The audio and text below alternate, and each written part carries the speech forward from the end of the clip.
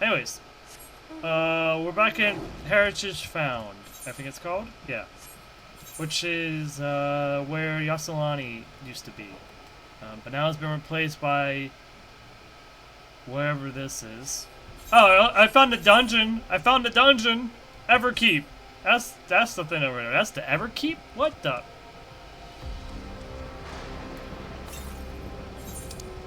Anyways, the, next, the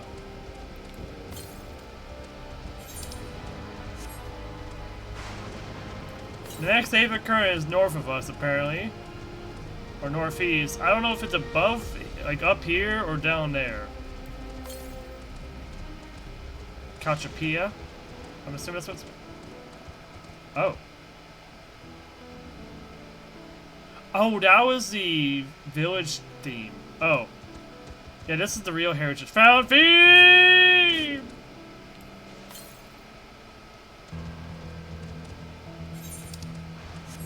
I'm assuming it's up there. I'm a guess it is up there.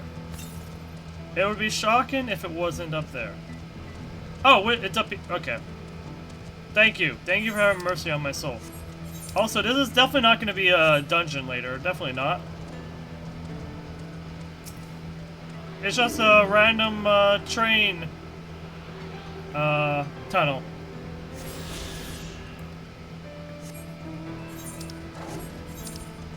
The Thunder Yards. Anyways, right, we're going on a detour with Graha. And, I'm assuming it will take us towards those pillars over there.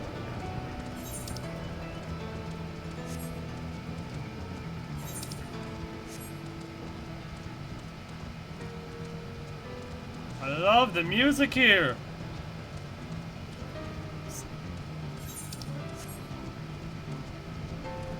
Aside from Shalani's world theme, everything else, music-wise, has been great. Look there, the lightning appears to be drawn to those pool-shaped structures over yonder. There's like a little town over there, and there's like flying drones. The design suggests they're some manner of lightning rod. Is it collecting the energy? Wait! Oh! They have endless cycle of energy. The energy they have is producing these storms, which in turn produces more lightning energy for them to utilize for their uses. Oh! They found the somewhat infinite energy source. Let's go take a closer look. At least that's my theory right now.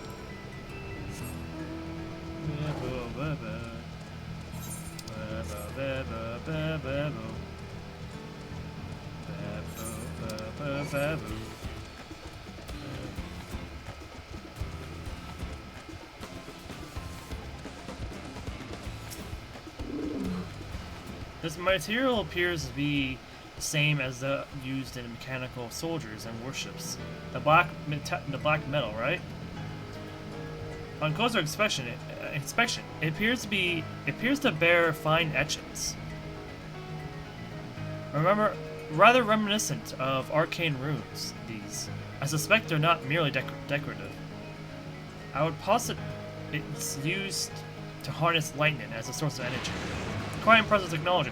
Right, there's two sources of energies they utilize. They use lightning energy, I'm assuming some form of aether, mostly lightning expected aether, and souls. At least that's my idea. I'll share this observation with Yashtoa. For a blessing, the dome doesn't appear to interfere with link pearls. Thanks for accompanying me. Let's head to the village and find others. Wait, no, there's no interference within here? To the outside world? That's very interesting. Is that his village right there? Ooh. Oh no. Oh no, no, no, no. That ain't good.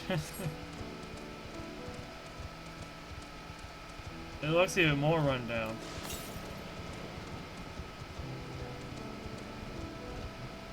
There is a city down there.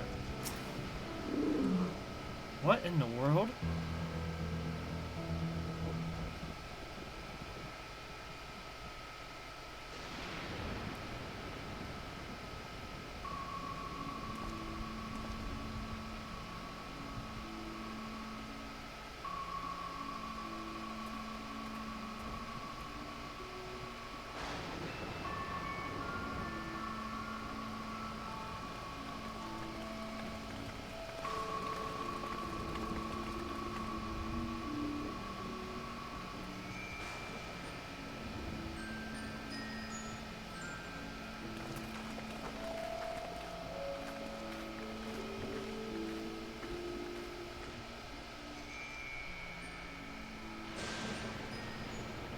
My home. It's in ruins. But why? What happened here?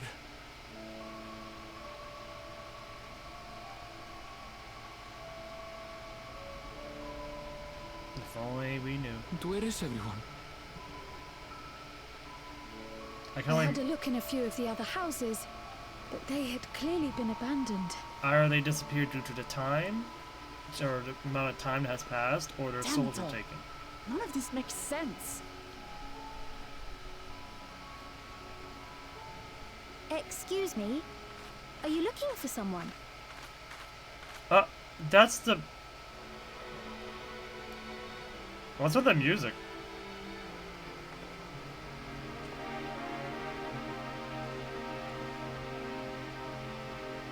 What, this is giving me Zelda theme vibes. What the hell is going on?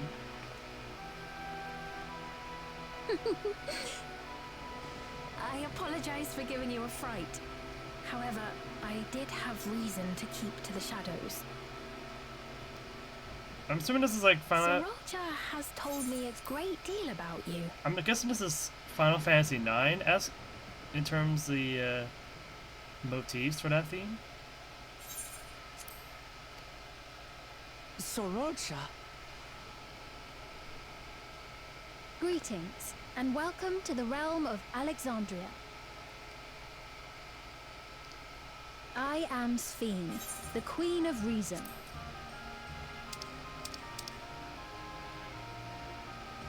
What's with this?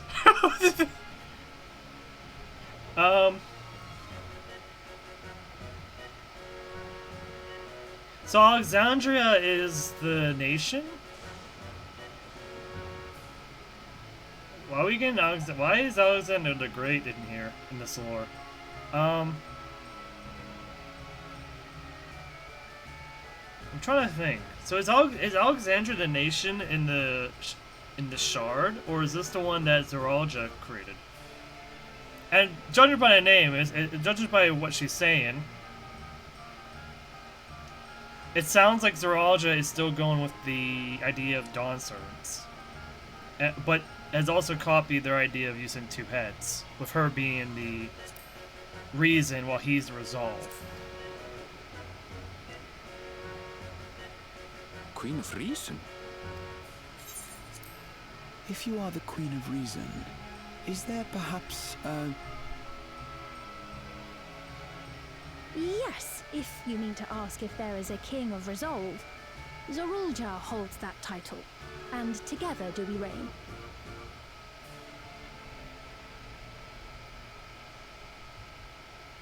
Then you are both behind the attack on Tulihiola. And I doubt you're here to offer us a warm reception. No, you have it all wrong. I am not come to fight. Zoraija rules alongside me, but that is a matter of expedience. In truth, we are at odds, he and I. It is at considerable risk to myself and my people that I come before you to beg your aid. Hold on, there's something I gotta look at when we get our view of her face. Our aid? I'll admit I cannot imagine King Zoraija is keen to share and share alike. But if what you say is true, you're still the queen.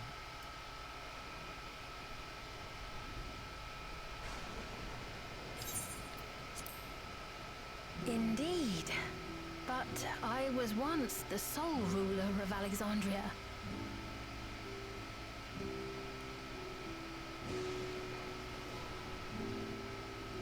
I am confused. Hold on, there's something I gotta look at real quick. I'm curious by something. I'm assuming she is definitely from the Shard, right? The Shard that we don't know that she comes from, but hold on. There's something lore-wise I need to look at, because there is something that we don't know about.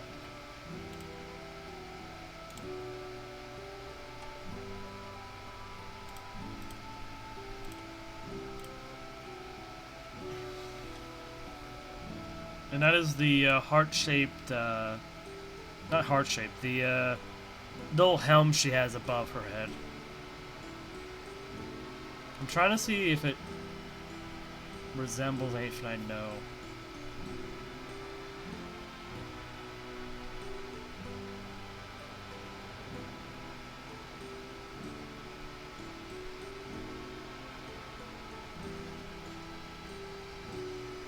Yes, yes it does. Yes, yes it does.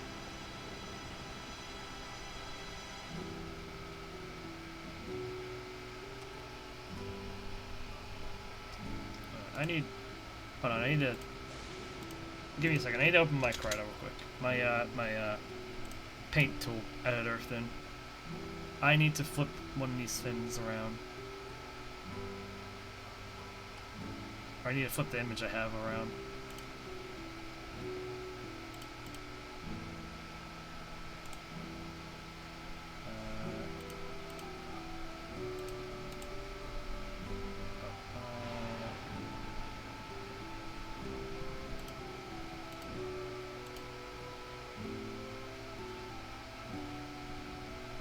Sorry, give me 1 second. Okay, that's a much better, much better. Alright. Let me look at her image again. Or her face again. Or not face, but the little tiara thing she has. Okay, so there's like a diamond point.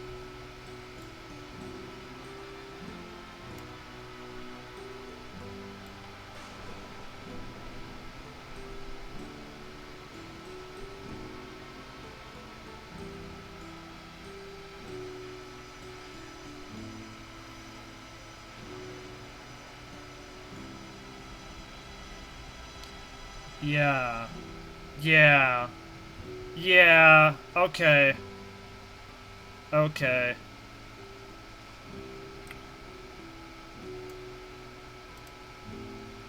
I am more confident in my theory. I'm gonna do I say it? I have this symbol up here matches up with Pastorat, which is one of the missing Ascians we don't know of. I don't know if this is a shard of Pastorat, because Pastorat is not one of the unsundered Ascians. She was one of the sundered Ascians. So if she became an Ascian, she would only become one after getting the memory shard from Hades, or Emmet.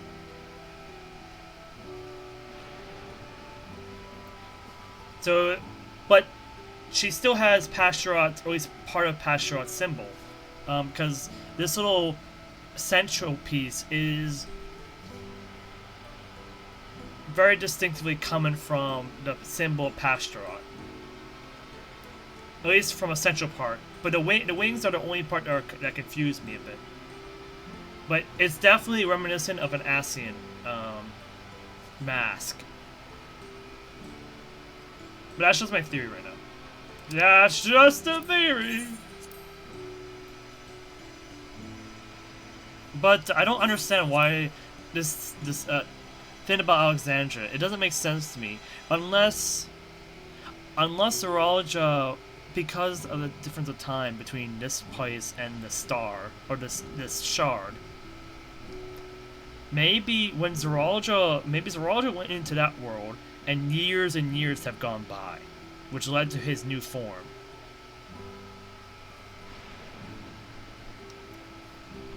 And that's how we're having this conversation. And then Alexandria is the nation within this shard, or is the governing body of the shard that we are being introduced to. I'm going through a lot of questions and theories right now, but we're gonna keep going. Until one day, he appeared, bent on conquest. In my weakness, I feared his power. Oh, yeah, Zoologia. using the gate, entered the shard. And he lived in the shard for who knows how much time has passed. For us, it was only like a few hours, or a few days at most. For him, though, who knows how much time has passed, given how much of a time difference there is between this world and the shard.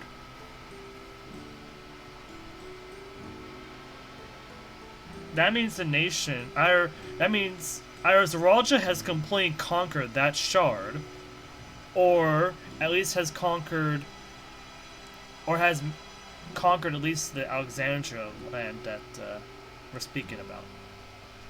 This is... Oh yeah, she's also called Svi. I didn't realize her name is Svi. Well, what's her full name? Or is she just called Svi? So I persuaded him to forego violence and strike a bargain. I would remain queen, and he would receive technology that would empower him to achieve even loftier ambitions, along with the knowledge to use it. Oh. Wait, that means... Wait. A gamble, to be sure, but if it might spare my people... Wait, that means that the person who gave Zoraja the ability to come over to that other shard and present him with that opportunity and present him the power to be able to even conquer that shard to a degree is someone else entirely that we have not been introduced to yet. What entity are we dealing with here in the background? What entity, what force are we dealing with that's coming from that shard that we're dealing with? Is it Narasian? Is it someone else? Like, this has to be Pastorot's shard, right? Wait, what is Pastorot's role in the hold on.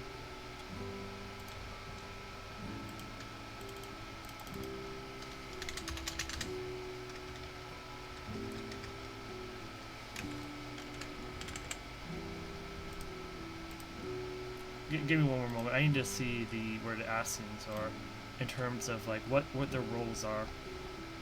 Pastorot, known as the preserver of discipline and order.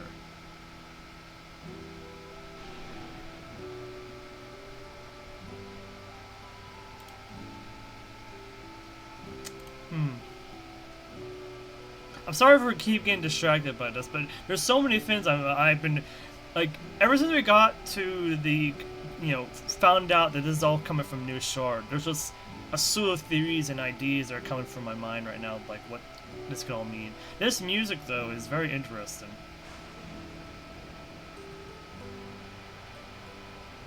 Like, it doesn't really fit the technological theme we are going through right now, or the themes that we're going through right now. It's very out of nowhere kind of music.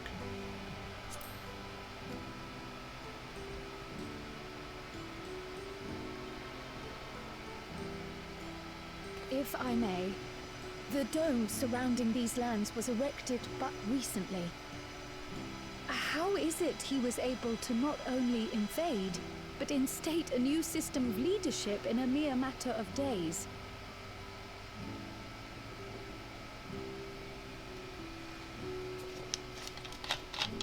I've never heard of your realm. And this place is, or at least was, Yasolani. The house I grew up in is still here. But 3 years ago, that tower and these strange contrivances weren't. Nor was our village in ruins. Where did you come from? And what happened to the people who lived here? You must know.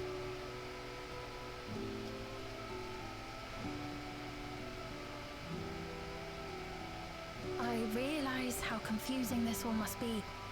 Truth be told, I don't fully understand it myself. It must. Oh. Huh. So even the people from the Shard don't know exactly what's going on. At least What she I doesn't. can say is that one day, people from your Tuliolo suddenly appeared here in Alexandria. Or perhaps it was we who found ourselves in Tuliolo. Wait, did we create a rift? Is this location a rift between the shard and the source? This location is where Alexandria is in the shard, but in our world is where Yasselani is, and the two are being combined here in this location, and by doing that, it's creating a bunch of chaos in terms of the timing order of this location. Until but recently, we were completely unaware of events taking place beyond the barrier surrounding our realm. What? Okay, I'm getting more confused now. Oh, this is so interesting and very... Does this not remind you of the Crystal Tower? How after the 8th Umbral Calamity, we devised a means to transport the Spire across time and space from the source unto the first. Yeah. Granted, this is on a much larger scale, if that is indeed what has happened. Not only the people and structures, but also the surrounding environment. Regardless, the people of Lakeland perceived the arrival of the Crystal Tower much as the Queen describes her own experience. Sudden and inexplicable. So... Well then, you appear to have a better grasp of our circumstances than we do. Indeed, more than I dared hope. So the land of Alexandria was implanted in this location. This is what Alexandria is in the shard, and it was like the Crystal Tower was just implanted in this location via the dome. Meaning Yasselani is in the shard as is in another dome. Essentially the two things swapped places. The two places have swapped places. Is that what's going on? In which case, a closer examination of the effects of this phenomenon may afford us more insights. Allow me to take you to the outskirts. A number of the Shatona live there as well. Perhaps your acquaintances are among them. Hold on. If we accept, there's no guarantee we're not walking into a trap. Still a lot of things I'm confused by, but... But if we're to defeat Zorolja, we need to understand how he grew so strong. Besides...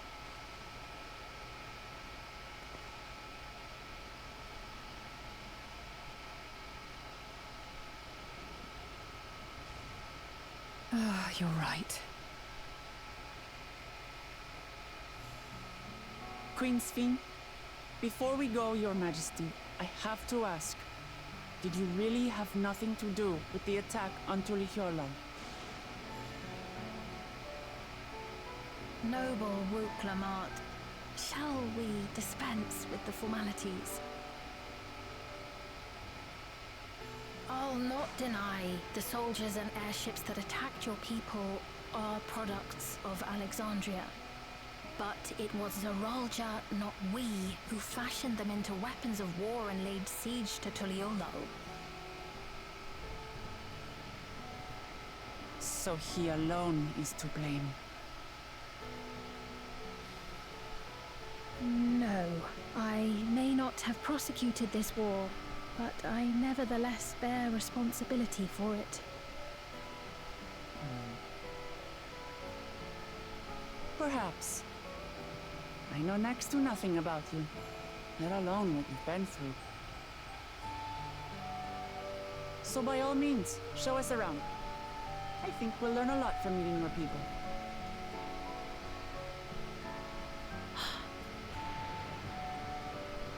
Wonderful! If you would follow me.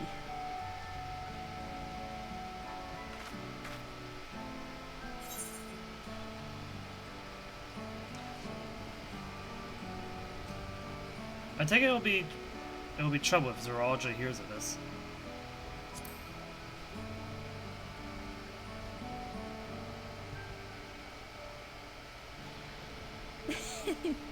Is that concern or suspicion? If things should take a turn for the worse, might I call upon your aid? She seems quite aware about who we are. I jest, of course. But you do strike me as the most capable here.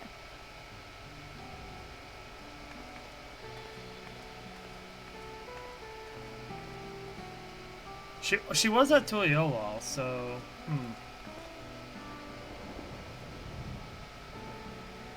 So I have my thoughts. Oh wait, what? Okay, well I'll say what you want to say.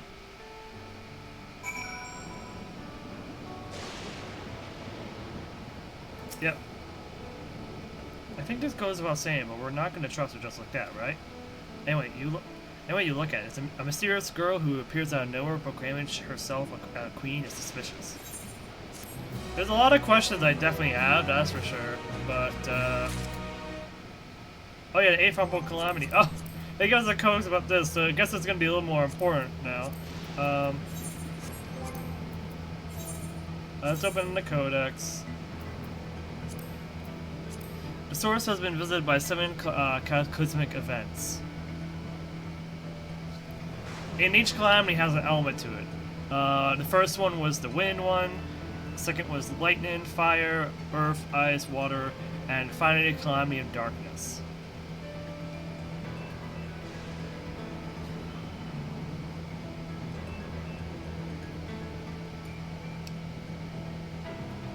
The 8th one was was a future, is the one caused by the poison. Black Rose, yeah. Caused by the Black Rose and the what happened to the first, with it being enveloped in light.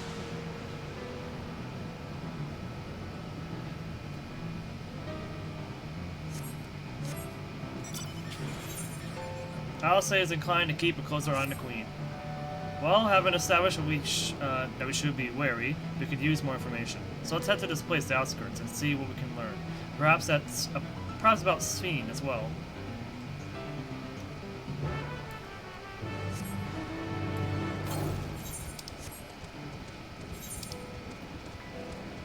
Oh, is the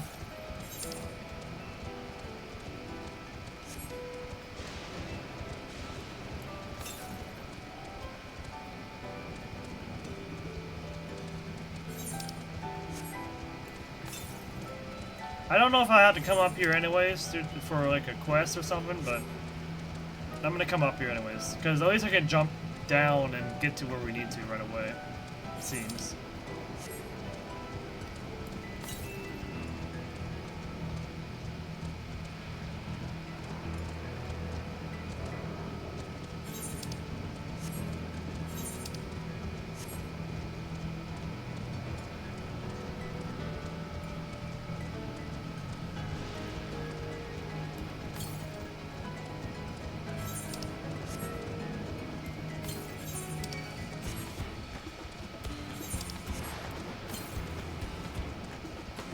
Oh my god, that city is massive!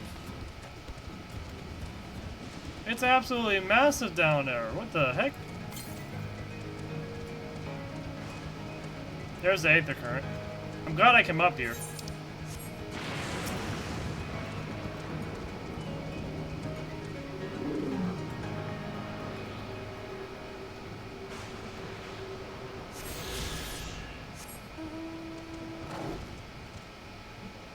Oh, those are bolt towns.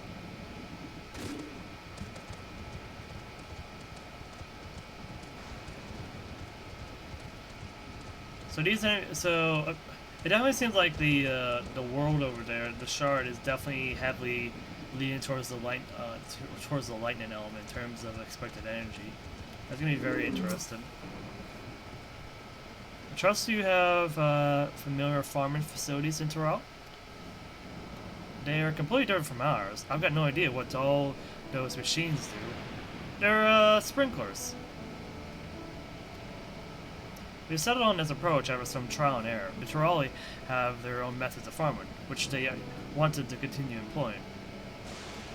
But the environment makes it challenging. There's too much rain and not enough light. Thankfully, the use of electrope has allowed us to fortify the buildings here, as well as provide what nature cannot. I'm guessing electrope is the energy source that they convert lightning aether into. Electrope. It's a material we use for myriad devices and applications. Oh, wait! Electrope is the black material. A topic for another time, perhaps. If you'd follow me, we're known to the outskirts.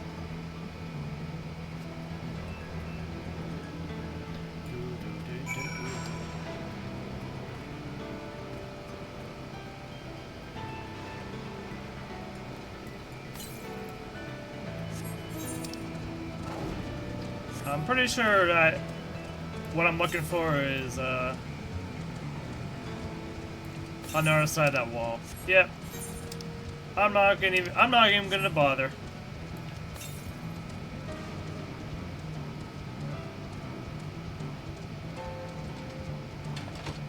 Oh, there is? Wait. Oh, there is Turali people here. But they have these devices now.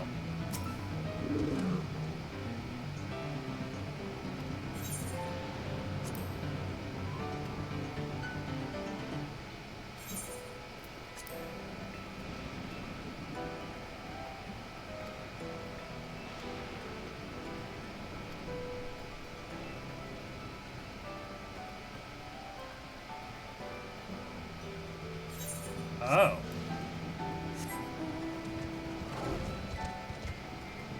They all have those devices in our hair.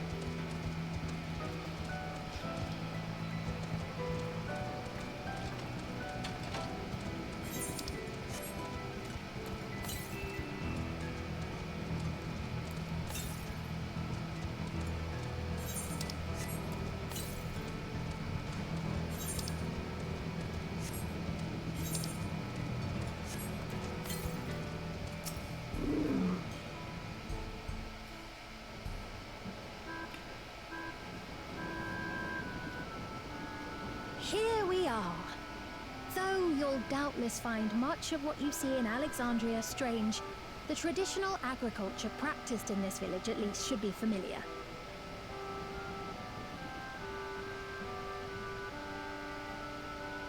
Oh.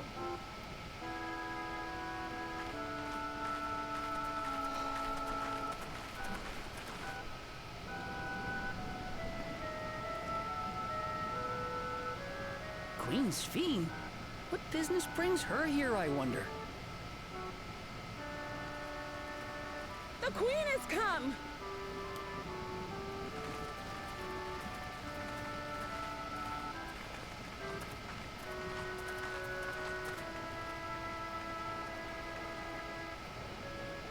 You look well, Paquine.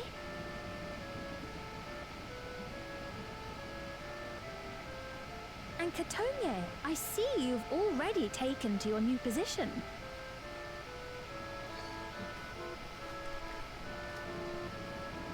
When she introduced herself as Queen, I was expecting someone colder. Honestly, she reminds me of you, Namachi. Me? It's only natural for a ruler to love her people. And I should like to know them as best I can, even the most trifling details. She doesn't wear that device that everyone else The more wears, you though. come to know them, the more you grow to love them. Who they are and what they've built. That's it.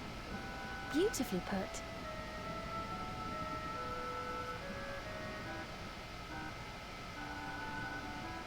And it would appear that she is well loved in turn.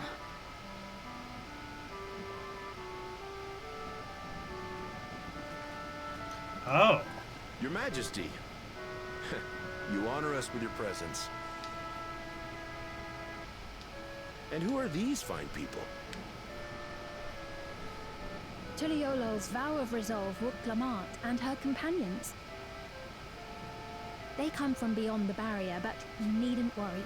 They are good people and are to be treated as my honored guests. The rumors of a link to the outside are true, then. Uclamont is still so young. Oh, where are my manners? I am Papone, a leader of sorts of the people living out here. Papone? That is a Tonawatan ring to it. Right you are. I take it you hail from this region as well? Teshpiani, perhaps? Yes, I do. I don't suppose you know a woman by the name of Kafkiwa? Oh, Kakiwa. Kafkiwa. I'm afraid I'm not sure if I've ever met someone with that name.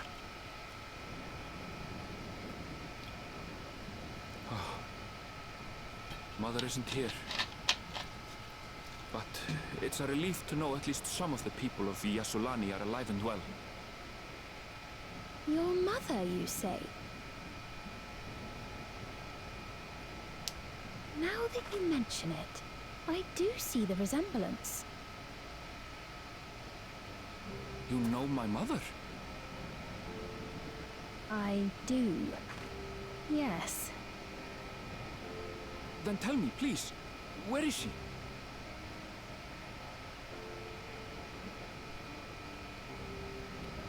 I cannot say. Not here, but I promise I will in due time.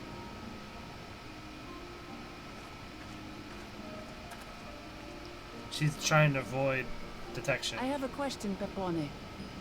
Do you recall what happened the day the dome first appeared? The barrier? Well, I remember fixing a shelf that had collapsed after a terrible earthquake. Then the ground began to tremble. There was a brilliant flash of light, and then... Forgive me, my recollection of it all is rather poor. You needn't push yourself, Papone. After 30 years, no one could blame you. 30 years have passed within this dome. 30 years? As in 30 years in the past?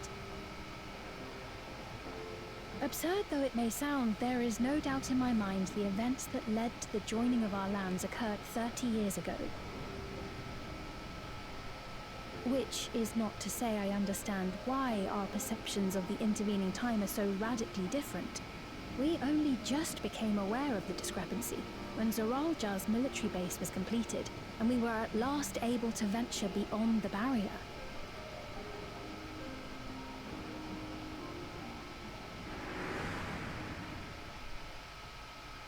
I believed you long dead. To have the chance to kill you myself is an unforeseen blessing. Oh. Yeah, he oh gosh. 30 years. Little wonder Zoralja assumed our father had already passed away. It's not unlike how time passes differently in the First and the Source. The fluctuating space of the rift between them disrupting temporal equivalence. Perhaps the same holds true here, and time flowed faster within the dome.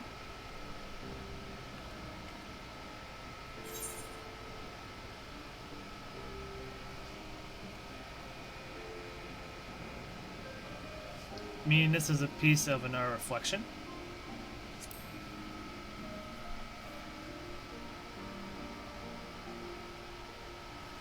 I cannot say for certain, but I strongly suspect that to be the case. I'm also thinking that's the case. And based on the Queen's account, this encampment may have come to serve as a physical bridge between the two planes, after which the dome was forced into the Source's temporal flow. Much like how the Crystal Tower probably did the same for the first. If we're to be certain of anything, We need more information. Sveen, would it be all right if we had a look around and spoke with the townspeople? By all means. Time to see what we can see of Alexandria, then.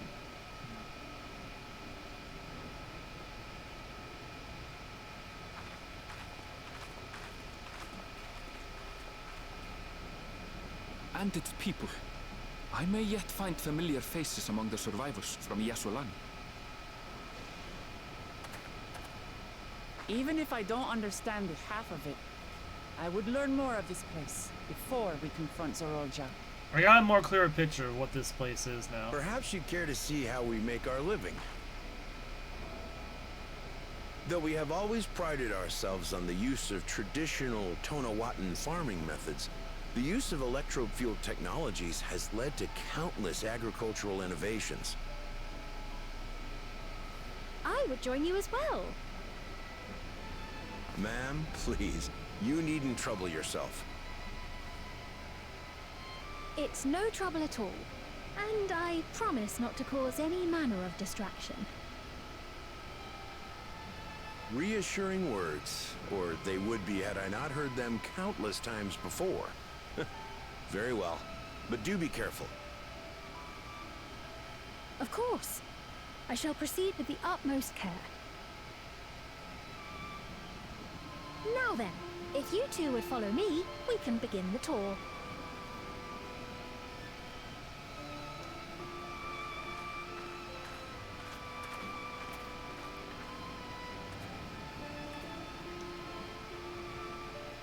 I can't say that I trust her yet, but I trust that her affection for these people is genuine. And that's enough for me. We agree on that for now. Oh, wait, what? Oh, why did she come back? Oh, she just checking on us.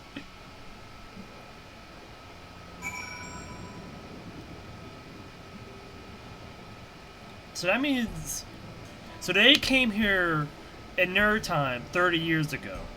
And Zorolja probably was in the whatever shard they came from, because we don't know the exact shard yet,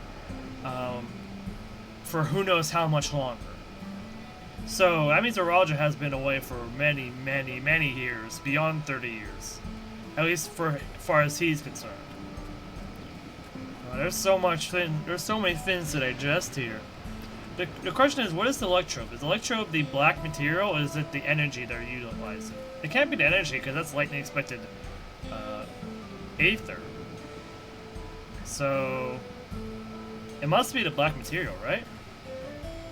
Electrobe has done much to improve the efficiency of their farming, but it hasn't replaced everything. People wanted to preserve their old way of life, and we did not want to enforce ours upon them.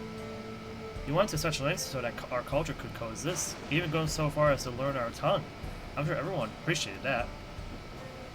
Communication was thankfully not an issue, for the Turali tongue is surprisingly similar to Alexandrian. That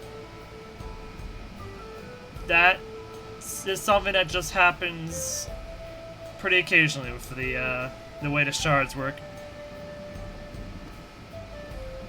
Of course, there are words and phrases for which there is no equivalent, but those can be taught with minimal effort. Through mutual respect, understanding, and patience, we Alexandrians and Turali have learned a great deal from one another. And I'm sure there is much more you should learn as well, so please, if you have questions, do not hesitate to ask.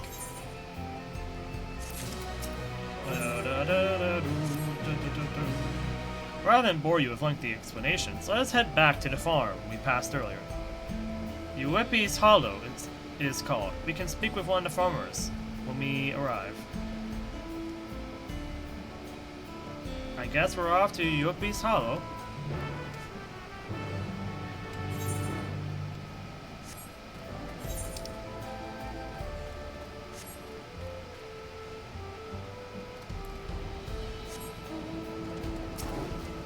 Hey, I should have tuned first.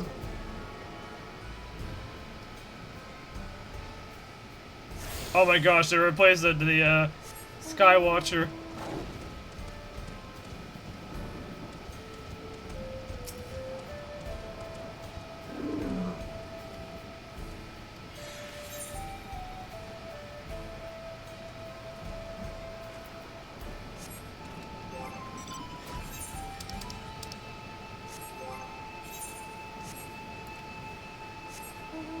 Alright, out we go.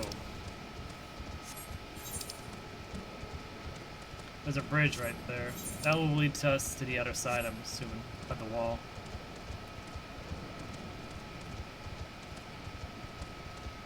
But now I'm really understanding what's going on.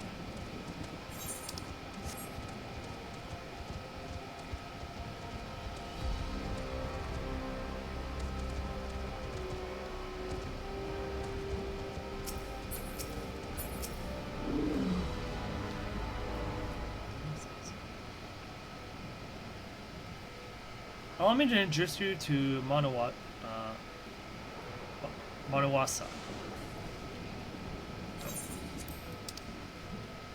One of the most experienced farmhands in all of Alexandria. She's well versed in myriad farming techniques. Indeed, the wealth of knowledge she has shared with other farmers is what has allowed this place to flourish. Queen Sveen, to what do I owe this sudden shower of praise? My apologies for interruption. I come with guests from beyond the barrier. They wish to learn more of Alexandria, and so I invited them to see how our crops are grown. I do hope that's all right. So the rumors of visitors from the outside were true. What manner of hosts would we be to deny them a look around? And I gather your Majesty also intended to check on things here? You know me too well, Mahusa. There we go, Mahusa. I thought to seize this opportunity to see how the farmers fare, and perhaps pepper them with a few questions. Though I do so enjoy observing and taking part in the work too. It would appear we have her permission, so please walk the grounds to your heart's content. You go on ahead. I'll keep Sveen company.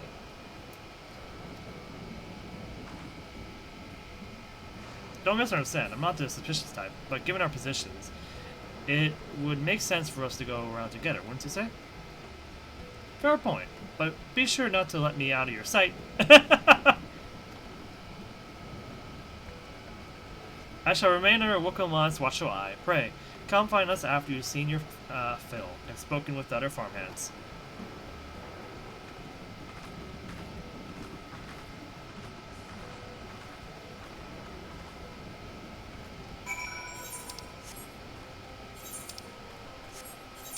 Oh, there's a little...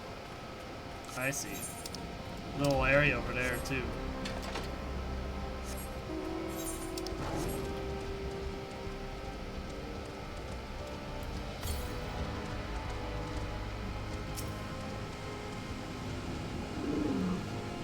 Light levels appear to be fine. As for the power source...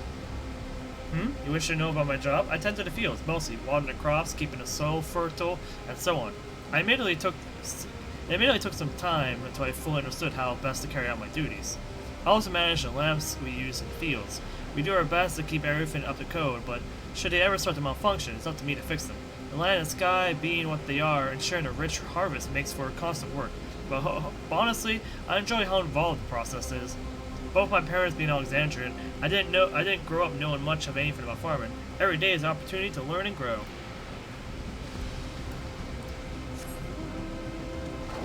At least they seem to be nice and honest people. The only thing I don't understand is the souls part of the conversation.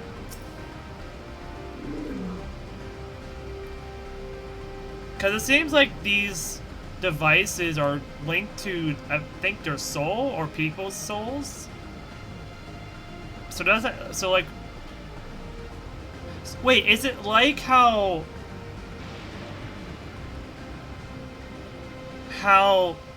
the ancients used, basically whenever the ancients, when they passed on to the afterlife, there was a phrase where their ether would be reclaimed by the land, or returned to the stream, and I guess the world would take back the ether in some way and reinvest it into the world, or something of that effect. Is it the same for these people where souls instead of you know, being honored or respected in, you know, the normal sense, and actually in their sense, in their idea, souls are reused for the purposes of others or the betterment of the future. I have no clue if that's the case or not, but it's a theory at least. Oh, an unfamiliar face. I gather this is your first time on site, then? Well, this here is the storehouse, or rather the entrance. The real storehouse is underground. Much more spacious, and equipped with a temperature regulation system to keep the harvest from spoiling. Since the entrance is so small, it's much easier to prevent wild beasts from wandering inside, which also makes it a viable facility for breeding and raising livestock. We've even got a few beds down there for emergencies.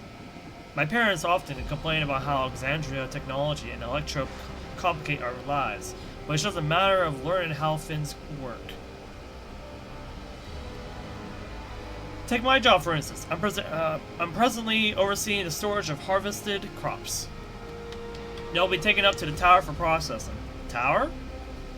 And from there find their way to every dining table in Alexandria. Our work is hard, I will not deny, but I take great satisfaction in what we do.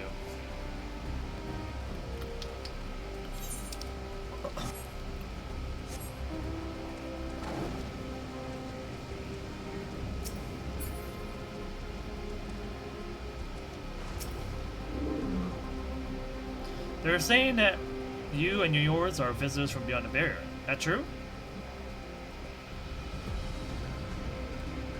So it is, which means we're connected to the outside world again. Not that I have a desire to leave, mind you. I'm quite content with life here in Alexandria. Oh wait, that means the people who came in the train were also moved ahead in time by 30 years. Oh gosh. What does that mean for Wakomont's nursemaid? Not to have a desire to leave, mind you. I'm quite content with life here in Alexandria. But send that aside. You're here to observe our work, right? As you can see, I'm in charge of livestock. Here at UFB's Hollow, we produce not only fruits and vegetables, but also meat, poultry, and eggs. Tending to animals is absolute joy, but I have to be careful not to grow attached. It's always a little sad when they're shipped off, but a job is a job. Well, I need to get back to it. It was nice talking to you. Please give my regards to the Queen.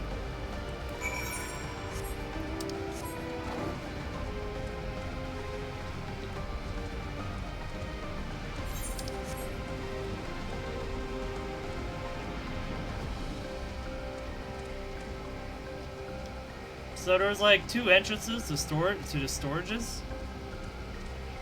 Or maybe more than that. Oh, there's 3 entrances. And this is like a trailer, basically. I see. Don't be too hard on yourself. Anyone would have been hard-pressed to deal with such a thing. Oh, welcome back. My apologies for failing to notice your return. I guided you had your fill of speaking with farmers, then let's return to Mahwasa.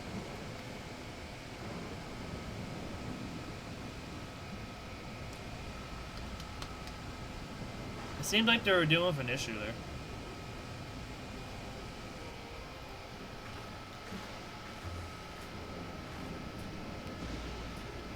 Well, what are your impressions of the farm?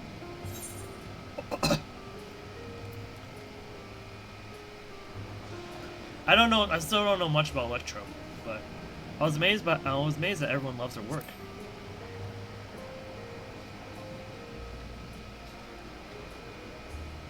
A curious observation. Do you not love your own work? Oh, by just. It's true that people at outskirts seem the most fulfilled. Always, they take their duties with good cheer. And what did you think of our little tour, Lamati? What did you call me? Was that inappropriate? My apologies. I heard others call you that by name, and I thought. No, it's fine. As you said before, we've no need for titles and formalities.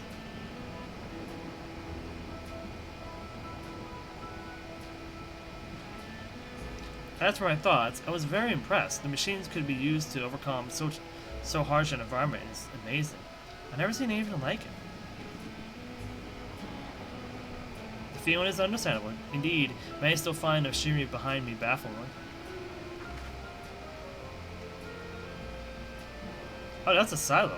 It's a system that controls the distribution of water for the fields and livestock. It's been acting up lately, though. Acting up, you say? You needn't worry, my queen. It happens very often. Put simply, it's taken in water that had a strong lightning charge.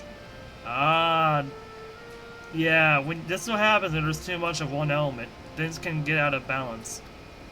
Do you think some creatures have become charged up with energy and they're releasing it into the river we use as a source?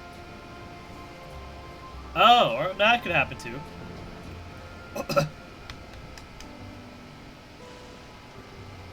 The system would return to normal if the creatures were dealt with, but I'm reluctant to beg it of the army.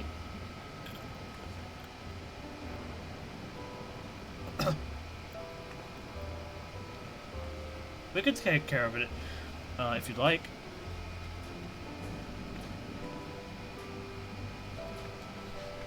That is most gracious of you to offer, but it is much too dangerous. Oh, it's no trouble for the vow resolve until you all. Regardless of how the relationship between our nations may develop, if there are people in need, I want to help. Simple as that. And Kusuriya is even stronger than I am. It shouldn't take us long at all. Then very well, I gratefully accept, but please take all care.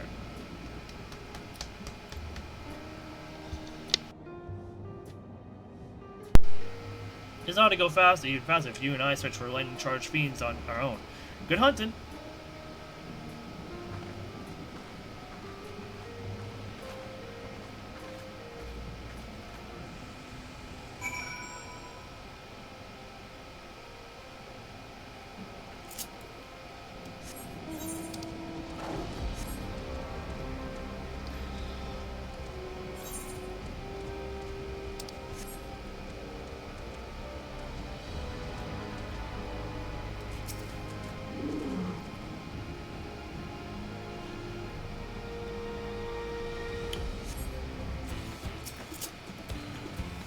A spirit, huh?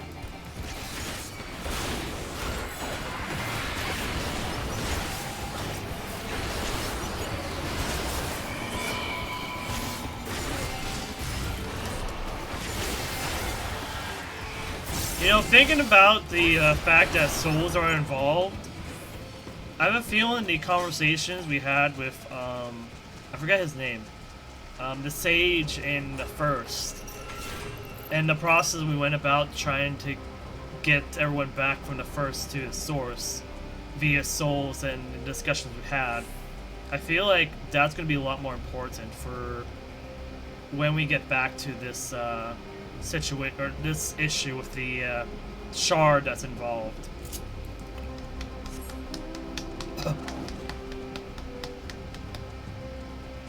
I don't know if that's going to be next expansion, because I feel like the next expansion is Mericidia, but I could be wrong given the direction things are going right now. If the gate gets destroyed, that means our only way to that shard is through another method, and who knows what that other method is.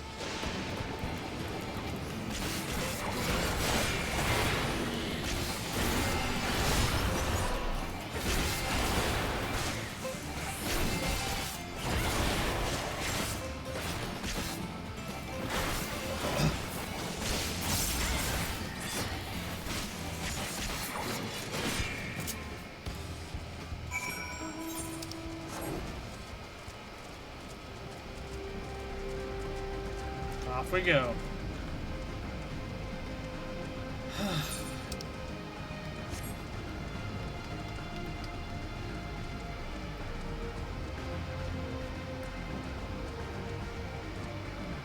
Oh, they still have Ronix here.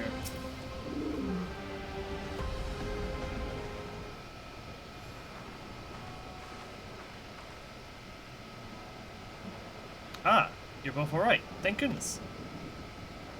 We really needed to have worried so much. We barely broke a sweat dealing with the fiends. They're all gone now. Of course I was worried. You're my dear guests. But thank you. We truly appreciate this. Indeed, with this, we won't have to ask the Royal Judge's machines for help. He's been making a concerted effort to bolster his forces, sparing but a fraction for the people's protection. He thinks nothing of our safety, unlike Queen Sveen. That's enough, Mahoswa. If you have grievances, I will hear them later, but to speak of the king now.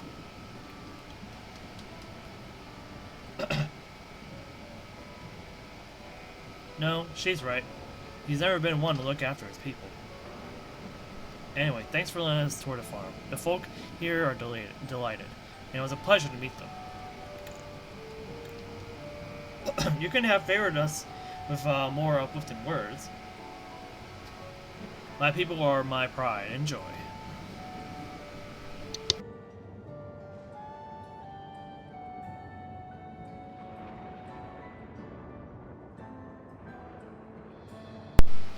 And you never fail to let us know, nor how much you care.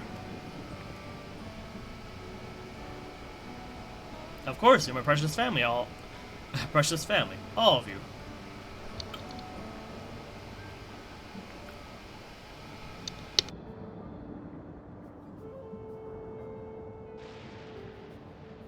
You seem a good sort, Sveen, I'll admit. But you'll forgive me if I'm not ready to lower my guard for the enemy queen just yet. For you to be called that. I dread to imagine what villainy your majesty has committed. Come now, this is no laughing matter.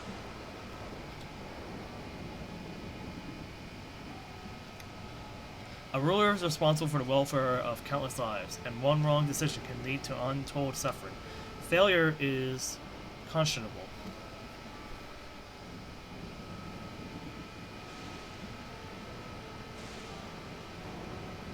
Now, I believe we're done with the farm. Let's move on, shall we?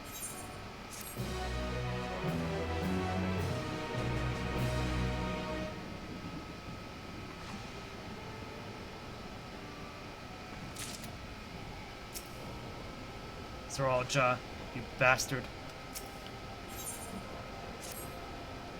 Perhaps we should head back to outskirts. I dare say your friends will also have returned by now. My thanks again for dealing with the fiends. Come and visit us anytime.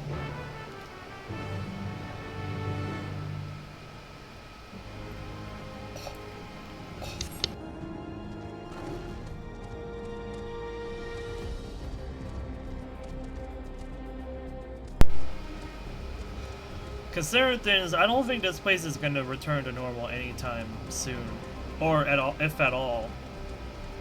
Because these kind of events, or these things that cause these to happen, like we never really figured out how to get the Crystal Tower back to where it is, and who knows what chaos would occur if we try to take it back to its normalcy and whatnot. Do you hear that?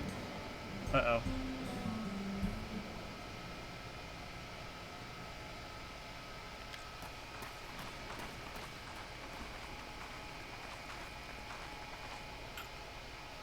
What's happening over there? It's nearly time. What? What? Nearly time for what?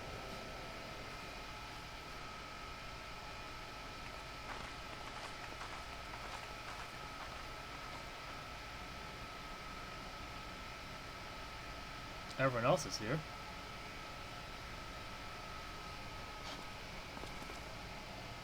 I'm glad you could make it.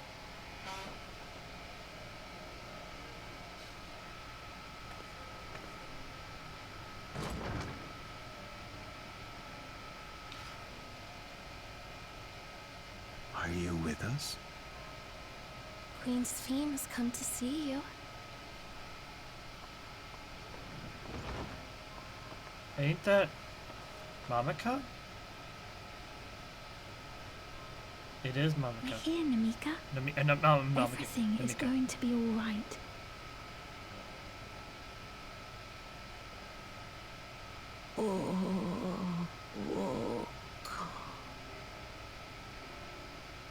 What's the matter, dear? Well, come on, have you not?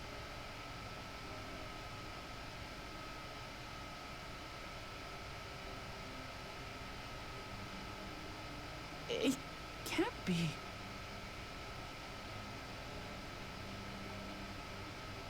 That's the bangle I gave to Namika. You know her? Of course I know her. She was like a mother to me. I see. She was always willing to lend a kindly ear to others, but rarely did she ever speak of herself. Is it really you? She must have arrived shortly before the barrier manifested. For us it was perhaps days, but for her... Namika, it's me! Wuklamat!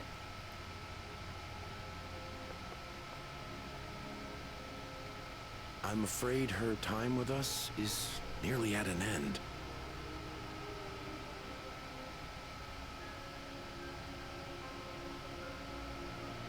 Has she no more soul cells? So what?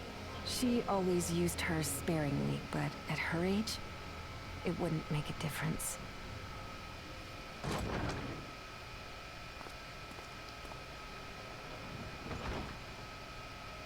Ma'am, the ushers have arrived.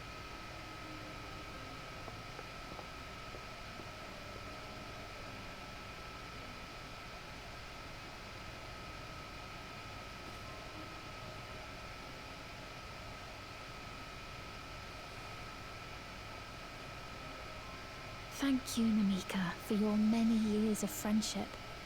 Take comfort in the knowledge that this is not the end. Be not afraid. Your memory will live on, in us. Living on in memory. The giants share a similar belief.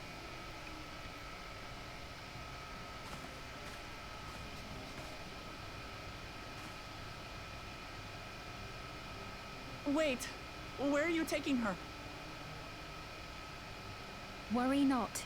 She is being escorted to a medical facility in the tower. There we will ease her burden. I had hoped to make arrangements for her sooner, but she wished to remain here for as long as possible. I could not bring myself to refuse her.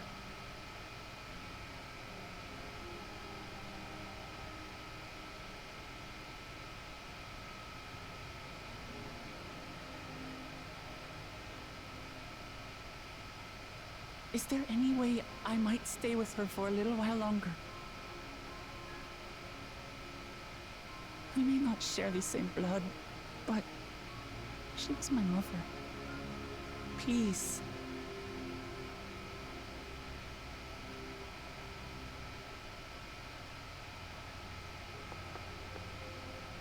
Let us give them some time alone.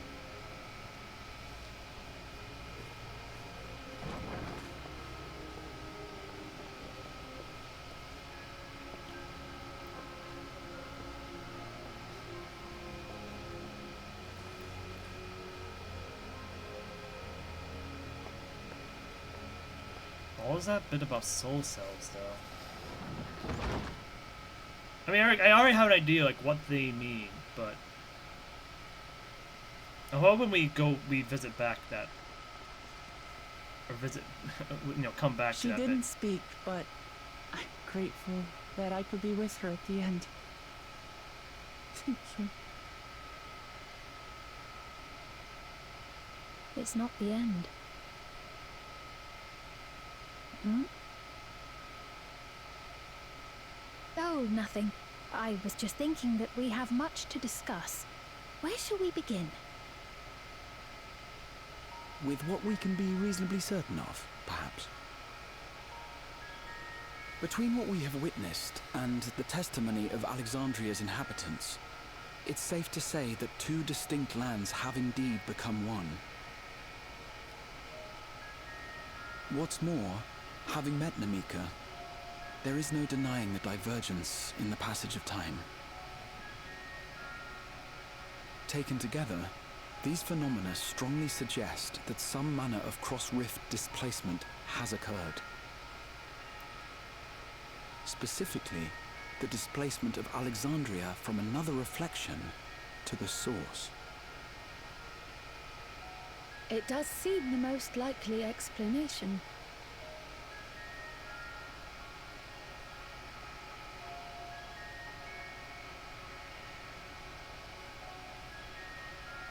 What perplexes me, however, is the scale of said displacement. It far exceeds what could conceivably be achieved with a void gate, or even with the Crystal Tower. In essence, we are dealing with a localized instance of dimensional compression. The Ascians would no doubt liken it to a rejoining. Yeah. Which invites the question, how was such a feat accomplished? I wish that I had an answer for you, but this talk of reflections and dimensions is well beyond my understanding. So it was definitely not from Alexandria that this idea came from. I can only tell you that we lived peacefully under the barrier's protection for many, many years, until the day that peace was suddenly broken.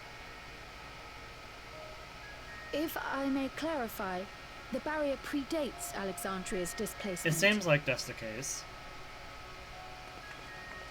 By several hundred years, yes. To when the continent we call home was ravaged by a devastating cataclysm. Wait! Is this... No. Is this... from the... It is from a reflection that no longer exists. Is this from the reflection that was consumed by lightning energy? By the lightning based, or the lightning expected element? Because now that would all make sense now. Kinda. It still doesn't make sense why it's able to come back or reappear here, unless... The barrier was erected to isolate us from the surrounding land's innocuous influence. Innocuous influence. I see. And it was only later that it was whisked away, along with its contents, by means unknown. In other words, Sfine's as lost as the rest of us, right? The Alexandrians didn't mean to end up in Tural.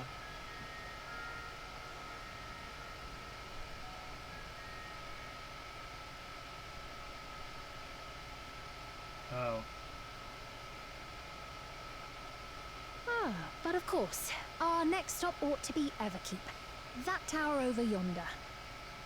Seems like there is something that she wants to say. Once you have been registered as my guests, you will have access to Solution 9 and its residential district, where you will doubtless gain invaluable insight into Alexandria's state of affairs. Unfortunately, I cannot take you directly to where Zoralja resides. That you'd let us in it all goes a long way toward proving you're not content to let Zoralja do as he pleases. But we're not talking about a simple difference of opinion here. I've come to avenge my father, and to do so, I intend to take Zoralja's life. Are you willing to stand by and allow Alexandria's king to be slain? A fair question. Permit me to answer it thus. My people come first. Their welfare is paramount. I will do everything in my power to keep them from harm.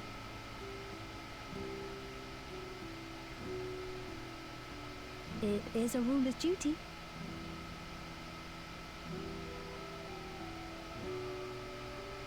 Now, I am off to register you at Everkeep. It may take some time, but you shall find the entrance open to you in due course. I'm thinking, there's a theory I'm having right now. What if the gate that was in this city of gold or whatever that structure was that was found, what if it was preserving a fragment or piece of the reflection, suspended it in the temporal rift? Because in the twinning, we were able to get into that rift, and that rift, or the temporal rift, and there's a space there. There's a space where it's suspended, or not suspended, but there's a space where it can reside in, or something can reside in there. So what if someone was able to take that fragment and establish it within some kind of into some kind of space related to that temporal rift, and allow it to stay there while trapped in that barrier, which I'm assuming allows it to ignore the outside, the influence of the outside sources, like whatever would happen if you got exposed to the temporal rift's energies. And when the gate was fully opened, or reopened, it was allowed to be...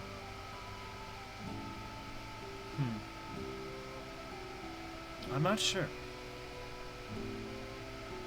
Granted, it still doesn't change the fact that there is another force that gave Zoraija power to be able to take over this place, and etc. And it doesn't really... Wait, what if...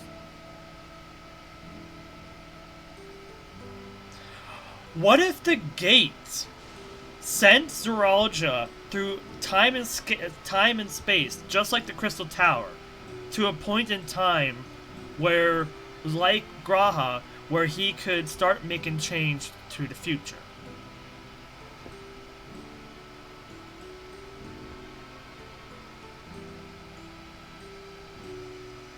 So he went back to a point in time when, I forget what reflection it is. The reflection that was lightning expected, before it was succumbed to the calamity. He was sent there during the time before it was, hit by the calamity, and to protect Alexandria, or to protect his ambitions, he developed some kind of technology, or remade the technology that sent him back in the future, back in the past, to bring Alexandria across time and space to go back to where he came from, which was this time, and implant Alexandria somewhere in a salt that would... Oh gosh. But I feel like that might be correct. Because with the fact that there's so much lightning energy, one can imagine that with so much reliance on lightning expected aether and lightning based energy, that the place would eventually be succumbed to an overabundance of lightning energy, which would succumb to a calamity.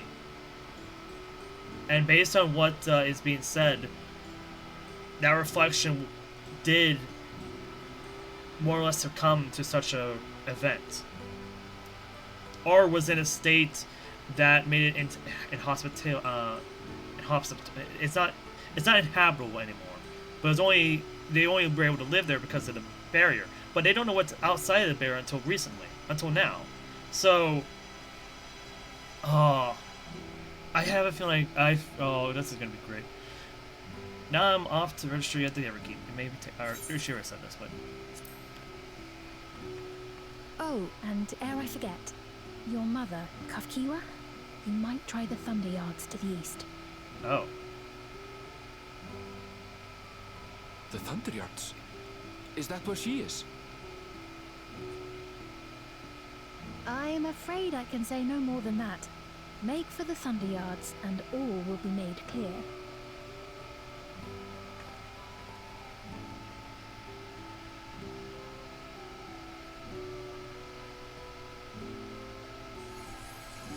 What's that? It's not as if we have other pressing business. Not until we can get into this Everkeep anyway. What was that about? Thank you for earlier. And for being a friend to Namika these past 30 years. means a lot to me.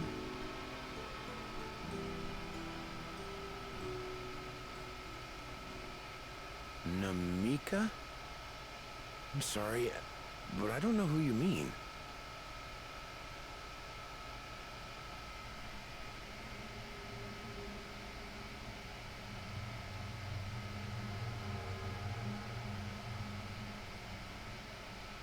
Oh. What? We were just with her. If this is some sort of a joke, it isn't funny. So this is how the Aquay lost their memories.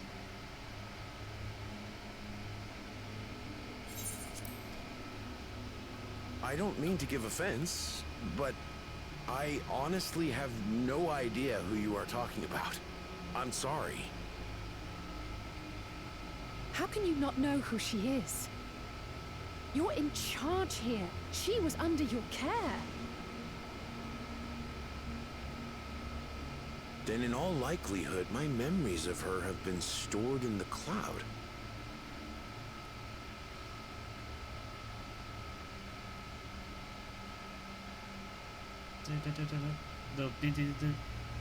Any person seemingly forgotten without reason is probably there, in the cloud. Oh, I really must be getting back to work. If you'll excuse me.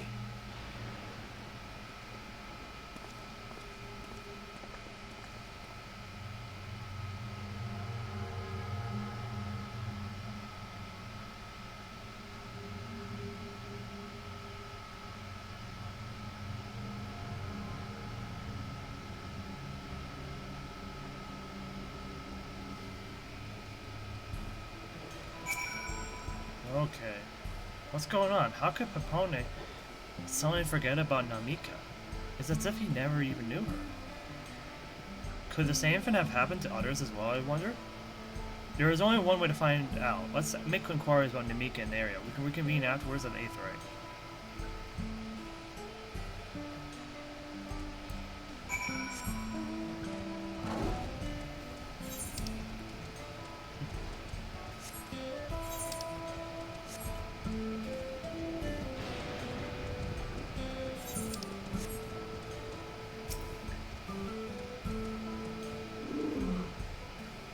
An old woman named Namika? I'm afraid I don't know that person. I'm sorry I can't help you.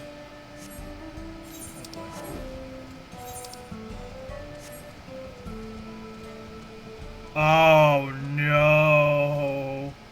Poor Erenville. I know exactly what's going to happen here.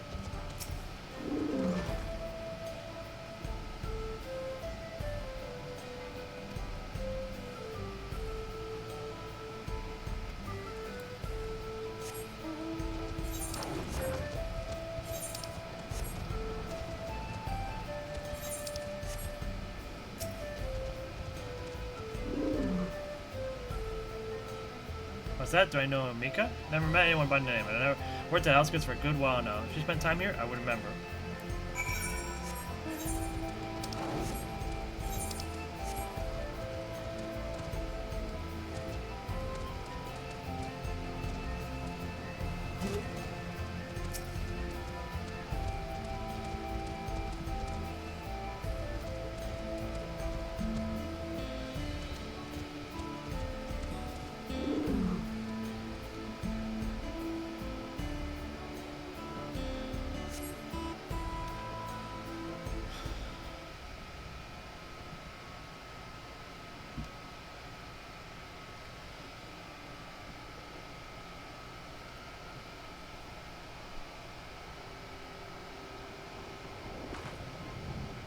So, it was the same for everyone.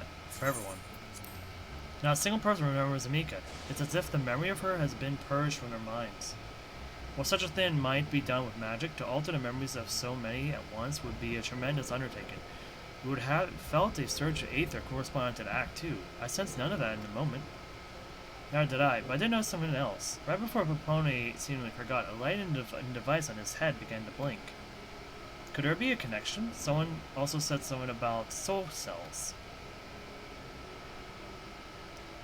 But who might we ask about this? If we continue to make such inquiries, I expect we would only cause confusion. Indeed, if we can't really solve the mystery about Namika, perhaps we could search for Kusuriya instead. Sphene said to try it at Thunder Yards. It should be in this direction.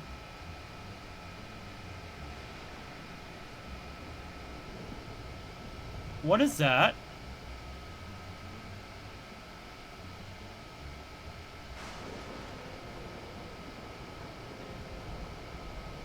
A little robot. Impossible.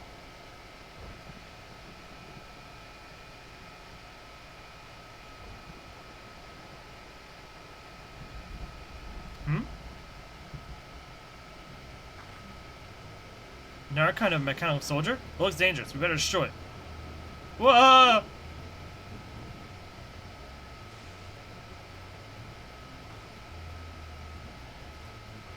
Should we get chased? I think I understood our words. It might be worth asking some questions. Erenville, are you alright? It looks like you've seen a ghost.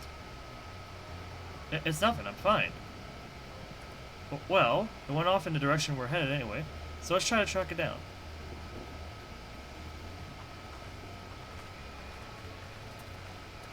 Erenville, what's up?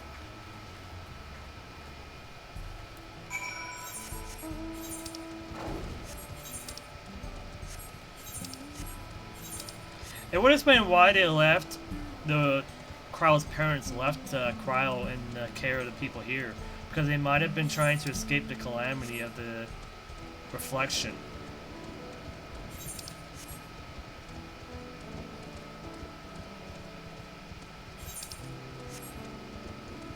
Everyone's really looking around, but they can't seem to find anything, it seems.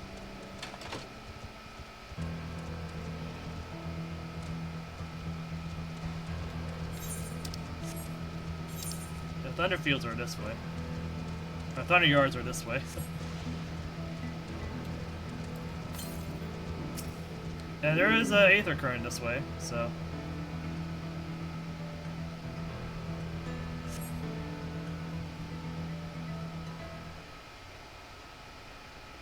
There it is.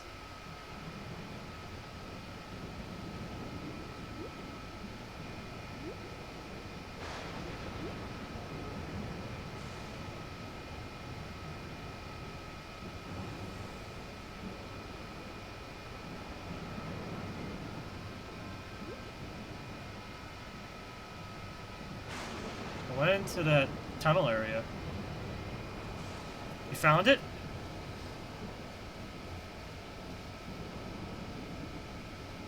Or cave, not tunnel. To northeast. Then it must be bound for the mines. Come on then. It could well be a trap, so let's not rush in too quickly.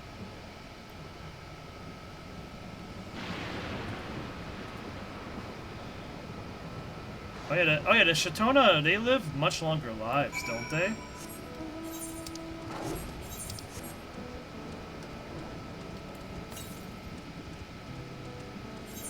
Always based on what was hinted at.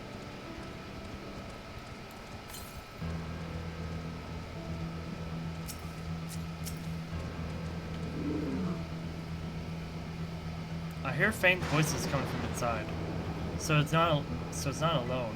But we're still going in, of course. This may be a trap. Be ready for a fight, everyone.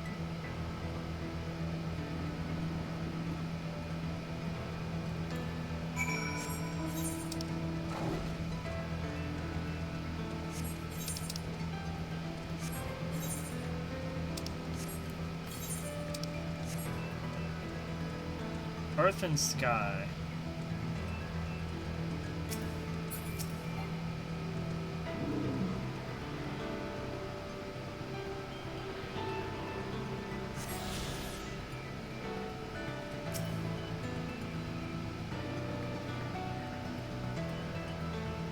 I can hear them. Several people up ahead. I can't make out their conversation with the echoing. Let's keep going. Stay on your guard.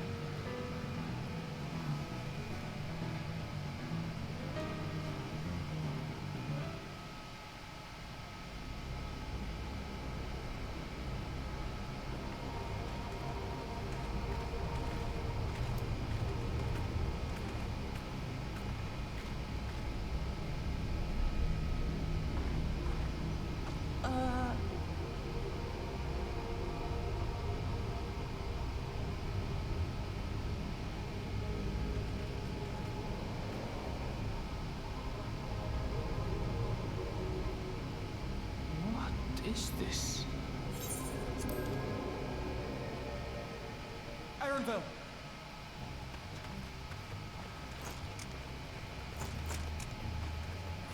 A trap?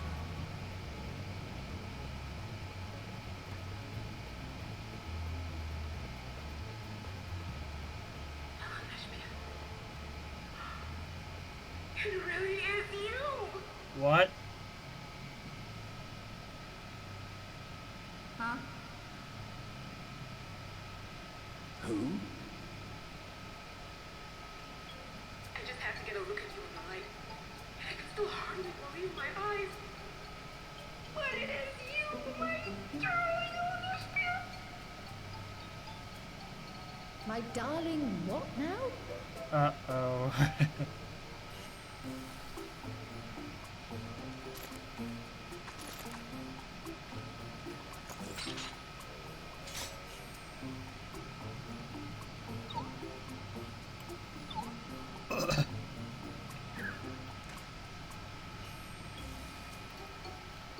Oh, it's so good to see you, my fussy little bun bun. But what are you doing here? What brings you all this way?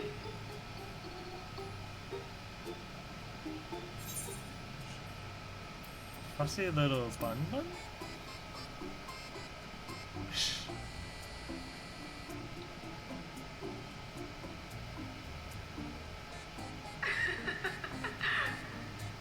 Why the long face? Aren't you happy to see me after all this time? I'd know that laugh anywhere. Mother? Wait. Since when was your mother a weird floating thing? And what have we here? Say, aren't you Guru Jaja's kin? I knew I recognized that adorable fuzzy face. Ellen was always so excited whenever you invited him over to play. You remember me, I hope? I can't say that I do, but you know my father?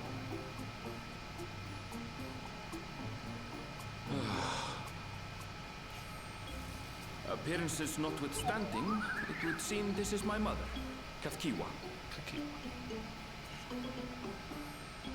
I'm sorry? Oh, this won't do. Come in! Friends of my LNSP are always welcome. All I ask is a little forewarning, but no.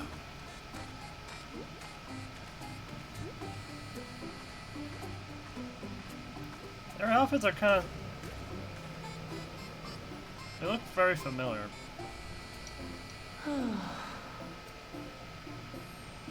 Just when I thought I was starting to get a handle on this place, how are things still getting stranger?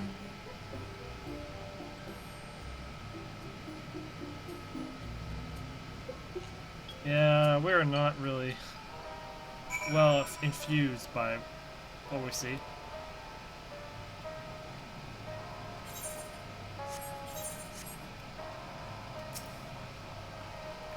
As far as I can tell, this is indeed my mother. I can think of a few people in the world quite so spirited, but as to what has happened, we'll need to ask her.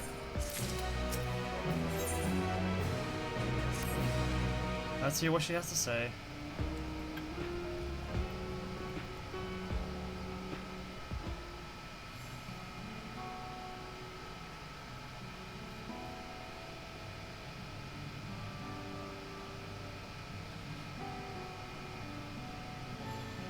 It's so wonderful to meet you all. And the students of Baldesia. It's been a while since I've heard that name. Dare I ask the reason for your appearance? Oh, this? It's just a body that I control remotely. I use this for our operations.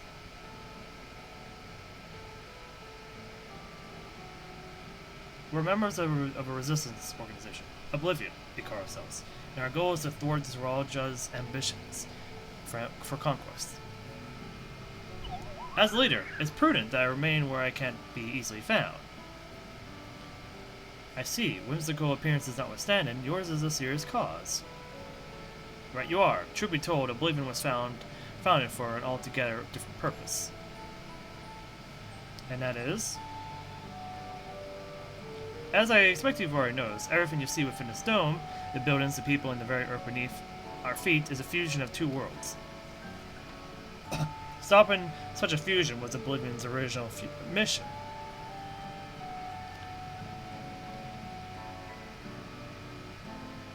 Then, does that mean you know who or what is responsible for it? I'm afraid not. This was a long time ago, and our mission statement has become more of a legend that's passed down to members. By the time we joined, our sole objective was stopping Zeralja.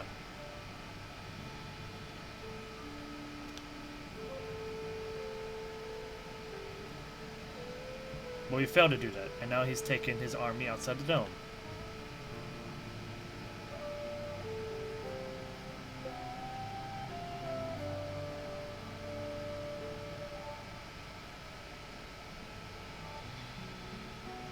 None of you wear those strange devices in your heads. Does that have something to do with your work?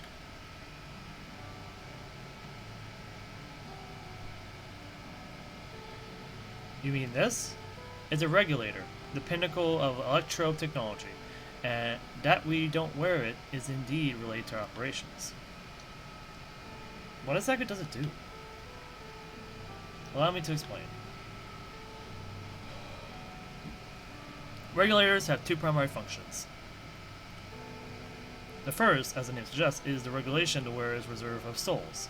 Should they die, the regulator expands a soul to bring them back to life.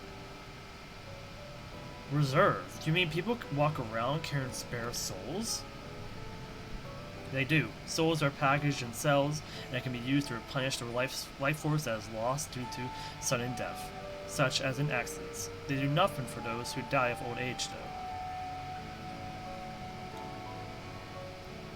I see. So it's a prevention of lost life until just so that each person is able to live out the full expectancy of their lives. Distribution of soul cells is based on one's work evaluation to encourage an exemplary performance when fulfilling their duties. Souls as a common resource and payment for services rendered.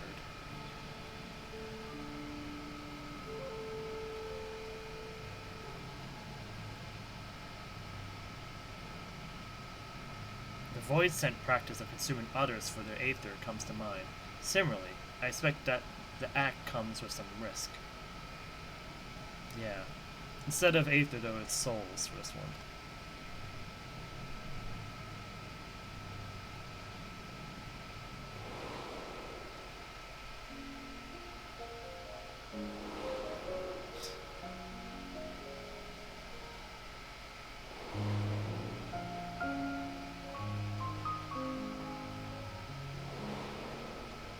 However I hate it, it's going to have relevance to the plot.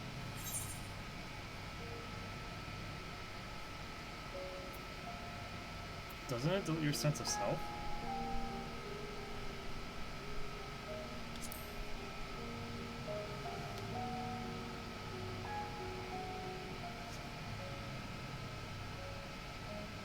That is prevented through memory management, a process in which regulators also play a role. Memory management? Then the reason everyone has forgotten Namika's existence.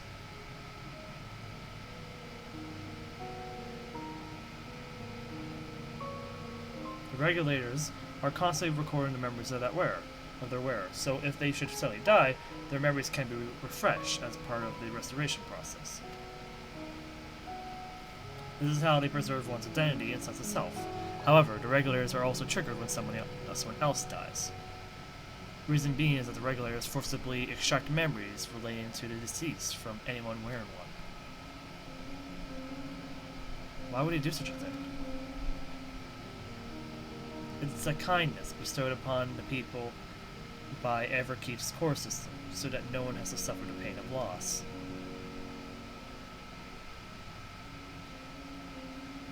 So this is what is meant by their memories being in the cloud. Indeed, all memories of deceased are wiped from the minds of people and archived in the system. It's a frightening function of the regulars, and an integral step in soul cell production. Integral part in soul cell production.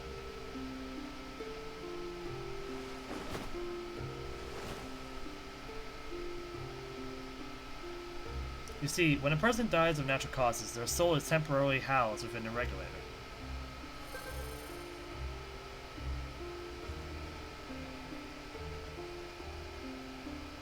It's then delivered to a facility where memories are separated from the soul.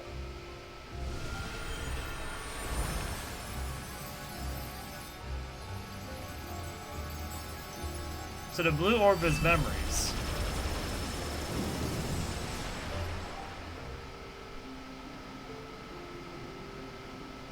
The result is a fresh soul cell, free of impurities, ready for distribution and consumption.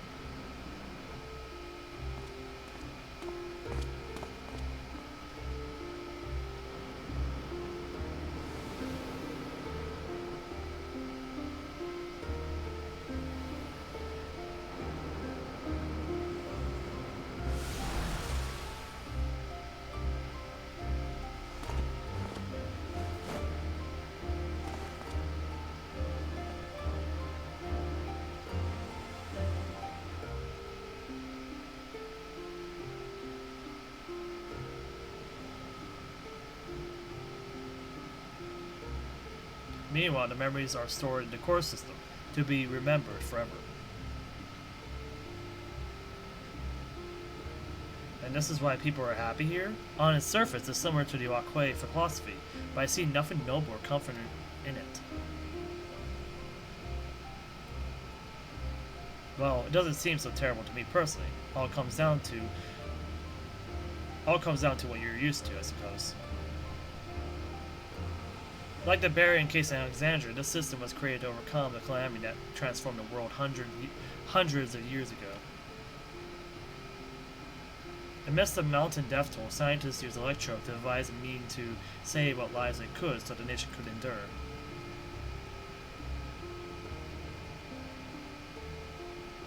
I understand the people of Alexandria did what they believed was best to save their people. I find it hard to believe that Torali would also accept this way of living. It came as a shock to us as well. In fact, a great many were opposed to it. Which is why the use of regulars was never compulsory. The people have always been free to go without them if they so wish. XIV didn't strike me as the sort of ruler to impose her will on others. Ah, so you've already met. She's the one who suggested we come to this Thunderlands in the first place. She also said she wants to help us stop Zeralja. Awfully kind of her to point you in my direction, and to speak so candidly as well. Whatever her motives, she has given the people a choice. Live with the risk of true death, or the security of the regulators. Everything that lives must someday die. That's the natural order of things.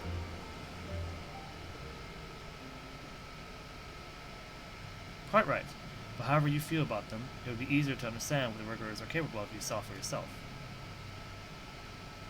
I know just the person to show you, and thus would have it, they should be starting to work right about now. Who are we going to see exactly? Come with me and you'll find out.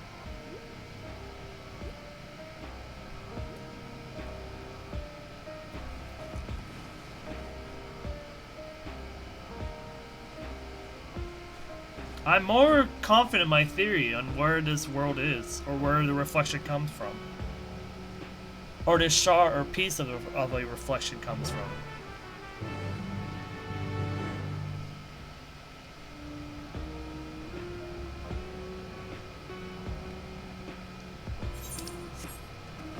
Of course, it brings up a lot of questions, so like the how of it all, but I feel like those questions are not going to be answered in this expansion, at least.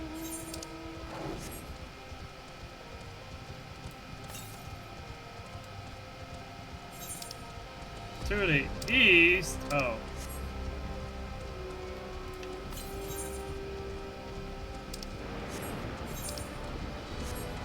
I'm gonna assume we're gonna have a reason to go that way.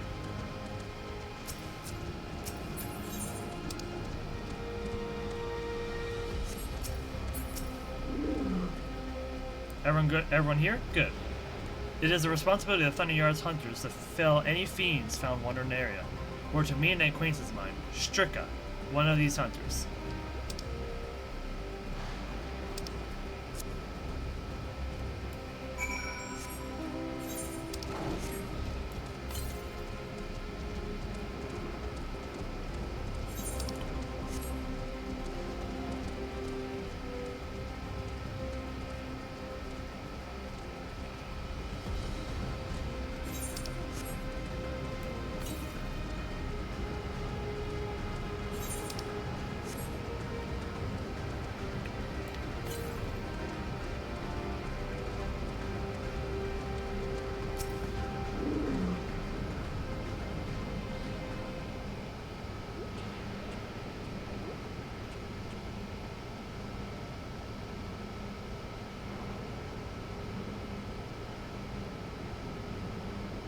Kachoa, what are you doing here? Oh, with so many friends.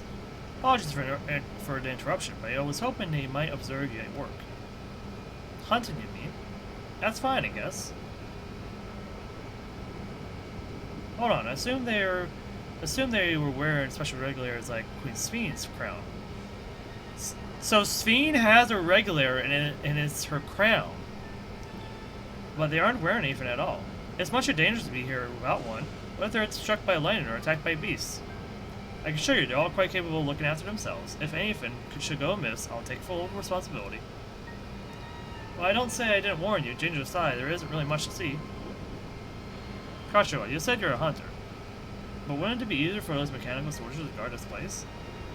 It would, if not for the fact they're weak to lightning. The Thunder Yard being what it is, they've been ordered to steer clear. Ah, they're weak to the same energy that they're being powered with. Some good they are, eh? But these facilities are vital to the upkeeping of Alexandria's infrastructure. So it falls to hunters like me to deal with any fiends. Given the danger, we're well compensated for our work. It's a profession for anyone looking to build up savings. The special selection of souls for hunters isn't terrible either. I brought this lot here to see this danger you speak of. If it is not too much trouble to ask. Ah, of course. In which case, it'd be a shame to waste my efforts on just any old beast. You all can handle yourselves in a fight, right? If you cause a ruckus slaying at critters you see nearby, there's a chance to draw something worthy of a demonstration.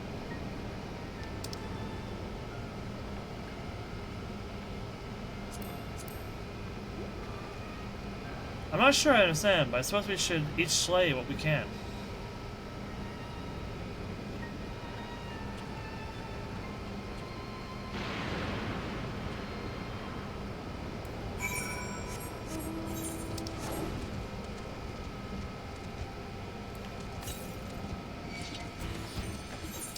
Give me a second, I need to check what's over east, on the east side here.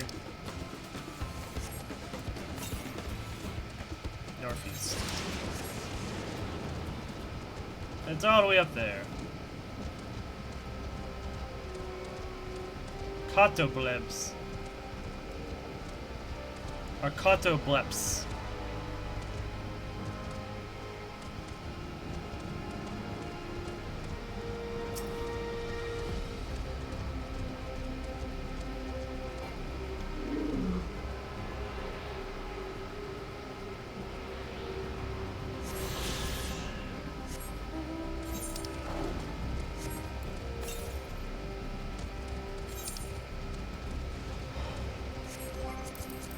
I think that's all the ether currents on this side. Yep.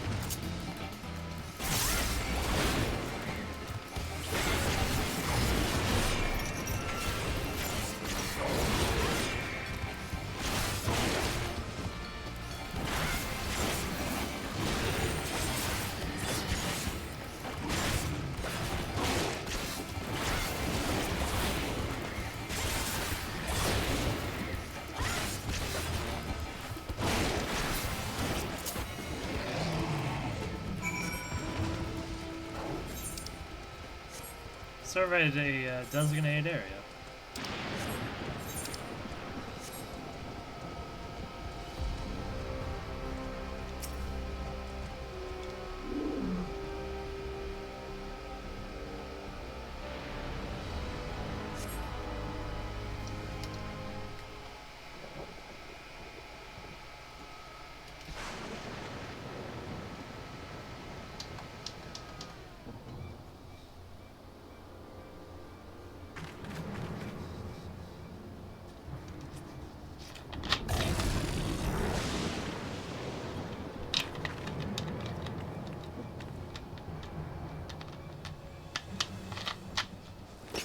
This one will do nicely.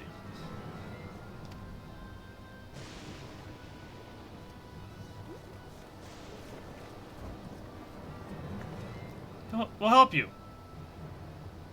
That's fine, really. I faced worse. Just watch.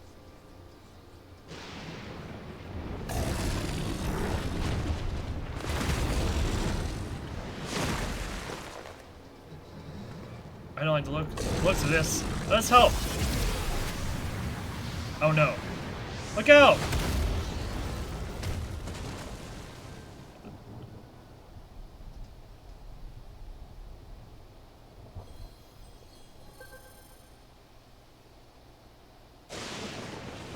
Preserve.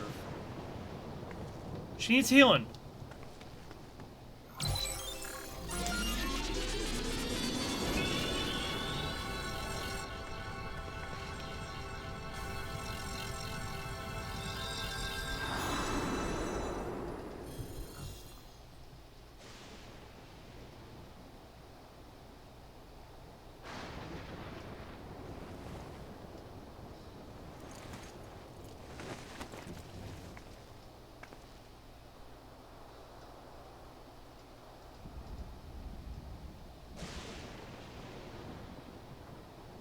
That was embarrassing. The bastard caught me off guard. Are you mad? Seriously, let us help. I told you not to worry. This will only take a moment.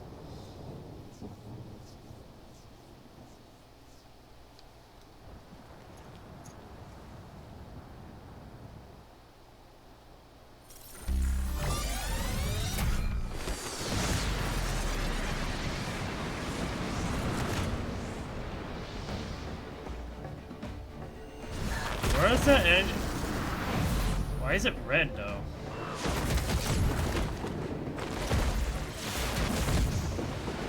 But it's the same power as Zoral just showed.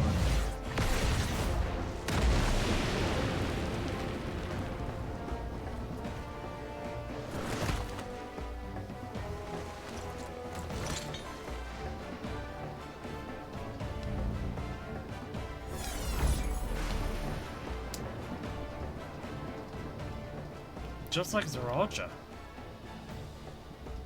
Come on, let's get out of here.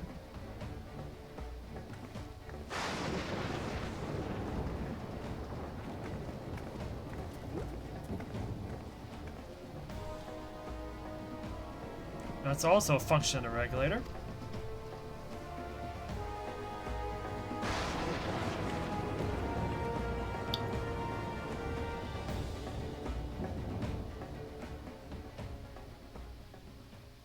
Don't like it one bit.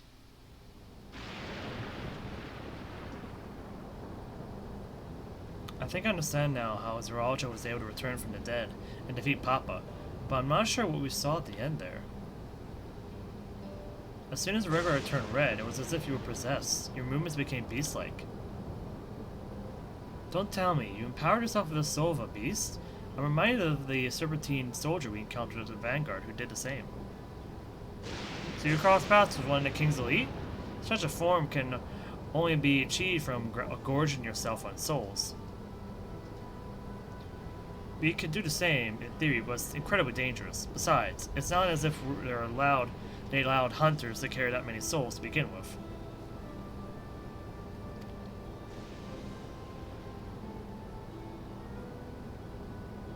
Well, I should be getting back to work. Take care.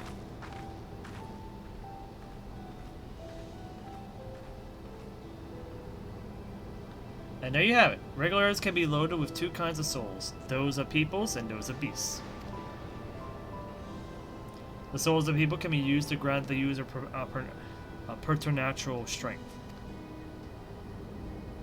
Naturally, they can also be used to ensure no one suffers an untimely death.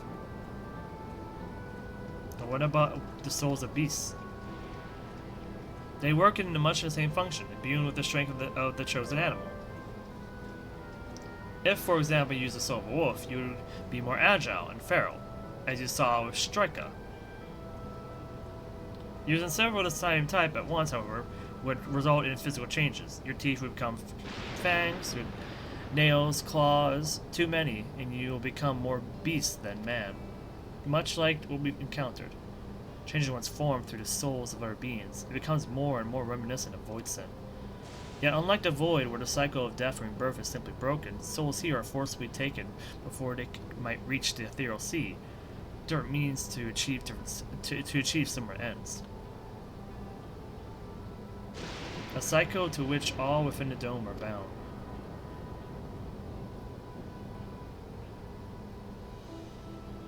This is wrong. This is all wrong. It is indeed hard to accept, being so far removed from our own beliefs. Perhaps more shocking is that the technology to achieve all of this was developed hundreds of years ago. The civilizations and reflections are surprising indeed.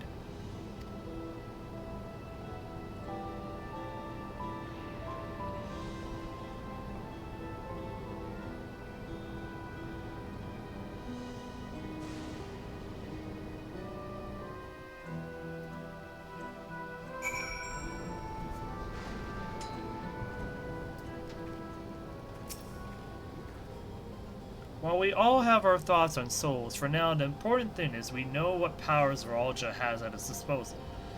It is one thing to separate corporal ether from incorporeal ether, but to strip memories from the soul entirely is unprecedented technology. This is no longer only Tulial's concern. With his newfound power, Zoralia had become a real threat to the entire world.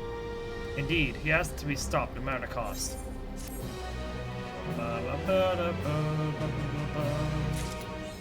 The Void. I trust you have gained souls have also been added. I trust you have gained an insight into the use of souls in Alexandria. It's shocking, I know. I was overwhelmed myself first. I expect you'll need some time to adjust it all. But for now, let's head back to the earth and sky. At this rate, there's something I want to discuss with everyone. Let's take a moment before we head into the tunnel.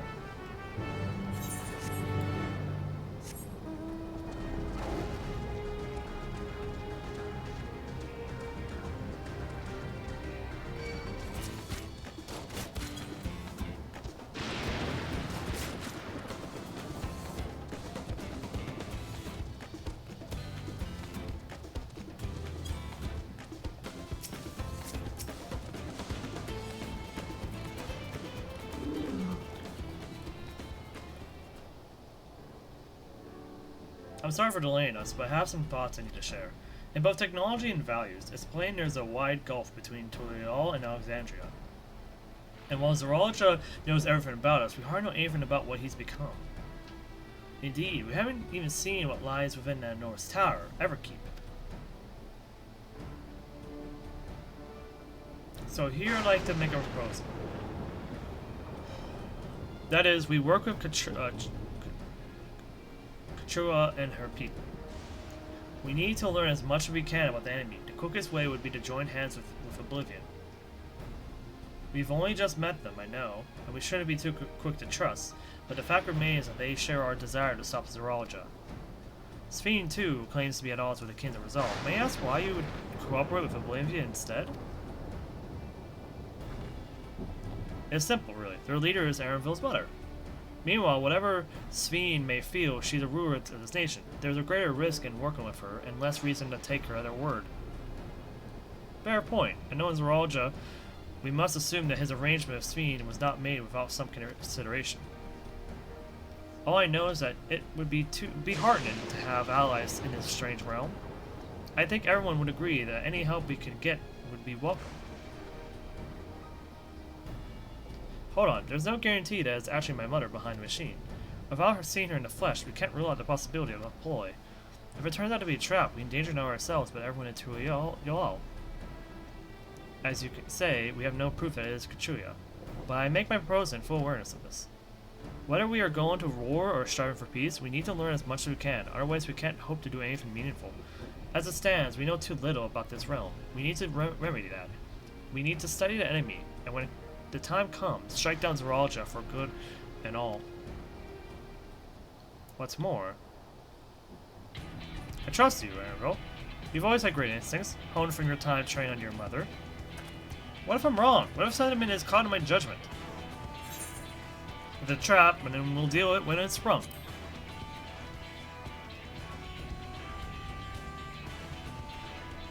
Ah, that's always the way of it with you. Fine, if you're set on this, then I'll say no more.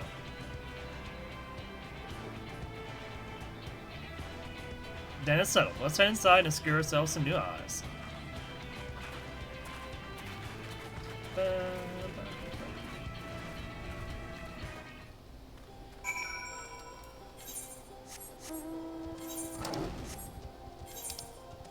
Oh, there are some blue quests now. We can take care of the blue quest once we get through this, because taking care of it now is foolish, because I would have to walk back here.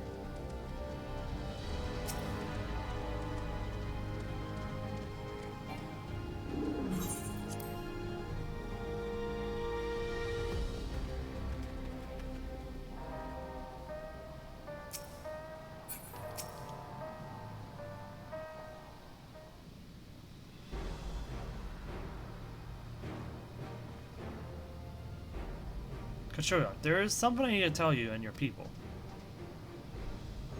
We came here for no reason to strike down Zoraija. But I thought he was your brother. Do you really mean to kill your own kin?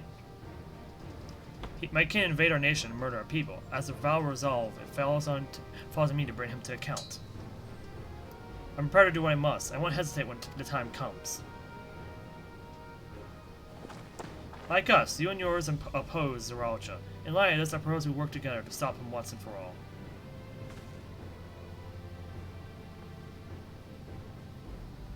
I realize this is sudden, that it's a gamble to trust someone you've only just met.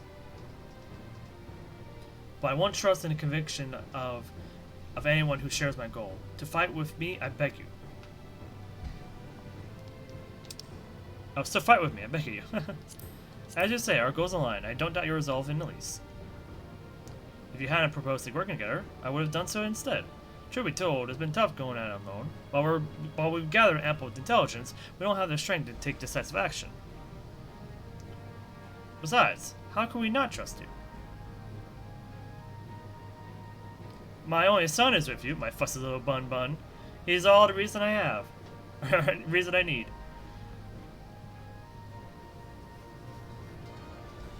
And as decided, here's to a fruitful collaboration.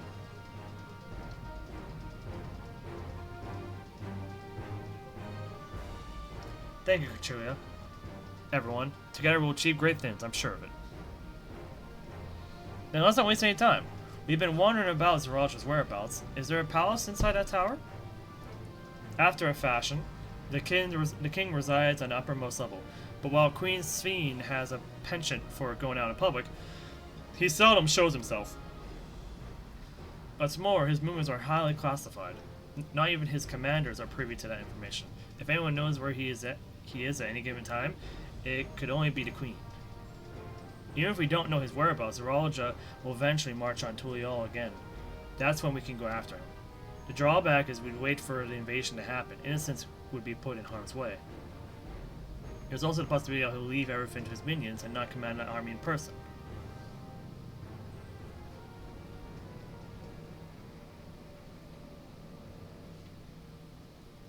No, he'll take the field.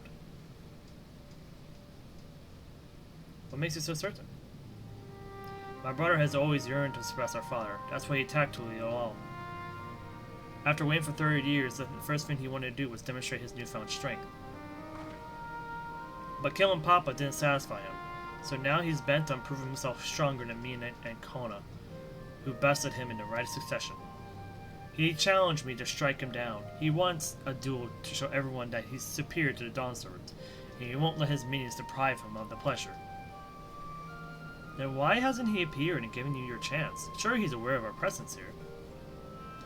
At that, I can only guess. Perhaps he wants to dazzle us with his wondrous realm, but he won't deign to appear, then he'll force him to do so. Oh. But he won't deign to appear, then we'll force him to do so. Even as we gather intelligence, we make no move to attack him. Show absolutely no interest in confrontation. Knowing him, he'll tire waiting and turn his attention to Kona instead. He'll attack Tulial again, like he said he would. I see. If you believe this is the best approach, then we have no objections. Any campaign against Tulial requires that Zoraija lead his forces through Vanguard. We'll have lookouts to keep an eye on it day and night. Such a strategy is certainly viable. If we're proceeding with it, though, we should warn those outside. Indeed, don't need more time to repair the defenses. I should be glad to coordinate our efforts. I'm already in record contact with Y'shtola, and we'll make sure to keep our comrades apprised of the developments. You can leave Vanguard to us. We'll send word at the first sign of movement. It seems we have a plan. While we wait for Zoraija to move, you'll do well to prepare for battle, and begins with familiarizing yourselves with the technology that empowers them. To that end, I'll show you to Oblivion's main headquarters. Oh, I thought this place was it. You'll be impressed to know that we're located right inside that tower, in the residential district of Solution 9. Hiding in a tree in the forest, as it were. The only question is how to get you through the checkpoint. We're right away. Ah, about that, Sveen said she would make it so we could enter without issue. She did. Curious. She's not supposed to have such authority over the sentries. If I recall correctly, her words were that she would register us as guests. I see. Perhaps we're in the clear then. When you're ready, come and meet me at the tower entrance.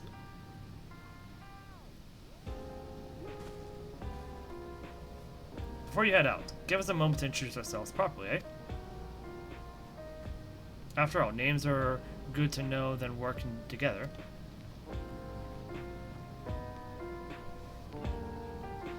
I just realized those two are twins in the back. Are seemingly twins.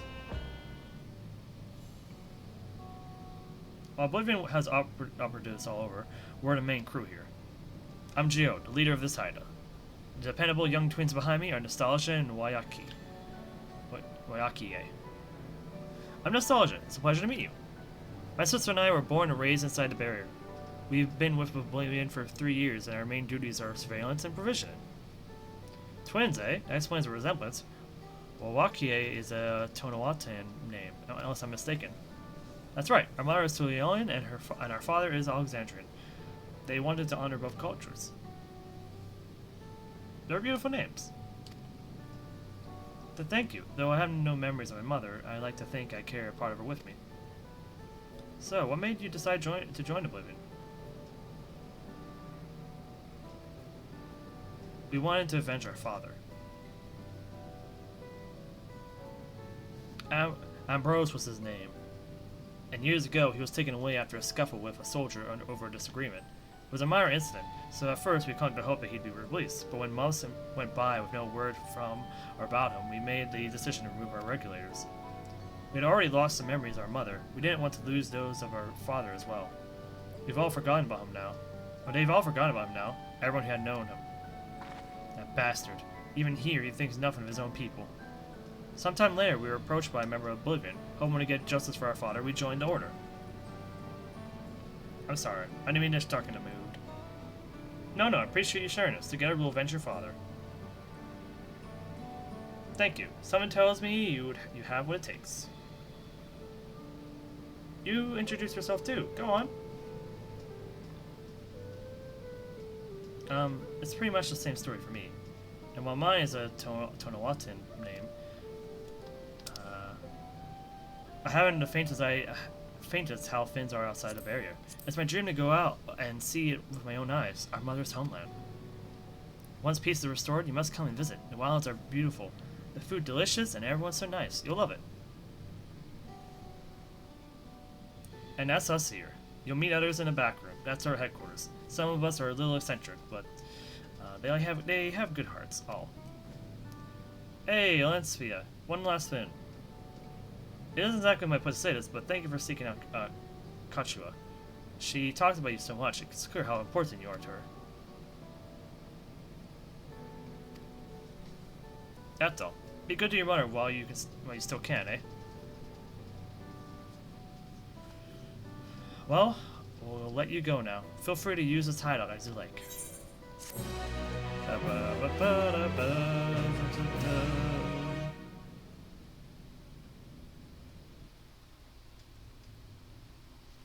Meanwhile, in Everkeep, what's about to happen? Those are soul cells, huh?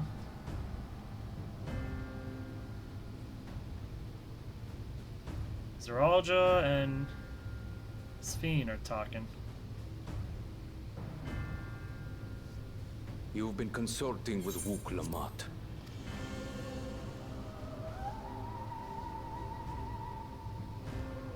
No matter. I do not know what you are scheming. But when your realm lay on the brink, you were powerless.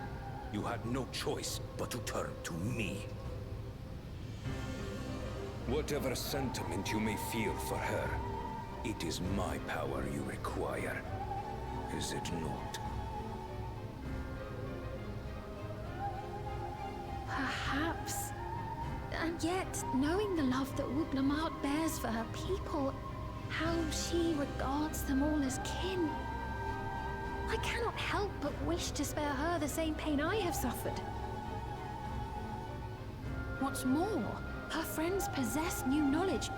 Were we to work together, we might find another path.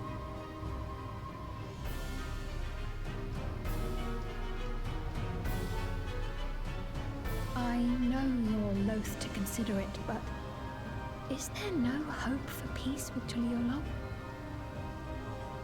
What we've already done may be unforgivable, but it needn't continue. You needn't kill your brother and sister. I slew my only flesh and blood. Yet you attempt to sway me with an appeal to family. The memory of my father's final moments still fills me with disappointment. Age came for him before I did. For long years, I sought to prove the miracle. And weak as he was, defeating him achieved nothing. To kill them is my only recourse. Wuk Lamat and Kona, who bested him as he was in his prime. They are still your siblings, even if not by blood. That such bonds should mean so little to you. I am bound to no one. Serve none save myself. I made that clear when first you spoke to me in the Golden City. So that was her. Sphene was the one that... Okay, so Sphene was the voice. So there is no other... Okay, so that rules out there is no other force involved here. Okay, now I have a much better picture. Zeralja... Well, I mean, there's still a question of, like, how that all happened in the first place. But that's a whole other question that can be answered in a later expansion. So, he's the one who made all of the... Okay, yeah. Okay. Remember, I can easily kill your beloved family. If you would protect them, cast aside any foolish notions. Your wisdom and abilities are valuable insofar as our goals align. So think well before you act, Queen of Reason.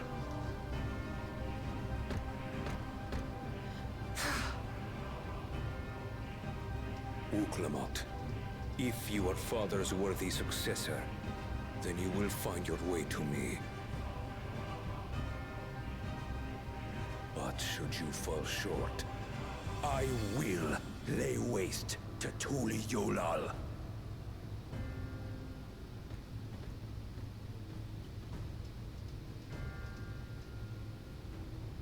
What now?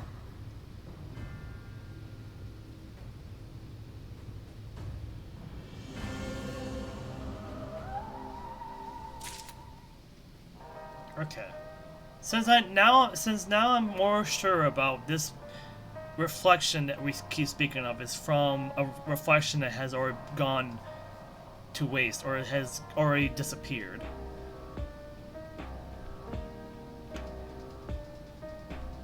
That also means that our ability to try and go to other reflections is no longer going to be something to explore from this point. But it does provide us with clues and ideas for how to traverse to a different reflection. But it goes in along the same lines of how Grahatia did it. And those methods are probably not viable, really. Right, Kusuriya is waiting. Let's head to the tower.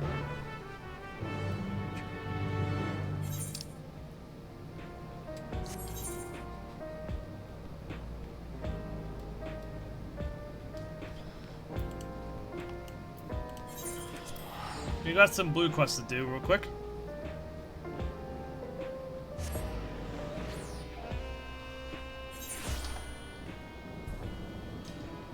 Once we do this blue quest, we should be good.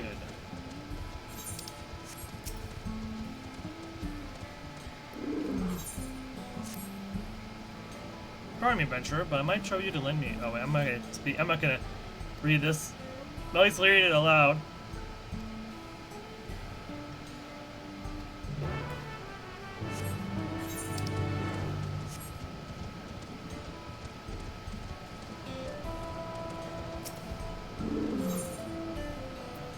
Oh, we get some juice.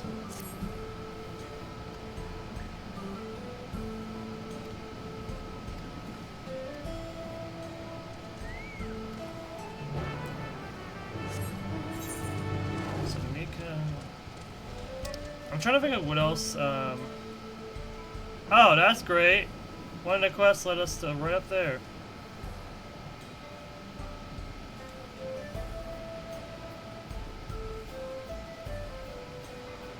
Okay, so both of them lead me up there. Good to know.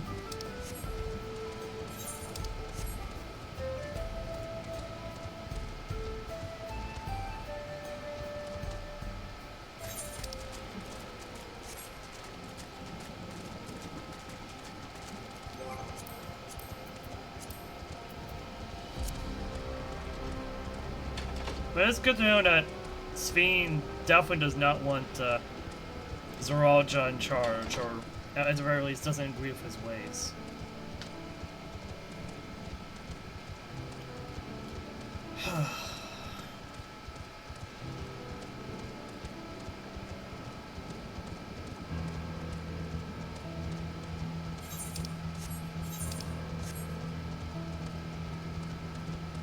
I am curious, which reflection was the lightning one done to?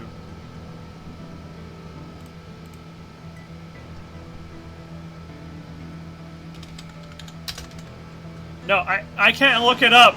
Wait, I can't look it up.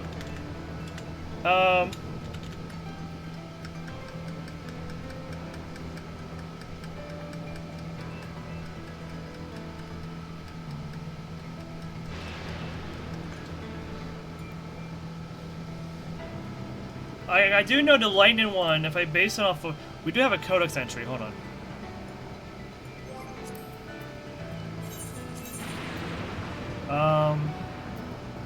Not the void. Here we go.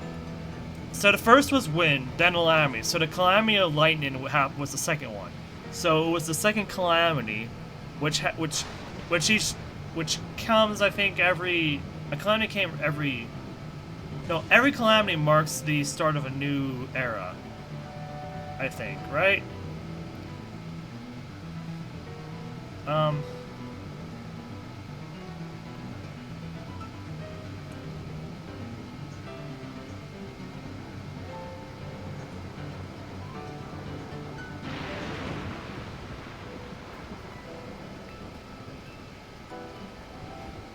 But, the Calamity of Lightning was the second one. I don't know which reflection it was that was lost to the Lightning one, but it was the second one that was lost. The Void, or the 13th reflection, was the first attempt, but it wasn't the first Calamity.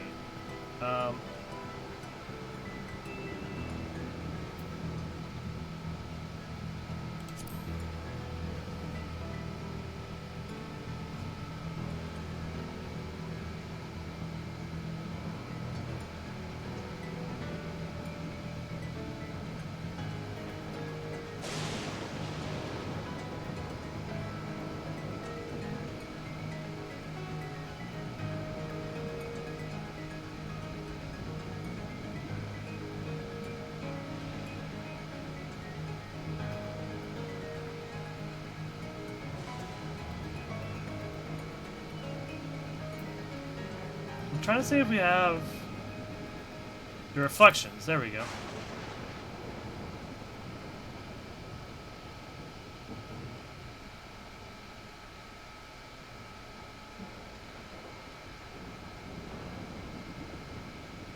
It's not telling which reflections are still alive. And there's 0. Memorate. Memorate.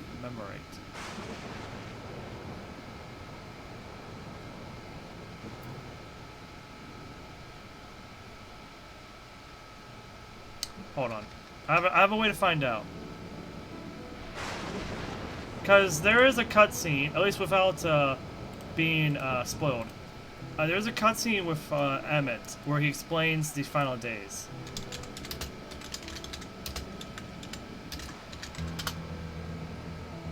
There we go. And in explanation, we get shown how the reflections perish, or which order the reflections perish from.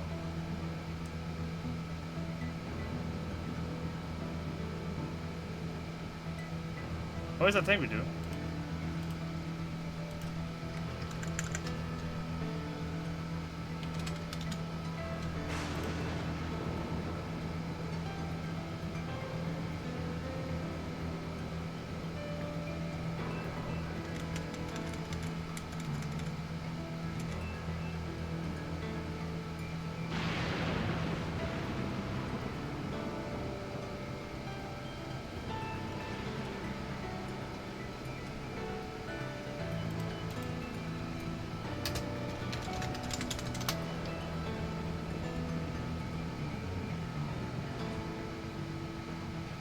They're rejoining, that's what was explained.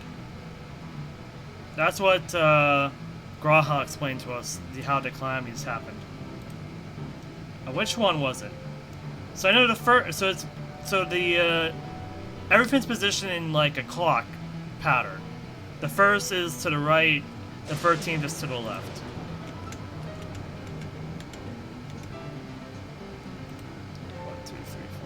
The 5th reflection was the wind, expected. Region. And the second one was, the second calamity was the lightning one.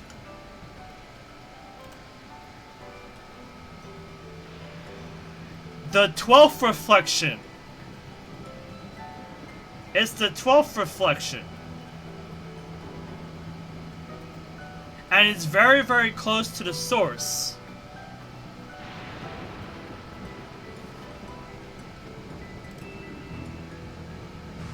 And it's not the only only reflection that was really close to the source before it was consumed. The calamity of fire, the reflection that was consumed in the reflection of fire, was very close as well. Because it was the second reflection.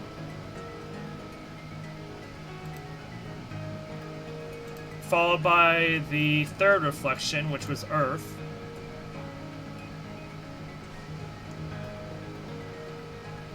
Followed by the sixth reflection, which was water.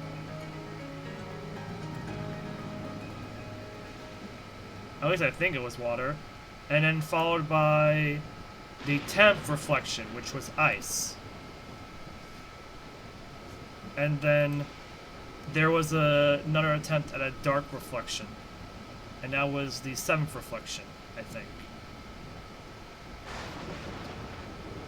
Yeah, that was the 7th reflection. And the only reflections that remain are the 1st, 13th, 11th reflection, the 9th, 8th reflection, and the 4th reflection.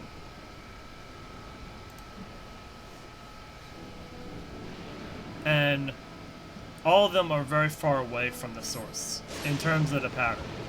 Unless the removal of the shards from the pattern shortens the distance in some way.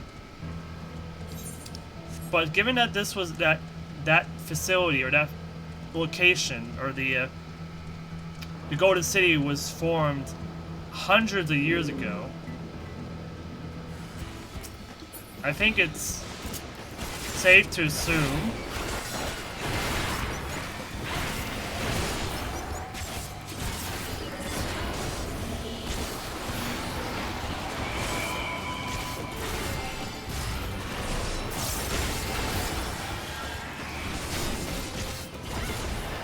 hold on, let me check something real quick.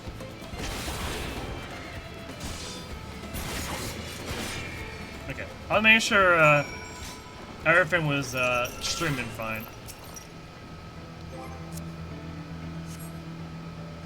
Saved my life. For a moment there, I thought I'd have to use my regulator. Now, I somehow doubt an adventurer like you just how happened to be passing by. A researcher you sent to find me, didn't you? Oh, why am I reading this out loud?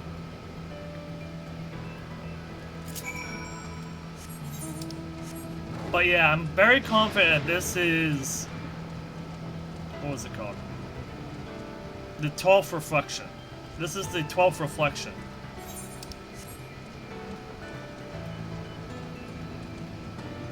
The benefits of understanding lore!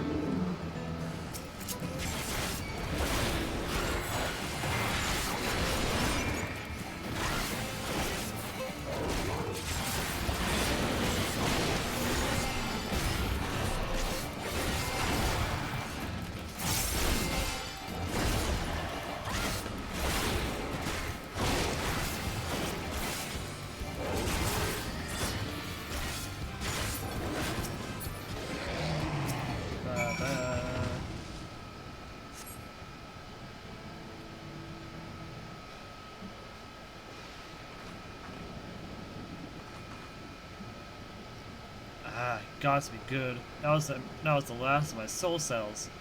I could have really died there. Thank you.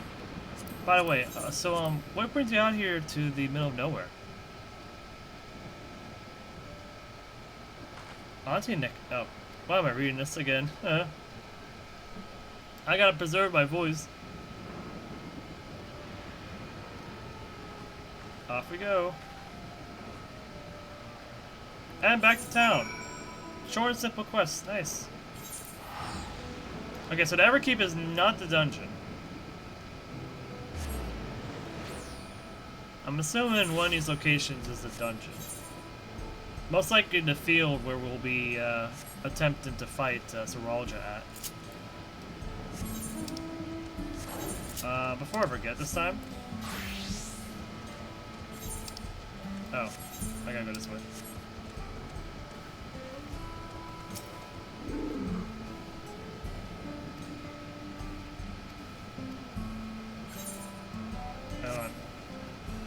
I was about to do it as Reaper instead of my Summoner.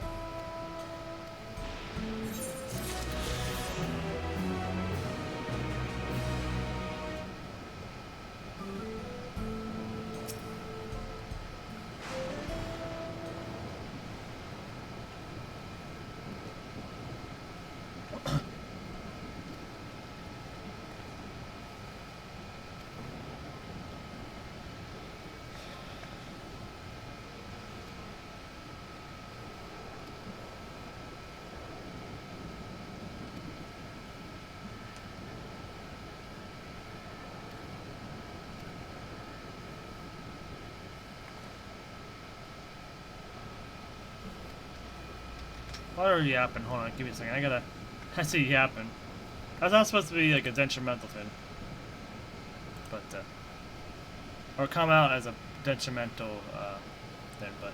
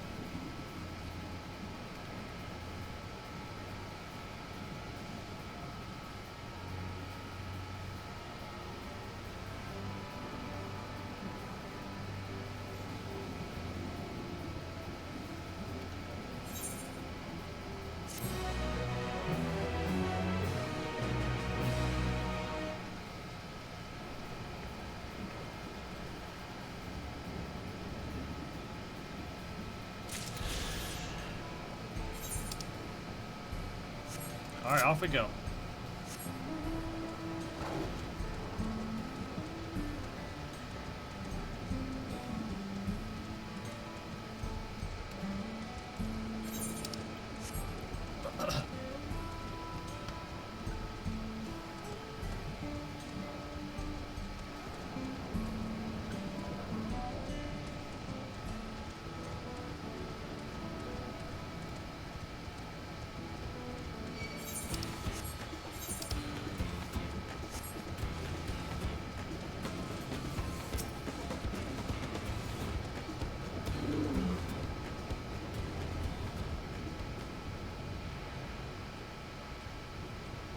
Wait.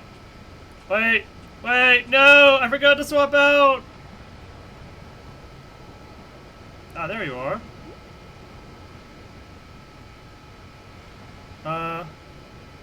Hold on one second. I know a way to fix this. It's a bit forceful, but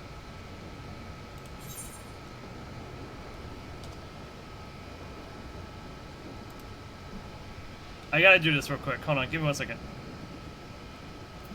Give me 1 second. I want to do it within my outfit, with my character's job and everything. So give me 1 second to fix all this. Give me 1 second.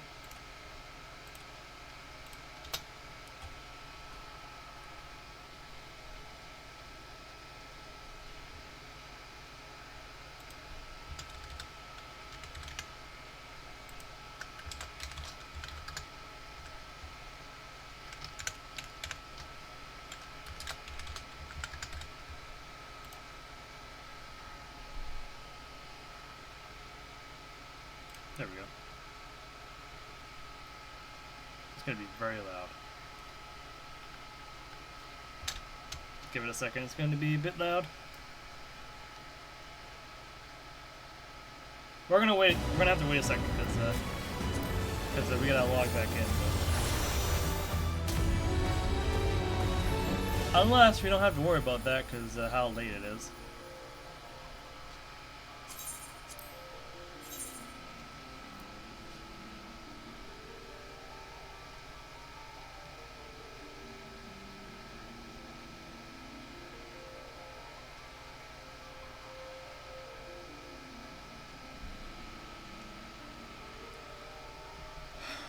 Okay.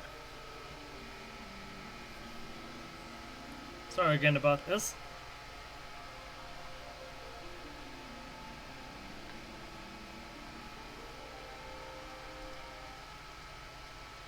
I really gotta remember about swapping. Alright, now we're back to normal. Now we're back in business. Oh wait. I forgot I turned off the capture, didn't I? Hold on a second. Oh, come on! No, no, no, no. There we go.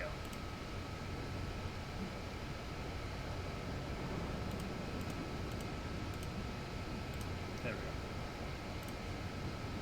Sorry about that. Ah, there you are. If Queen Sveen has registered you as guests, you should be able to march right in. And if she hasn't, then you may have a swarm of Zoralja's minions to deal with.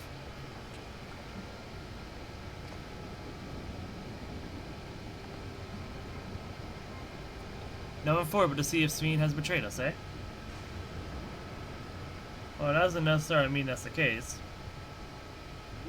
Could just mean that she just wasn't able to do it. Thank you for your indulgent service, friends. My companions and I would like to pass. Would you be so kind? Outrunner guide, unit unidentified, registered number verified. 6 are coming in civilians identified, verifying credentials.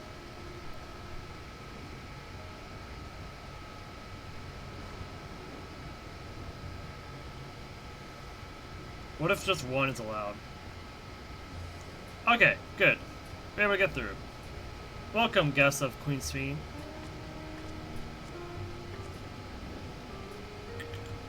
What a relief.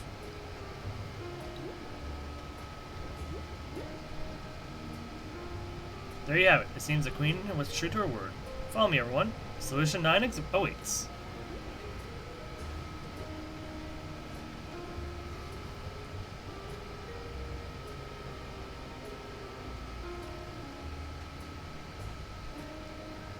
There's still one more zone. I wonder what that last zone is.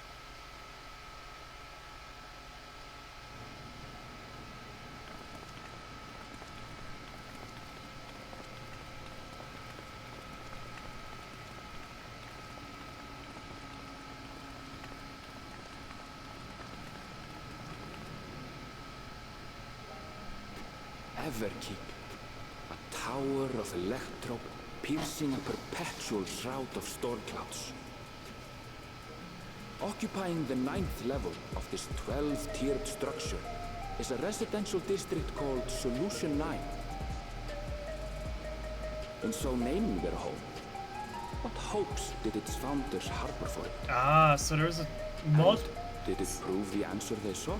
So this is just one level of the giant structure we saw outside.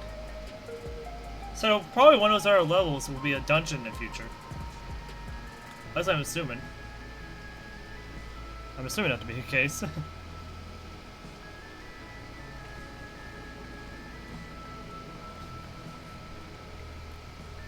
Also, there's a symbol at the end there. Spectacular, isn't it? There are more districts throughout the tower, including industrial ones, but Solution 9 is the largest. Just being here makes my head spin. Perfectly natural reaction. A city of shimmering electro, replete with strange technologies that cater to every conceivable need. We never dreamed the life back home in Tuliolo.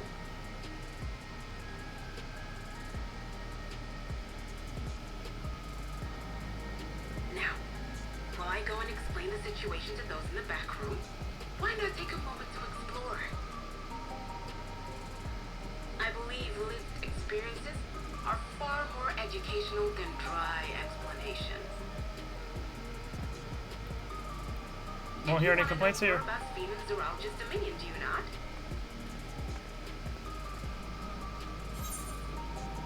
You had me at Explorer. We do need to better understand who and what we're dealing with here. Oh, okay. So Arcadion. I know about It's no Arcadion. less than our duty. I'm assuming Arcadion's in another level of this structure. Just to then. confirm, while we have been allowed inside, are we also permitted to roam? Don't see why not. Absolutely. As Sveen's registered guest, you'll find you're exempt from the sentry scrutiny. Ah, the elevator to the uppermost level. I would go near that. But other areas should be fine provided you act like you belong. All right then. We'll show ourselves around. Yes. Familiarizing ourselves with the technology here will help us prepare for the battles to come. Try not to enjoy yourselves too much, or you're liable to attract attention. Once you've explored to your satisfaction, come to the entrance to True View in the eastern sector.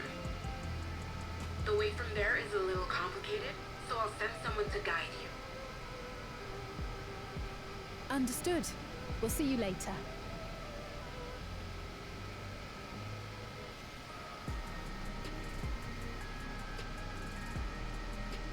I shall speak with the residents.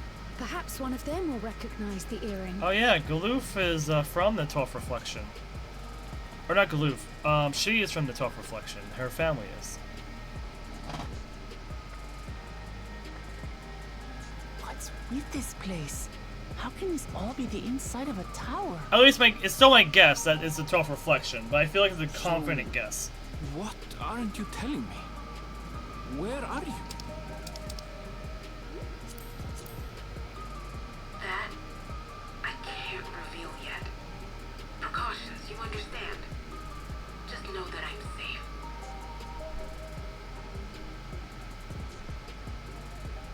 But come, tell me about your adventurer friend. You seem to have a great deal of faith in her. You must have been through a lot together.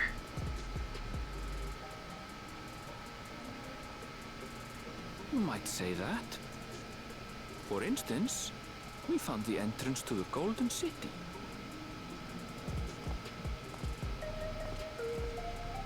Wait, what? You did? Why didn't you mention this sooner?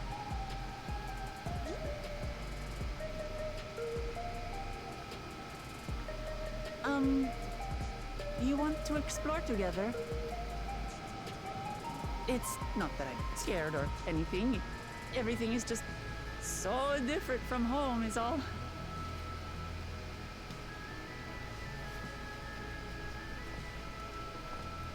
Oh. Sorry about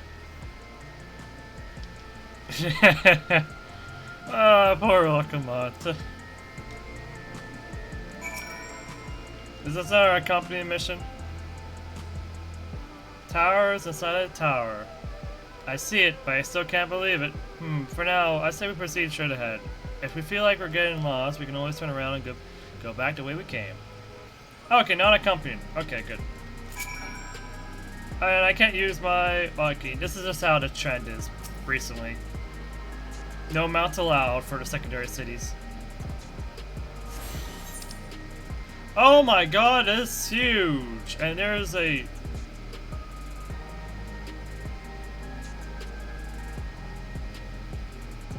unlock quest over there?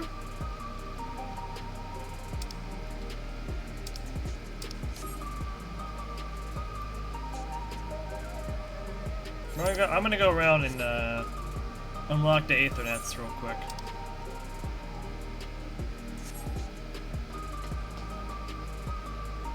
Oh yeah, there is one thing I want to know. Hopefully I'll be able to get a better view when I get closer. The Praxis Park. That's recreation. Sights of the west and beyond. There's another unlock quest. Resolution, government sector. Residential sector. Recreation zone, commerce sector.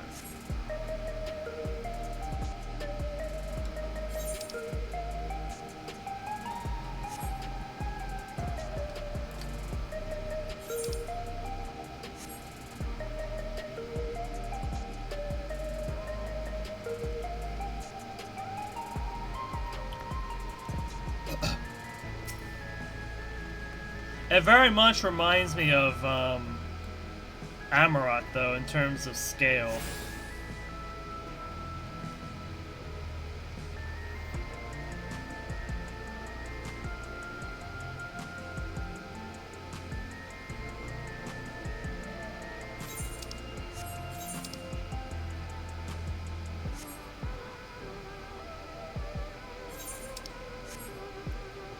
I guess this is like a restaurant?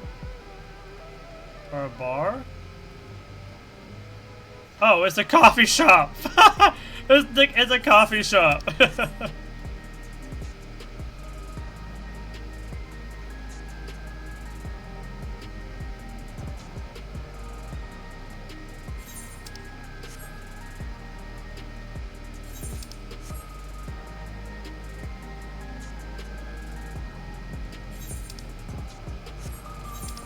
I'm gonna assume this is for, yeah. I don't know what that is about, but dawn of a new deal. Oh!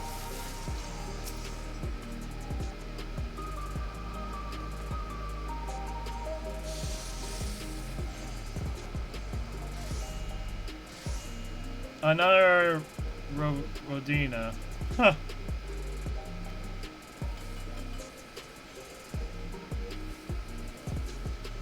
Oh no, Rowena, but this is definitely Rowena's fragments from the 12th, I'm assuming. But again, it could be wrong.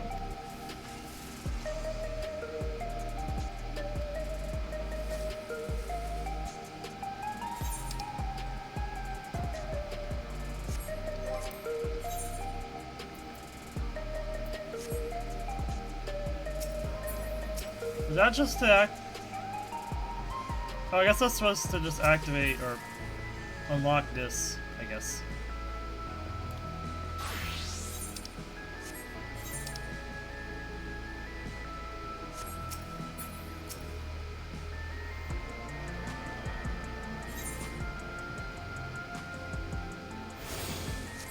I didn't realize. Wait, that's an arcade area.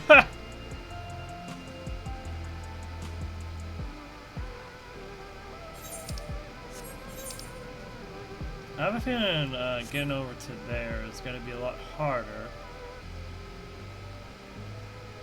I'm assuming it has an elevator.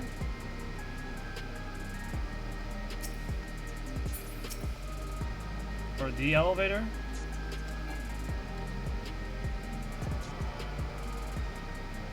This aetheryte is something else though.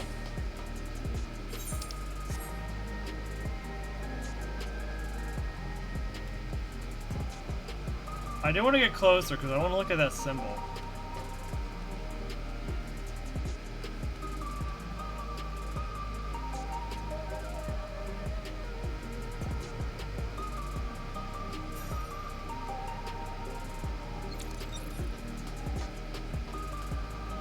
Because I want to look at that. I want to look at the reference I have again, just in case.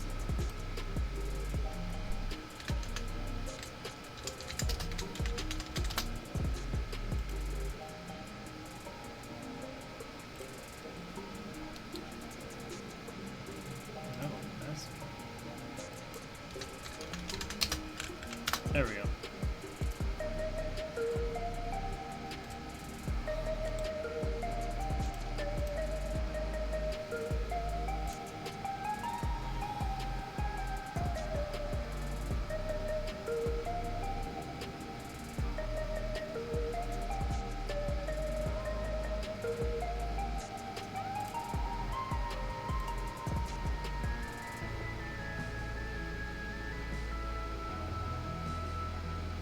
I will say is that symbol is not reminiscent of Pastorat, that's for sure. Is there any other symbol that represents a...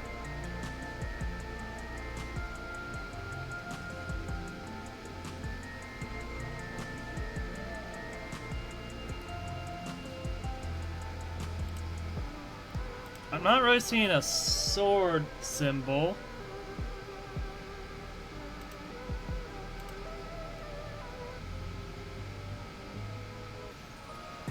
Or a wing symbol.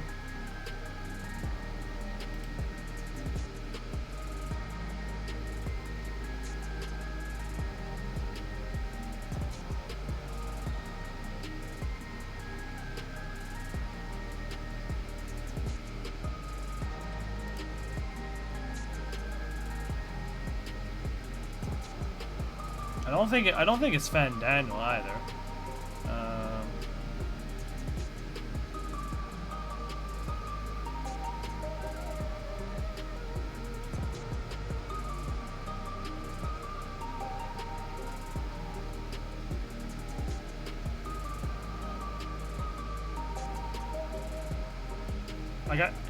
There's a sword there, wings.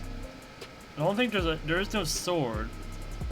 Oh, there technically is a sword, but there's no other way to form this. Oh wait, no, not in the way that the suggestion that's formed.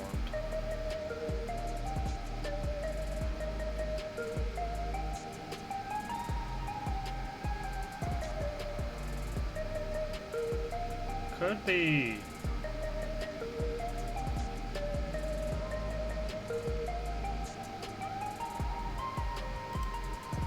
I was thinking maybe something related to Ultima, but no. It doesn't seem like it's related to Ultima at all.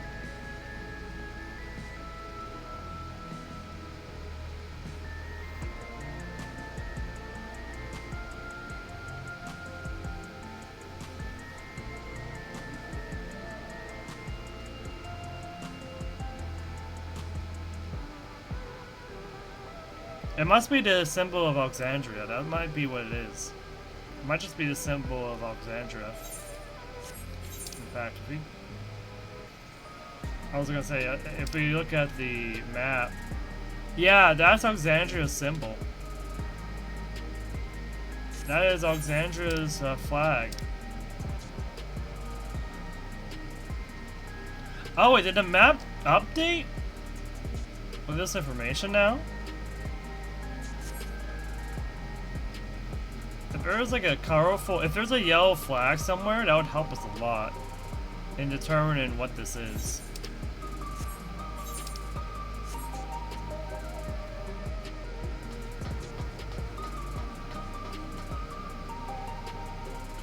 But now I've identified what the symbol is. It's just their flag. Hopefully, I'm gonna look into there. See if there's actually like a flag somewhere.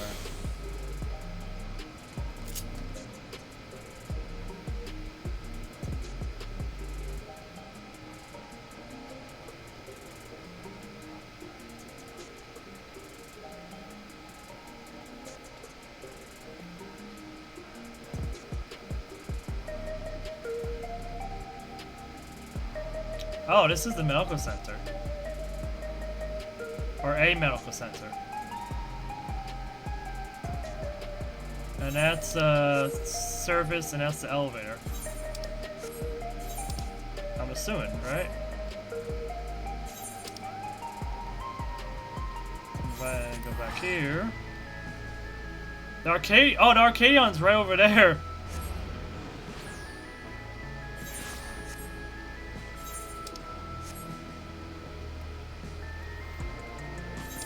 Ah!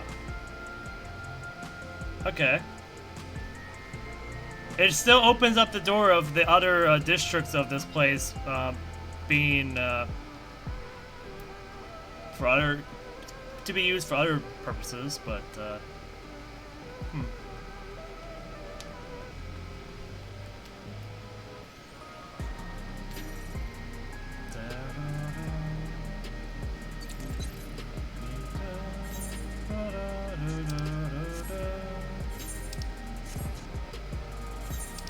oh. A nice little alleyway that leads to down there.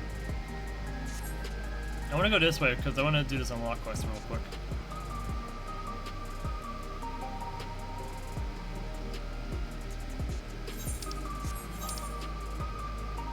True view, neon stain, or neon stein. Oh, it's an Einhard. That's interesting.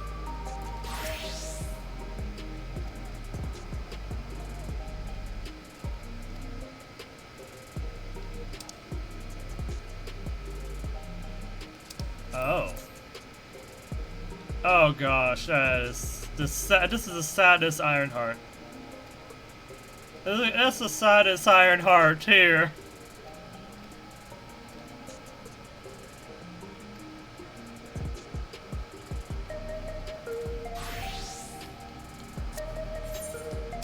That's just sad. Let's just do a shortcut. I feel like it'll be faster going this way and then hitting, yeah, going this way, hitting that, and then hitting that, and then we can go to down here, the Arcadion.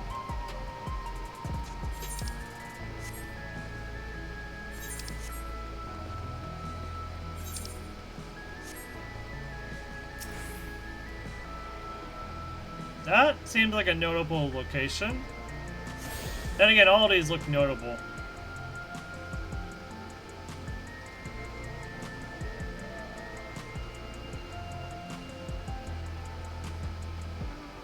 But the little characters over there makes it more noticeable. Oh. Oh, but it also has little characters and critters. So that's not really a good indicator here, huh? Oh yeah, it's those symbols! It's those symbols! I'm pretty sure one of those is another one of the Asians that we're missing. Like, that symbol is, Ultima's symbol, I think. If I remember correctly. Like, which one was it? Because this one has, like, horns and weird wings.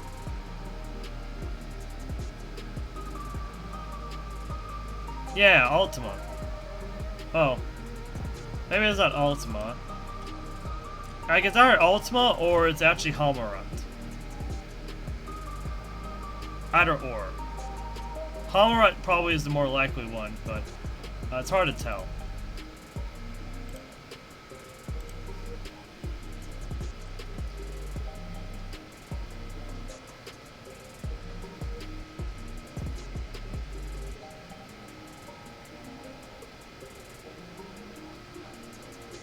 But it could be just a weird coincidence. Like, rather than horns, they seem like flames.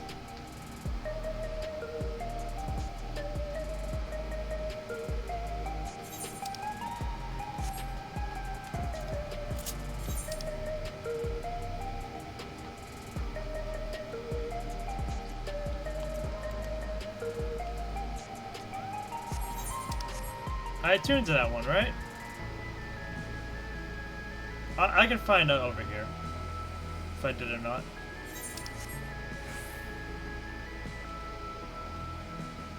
Wait, who's that?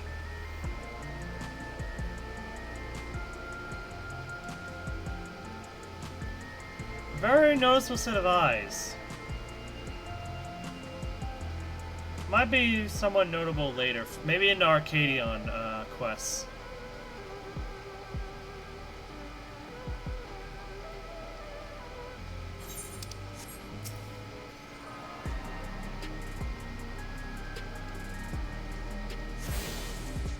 There we go. Yeah, I did get that one.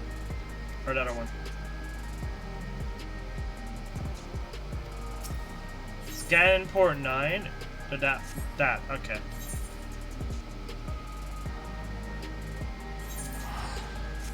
I'm gonna set this place as my free location till we get done with things. At least with Finn's over here, at least.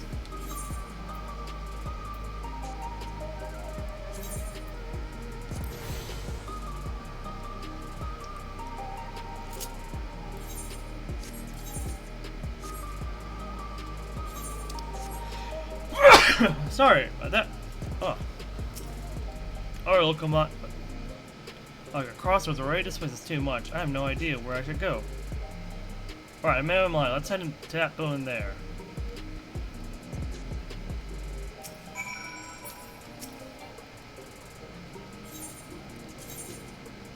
Oh.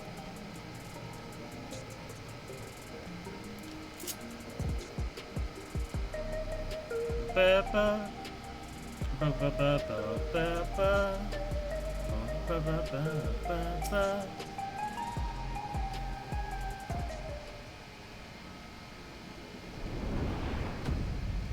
It's gigantic.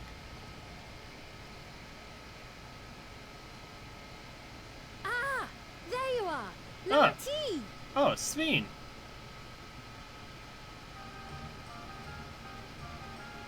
Sveen! I was worried you might have had trouble at the checkpoint, but I see everything went according to plan. Well, that's thanks to you.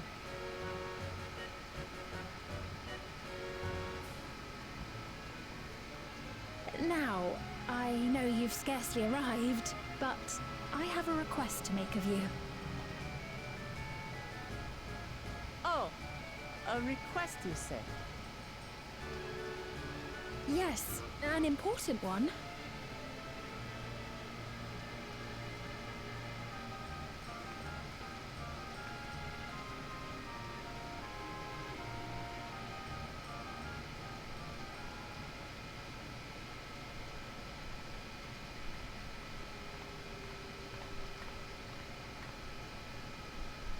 I'll say it plain. I want you to make peace with Zoralja. What? I thought you said you weren't on his side. We have come no closer to seeing eye to eye, nor do I condone his methods. Be that as it may, I don't want you to fight him. I don't want you to regret a decision made in anger and haste. Unequipped with regulators as you are, the risk is too great. I appreciate your concern, but you ask the impossible. Zoralja murdered our father. His minions slaughtered our countrymen. He will never renounce his war. As vow of resolve, it falls to me to stop him. I know you love your people too, and so you must understand how I feel. Why I cannot, will not back down.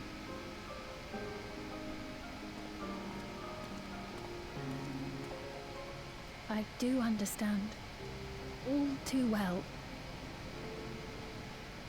Let me say only this, then. Zoralja will use any means to win. If you would protect your people, return to them at once and prepare.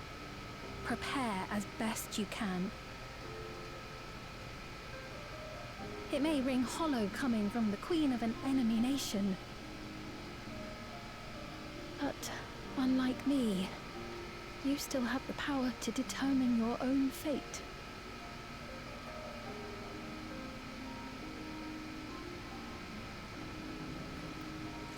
You really are a curious one. Look, you needn't worry for us. We have dependable comrades holding the fort in Tulihiola. They'll keep everyone safe, so we can devote our attention to affairs here. Please.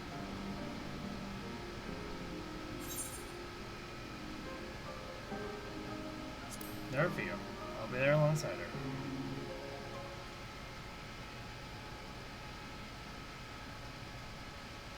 So you have comrades on whom you can rely. I envy you. You know, we'd like to learn more about you. About me? To be frank, we're still not sure whether or not you're trustworthy. So, if you have a moment, would you show us around the district? That way, we can get to know you better. You're asking me, the Queen, to show you around?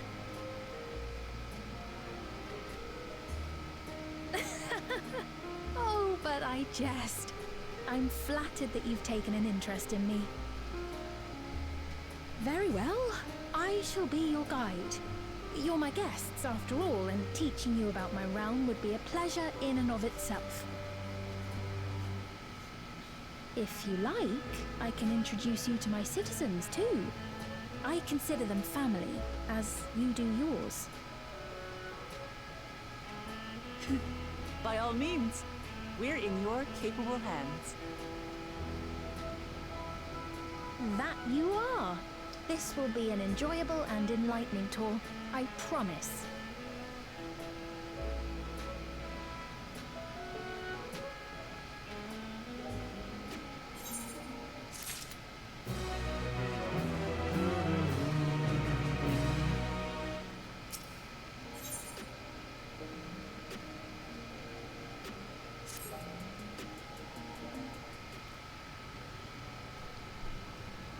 Let's begin then, shall we? I must say, I'm really grateful. This place is so vast and confusing. I didn't even know where to begin.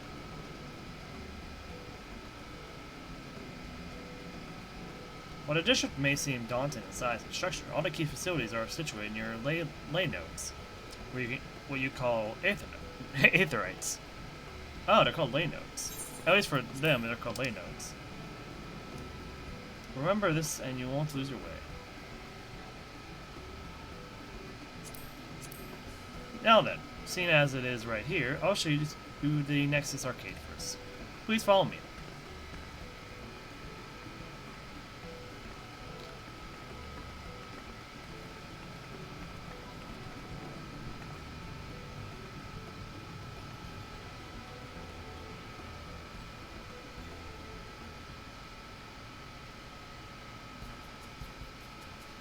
Oh gosh, I didn't realize how high it was.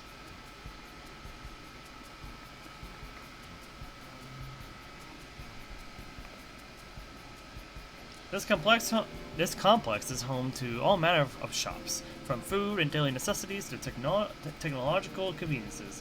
You can find most everything here. Everkeep's interior is vast, as you've observed. This arcade makes it possible for people to acquire what they need in one centralized location.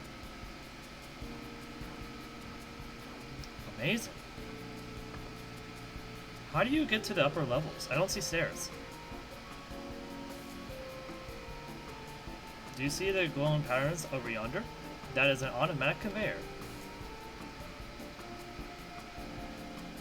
Oh! Such contraptions are found throughout Everkeep, allowing us to swiftly move between faraway places. That will spare us some walking. Are they also made from that strange metal? Electroprobe? Alright, electrotrope, there we go. Yes, the conveyors are powered by electrope. Okay, so electrope is the energy source. As a matter of fact, the ore is... Oh, wait, the ore itself has an energy to it? Interesting. As a matter of fact, the ore is integrated into just about everything in Everkeep, even the floors and walls.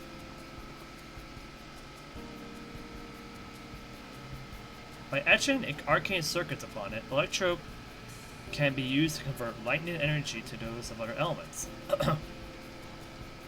Wait.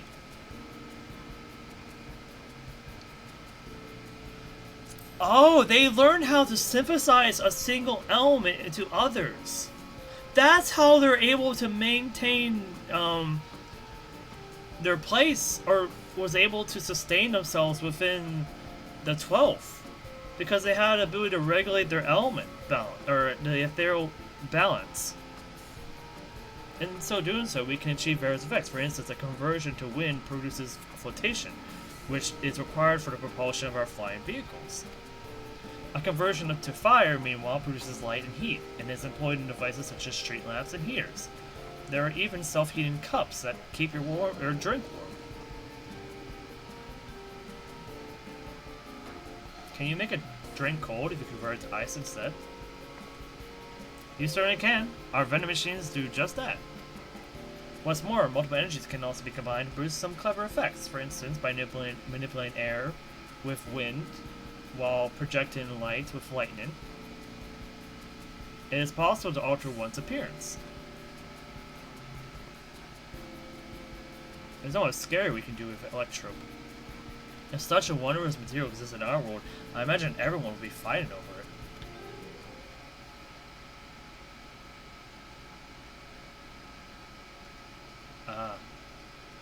And that's what the people did.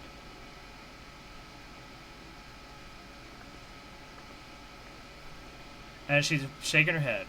We know exactly what she's thinking of, and she's telling us not to probe. This shop over there. What does it sell? Or over here. Wait, is it? Yeah. Ah, yes. Let's go and take a look.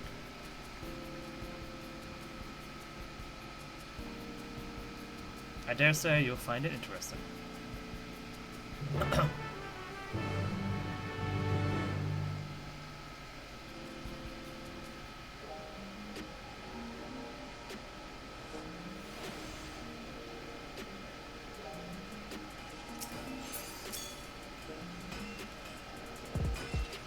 This shop sells food.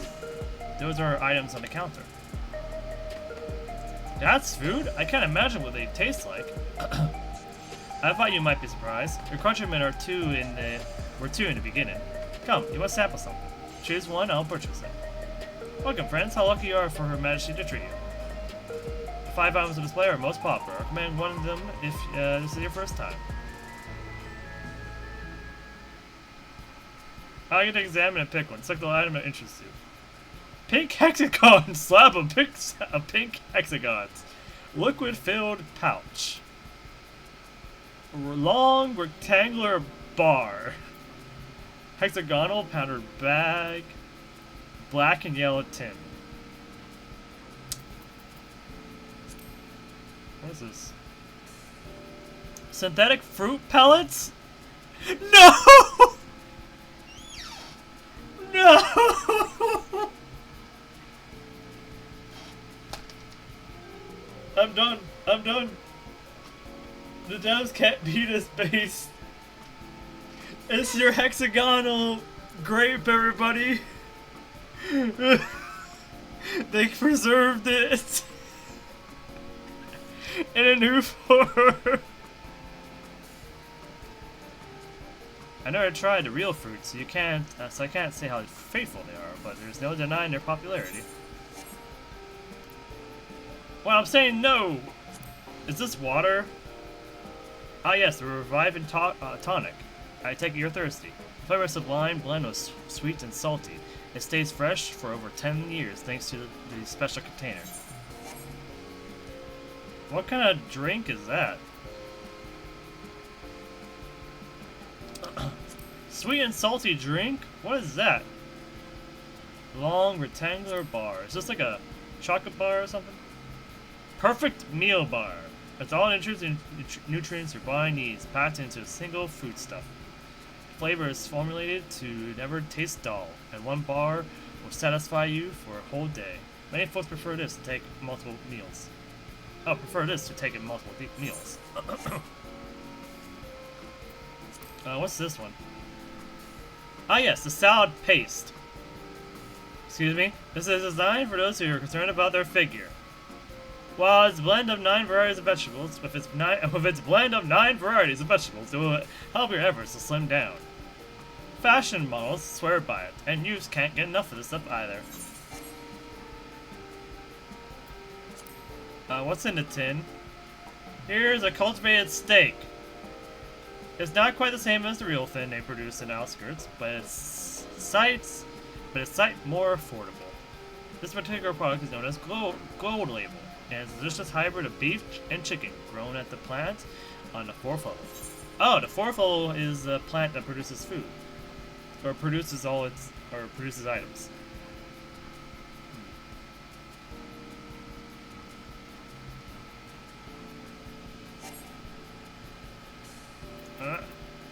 Let's see how faithful they are into recreating the grape.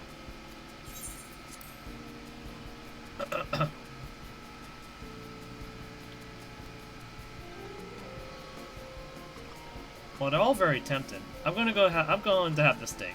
I'm absolutely starving. Thank you for your custom. This being Her Majesty's treat, it's bound to taste all the better. Say, would you mind sampling your selections here and now? It's been a long time since we had newcomers, and I'd love to see your reactions. Oh gosh.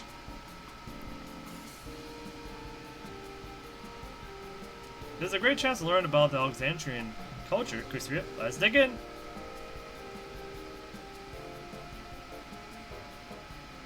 So how faithful is it to Grape? Oh, I guess she has the stake too, but... Following Wilco must lead. You sample your selection. Amazing! I never had a meat like this before. It's tender like chicken, but flavorsome like rodentnick. And the spices give it just the right amount of kick. I could eat this every day. How close is the grape? Huh. Don't mind them. They're just happy to see your honest reaction. And how about you?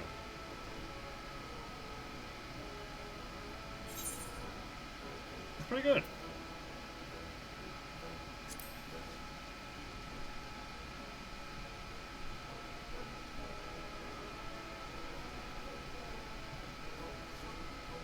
I don't know if it's that exact recreation or not. My thanks for humoring me. This does take me back. Though it was a chaotic when the people of Tuliol first arrived, we endeavored to learn about one another and embrace our differences. Ah, right. What about you, Sveen? Aren't you having something to eat too? I appreciate the thought, but I'm fine for now. Thank you. Alright, but what's your favorite food, if you don't mind me asking? My favorite food?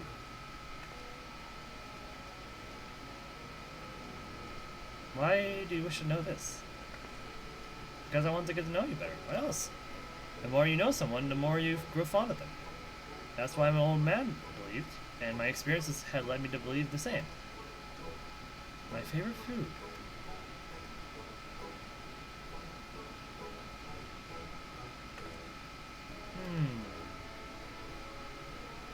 Is it such a difficult question?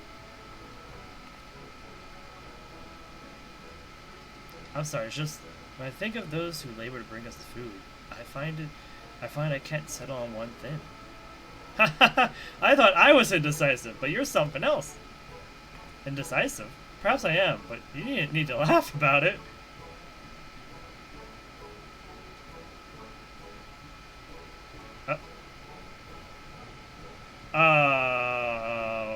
What's that? I don't know about you, but I'm satisfied. Let's keep moving.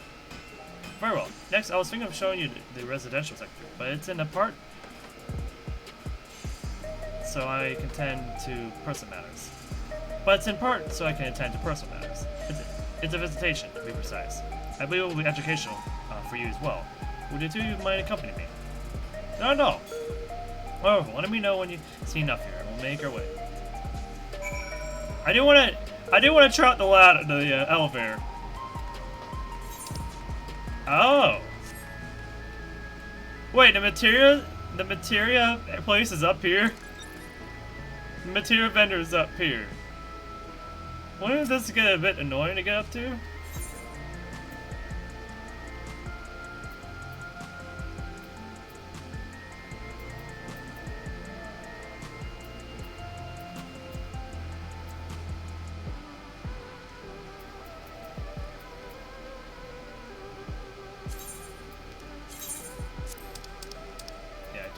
I do have this to, that I want to get.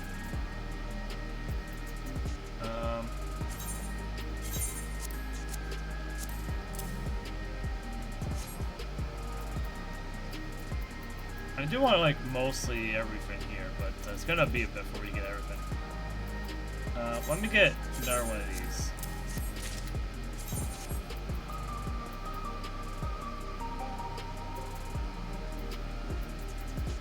Might as well get tenacity.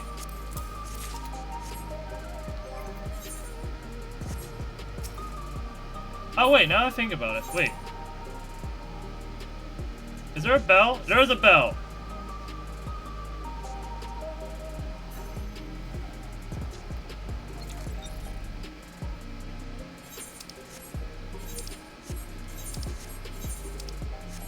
I need the bell. Give me the bell. Wait, what's this for? Oh.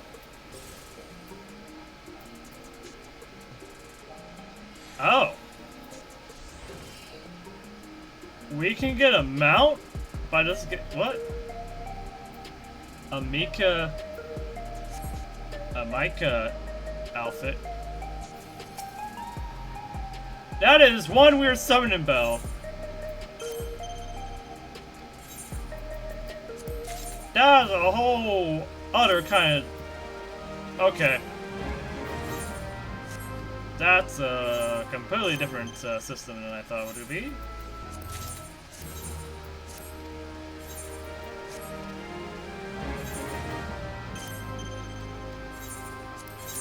Alright. I'm gonna sell this.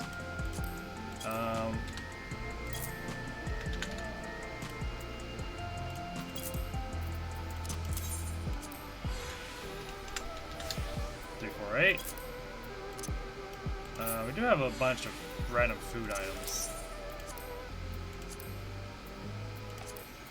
Okay.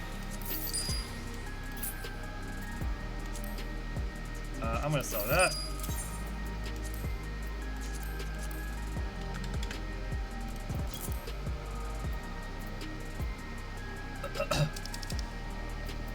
I wonder if I should sell some of my food items. Nah, it'll be better just to use it up when I can.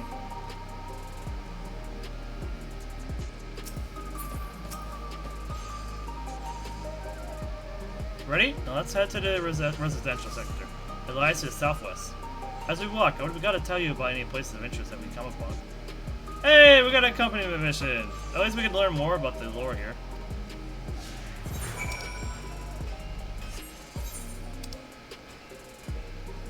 Oh, okay, we learned about the mosaic over there. Or whatever, we'll learn whatever a mosaic is.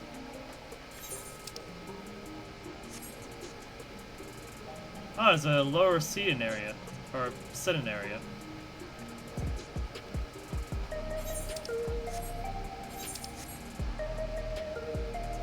Some kind of doorway over there. I'm not sure what that's about.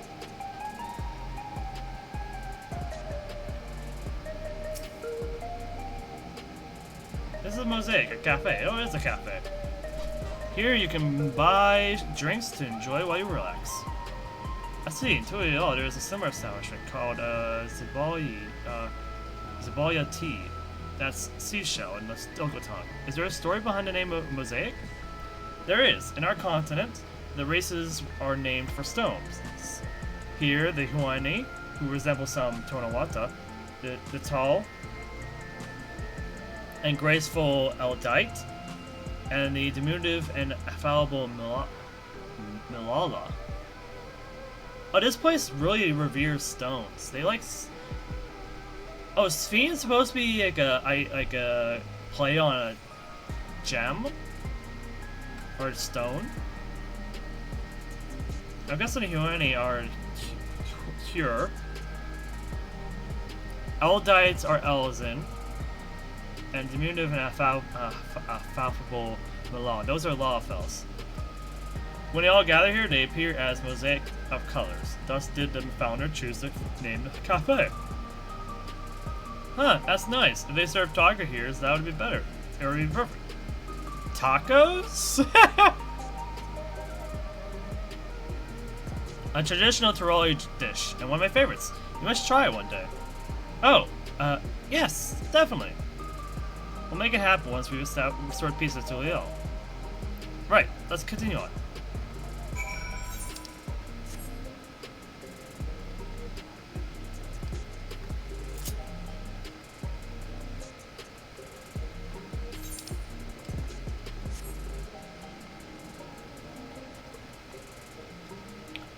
I will say, this part here reminds me a lot of the Minka, in a way that's set up. Because it reminds me of the prisons that the Minka established. And here we are. These buildings are where our citizens live. They're massive. Each one is bigger than the palace. They have to be, for just about all Alexandrians have apartments here. Lest you wonder, I'm here to visit some people. Their apartment is in the building on the left here, at residential radius 914. Residential radius? That's right. Come, the door opens automatically. Oh, we can just go on in? I didn't really think to try to walk in.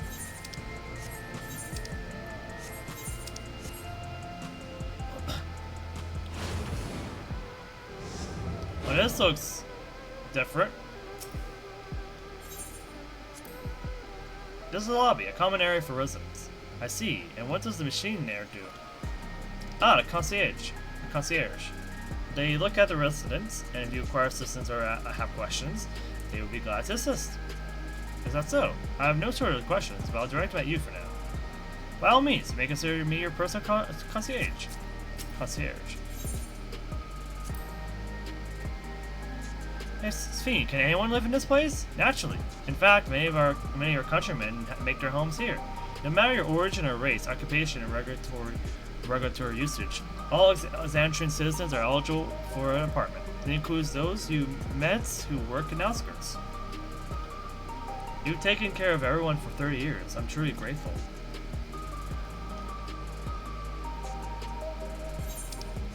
I'm surprised they're able to do so much with such a limited space and resources.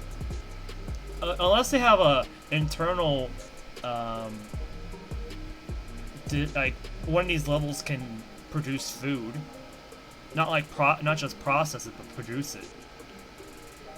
I'm sure the new land they have with the farming of Tulial helps them a lot. This is a place. A mother and son live here.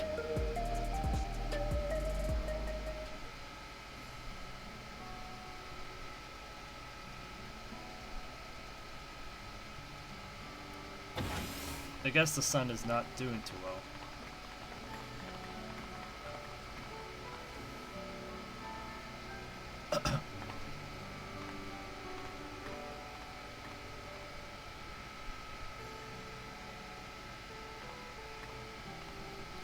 Hello, Isidore. Or Isadora. Your Majesty, you came. I have friends with me today. Is that alright? Of course. Friends of the Queen are friends of ours. Please, make yourselves at home.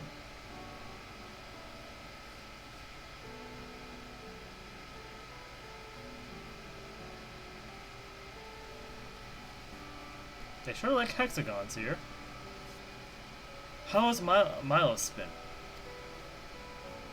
There has been no change, but the symptoms are thankfully mild today.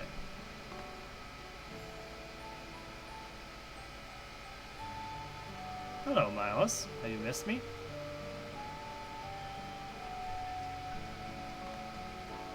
My son was born with loving sickness, a severe etheric imbalance towards lightning. Oh.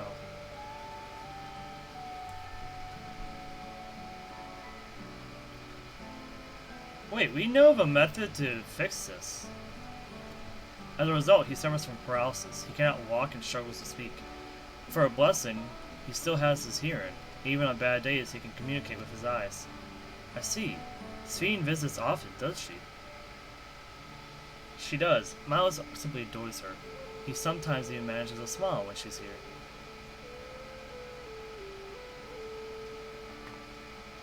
What of yourself, Isadora? How are you holding up? You needn't worry about me, Your Majesty. You always make time for us, and we have everything we need. I'm glad to hear that, but you mustn't strain yourself, you understand? There is nothing you can do for him. Perhaps a treatment with souls, or... Unfortunately, no. While souls can revive those who met with an accident, they cannot reverse the effects of old age and illness. Truth be told, many children are born like Milos. The illness has existed for generations, but we've been unable to find a cure.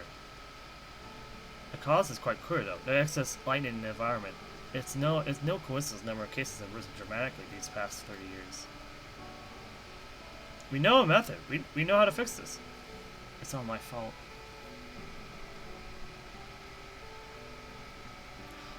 No! She was the... Just like how the Warriors of Darkness were the catalyst for the Flood, Was she the catalyst for the flood of lightning in her world? Or in the 12?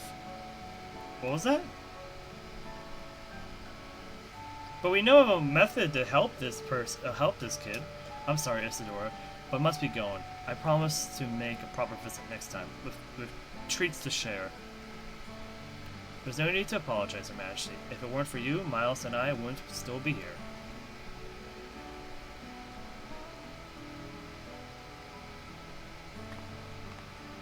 Thank you, Queen Sphene.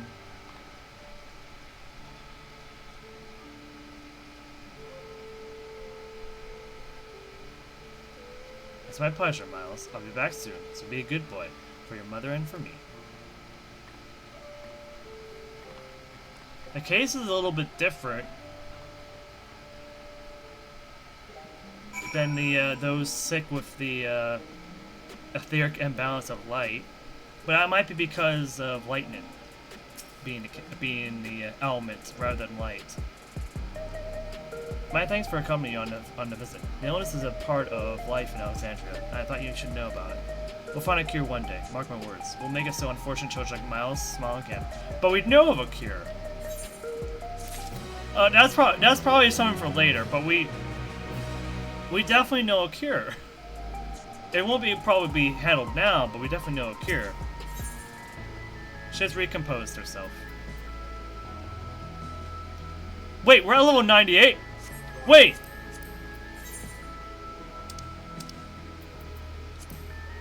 Oh yeah, Vanguard was the 97 dungeon.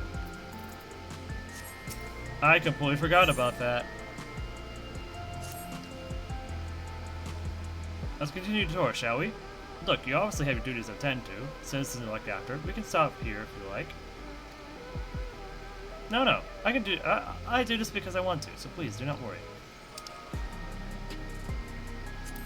Next, I'll show you one of the district's most vital facilities, a place called Resolution. To reach it, we'll have to go by way of Lane 09, where the Aetherite is situated.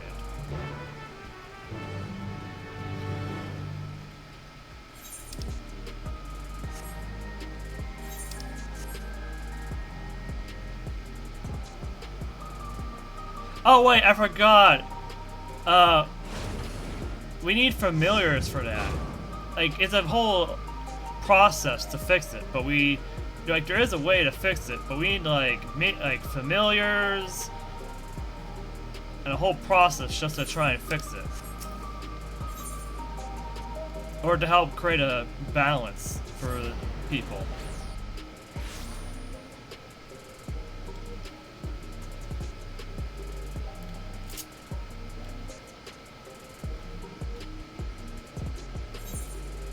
Oh.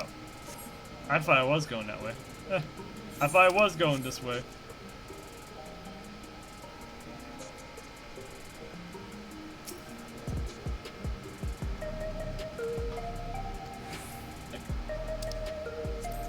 The conveyor ahead will transport you to the government sector, where a resolution is located. Markings on the conveyor indicates direction, and there's a pair just like it on the other side. Is it safe? Extremely. There's no need to be afraid. Who said I was afraid? Come on, Kusuriya. Oh boy.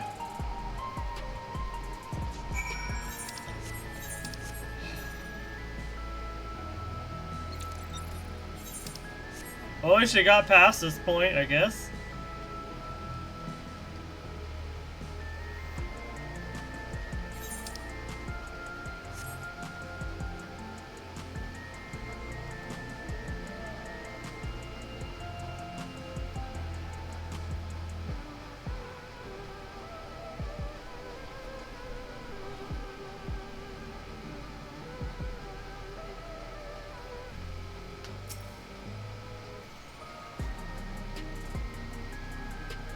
Here we are, Resolution, the operational heart of Solution 9.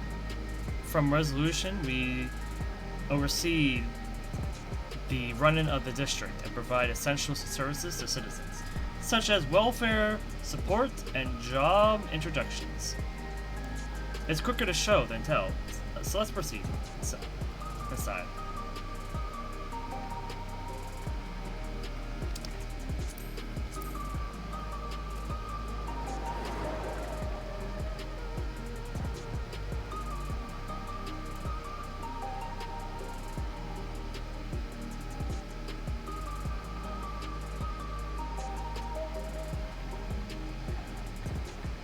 strange contraptions everywhere you look. What's that?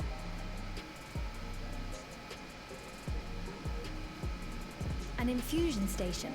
It dispenses souls in exchange for credits. Through hard work, citizens can obtain the peace of mind provided by spare souls. It's the way of life for Alexandrians and has been for quite some time.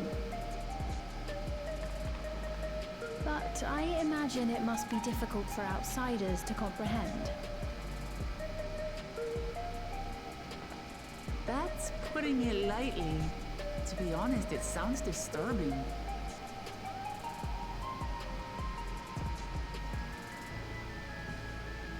Still, I won't dismiss it out of hand. Practices like these don't arise from nothing. Like, there might be a purpose. There's a reason why your culture is the way it is, and I'd like to understand. Won't you tell us some of your realm's history?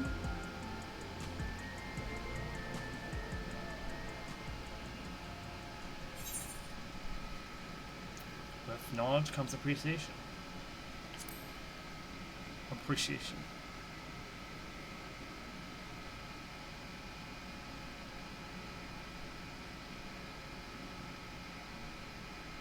Very well. Be warned, though, that it may take a while.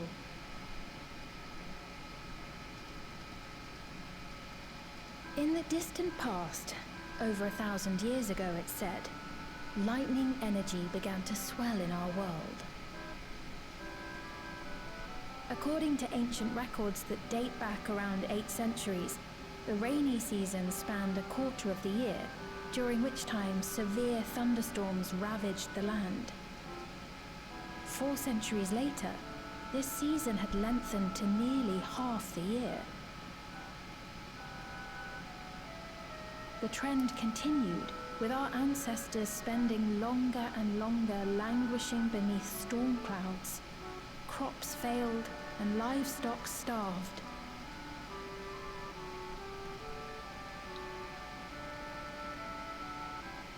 But amidst this growing desperation, a miraculous material was discovered that promised salvation. Electrope.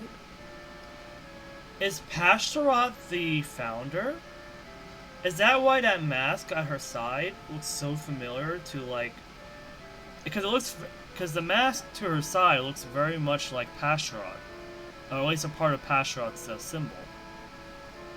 And the tiara, part of the tiara resembles Pashtarot as well. Did Pashtarot...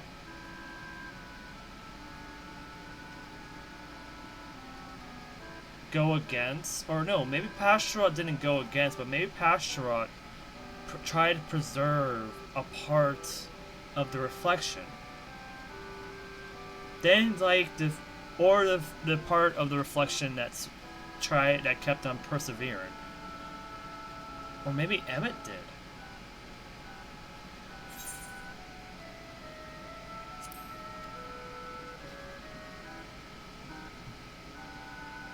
The stuff that's used everywhere here.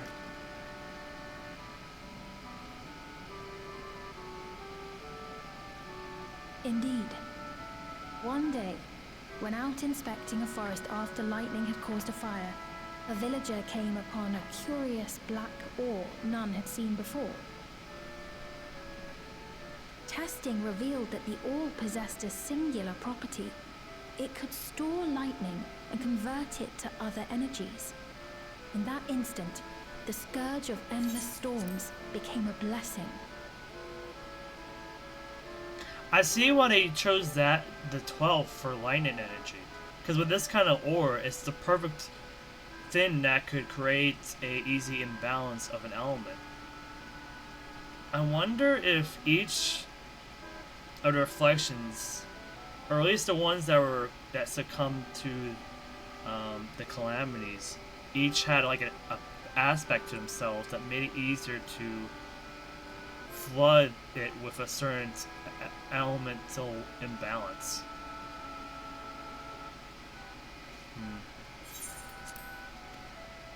Dubbed Electrope, the ore found use in myriad inventions and dramatically improved people's lives.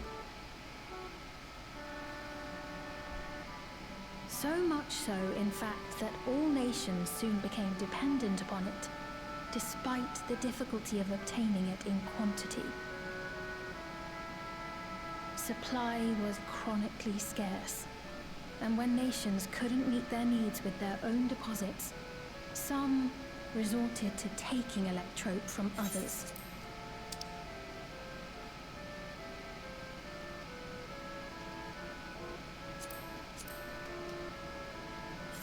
Fighting was isolated and sporadic until electrope came to be used in warfare.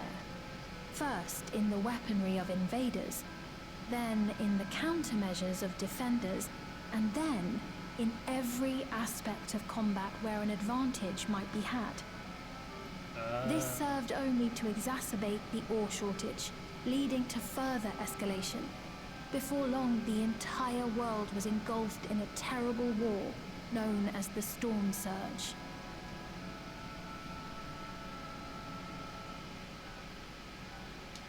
As the war came to a head, Alexandria's neighbor, Lindblum, committed its stores of electrope to the production of a weapon of mass destruction.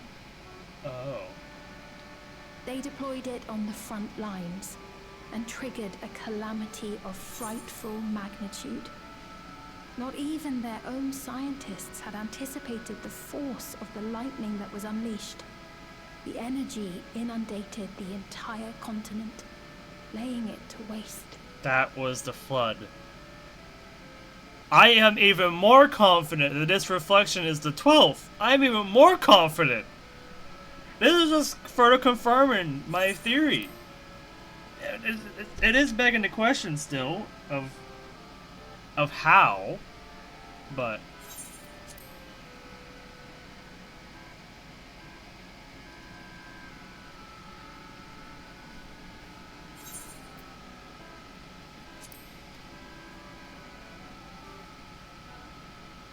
So that's how your world came to be this way.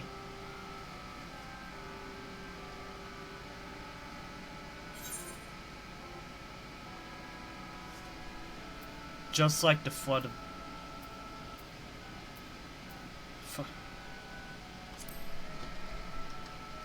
I'm putting in mind the flood of light. You truly know a great many things that I don't. I should like to learn about you too sometime.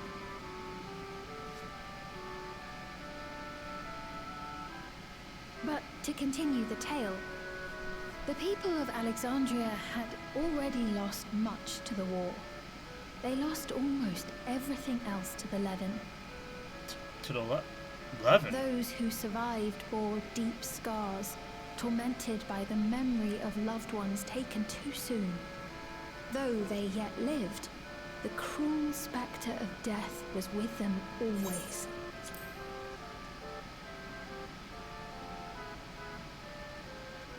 Could the origin of Remua?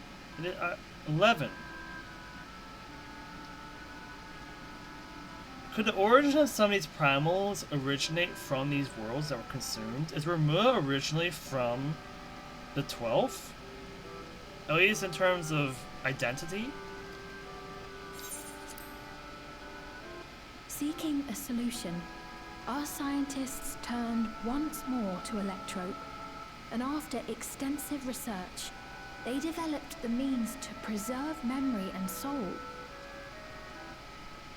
Physical death isn't the end. So long as our memories endure, we may live on. This belief sustained us then, and it sustains us now, granting us comfort. That's quite a tale.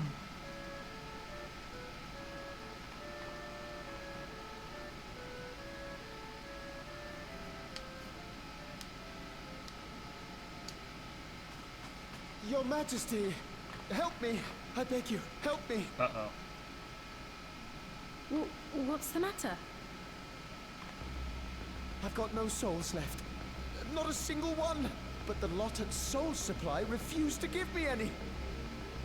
Please, You must do something! My apologies, Your Majesty. This man, he does no work. Instead, he drinks his days away on Trueview. He has only himself to blame if he has no credits for souls. That's not true! I'm a fighter at the Arcadian. Or rather, I was. I haven't been allowed to fight because of the King's decree. It isn't my choice. I see. You're a brave warrior of the arena. I want to help you, I sincerely do. But I cannot give you preferential treatment. Then open up the Arcadian again, so I can fight! I'm sorry, but that's not my decision to make. The king requires feral souls for war. He doesn't wish for them to be expended on amusements. You're useless! A queen in naught but name!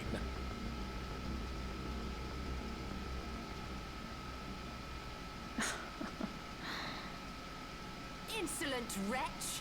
How dare you take that tone with Her Majesty?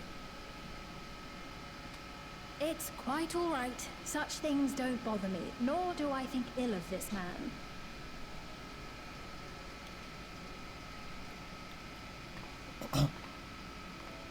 Hear me. Though I cannot grant you a soul, I mean it when I say I want you to live. I love all of you equally, dearly. You are as family to me, and it pains me to see you deny yourself hope. I want you to find a happiness all your own, even if you must grow it from the smallest seed of joy. Out there, somewhere, is a reason for you to smile again. We all need to vent our frustrations from time to time. I will always be willing to lend an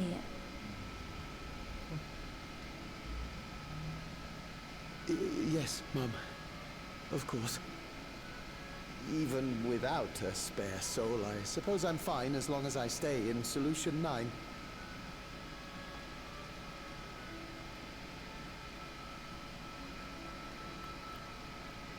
I apologize for my rudeness. Good day to you.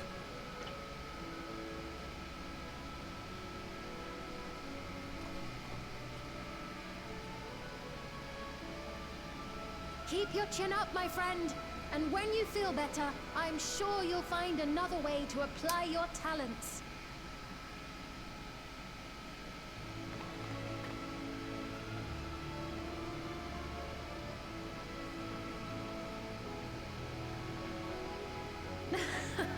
I'm sorry you had to see that.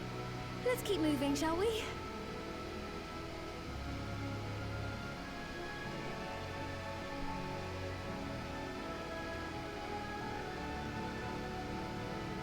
Right, I believe we visited all the main facilities. With that, I declare our tour concluded. That man from before, does that sort of thing happen often? At the very least, she wasn't... I was gonna say, at least she isn't the cause, but she does say it's her fault. So... maybe something... politically occurred. She, like, something that... what happened has some relevance to her. Or maybe it's related to Zoraija. There's no way to really know. But, at least for sure yet. So what? It's unavoidable. Hardships are a fact of life. Our soul management system has sustained our realm for generations, but it isn't without flaws. For one, people have become accustomed to having spare souls. Without them, they feel vulnerable and anxious. Some claim it may also have contributed to a decline in births.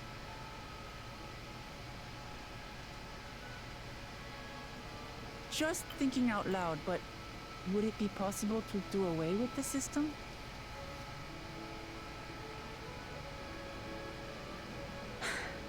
No.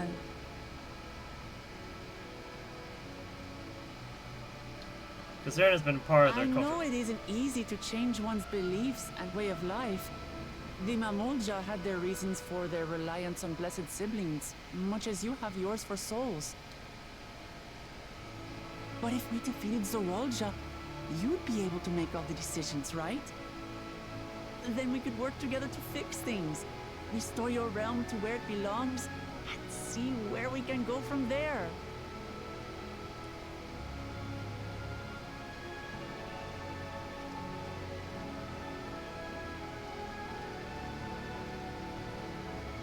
But she also believes in the Listen thing. to me. There's something that I need to tell you.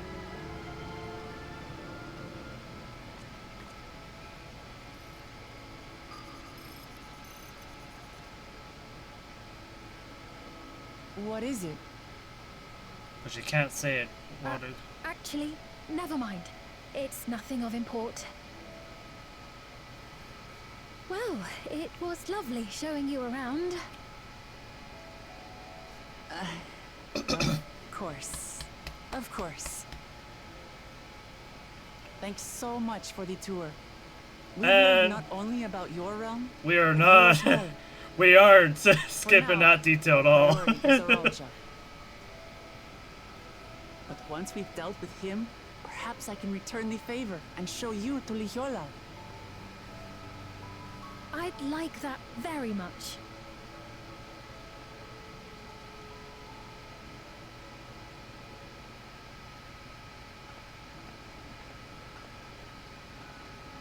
We know what's up. We know what's going on.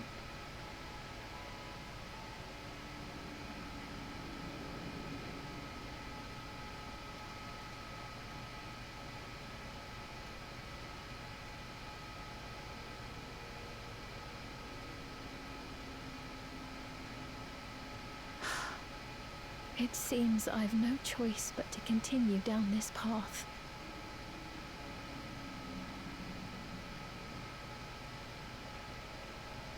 Forgive me, Val Wuklamat, but I must disappoint you.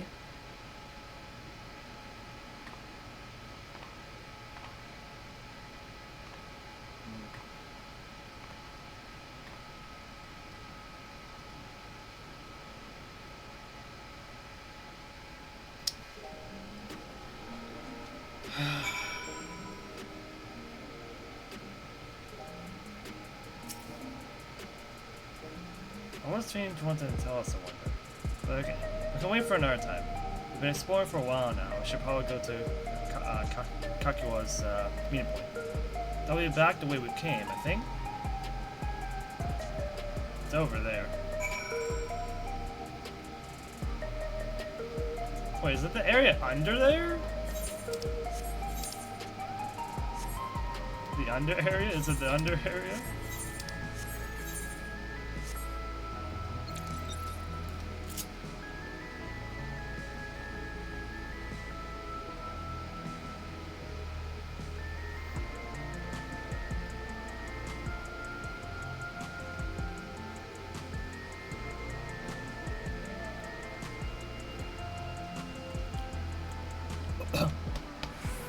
Problem is that Wokomon isn't realizing that it's just a part of the way of their life at this point. There's not really a way for them to move away from using souls. Serene generally cares for her people. I can respect her for that. And thanks to her tour, I've come to better understand the lives of Alexandrians. They don't feel so strange and distant anymore. So trying to force them to change their ways is going to be much, much harder of a task. This might be a point where I'm going to have to start thinking about replacing my gear, and I forgot to desemphasize all this stuff.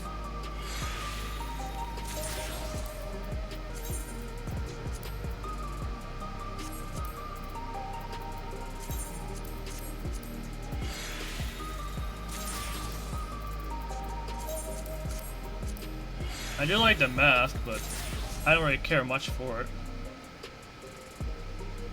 Just level 96. Now we desynthesize this because we're gonna get better gear, it seems, in a bit. It seems like we are gonna get better gear.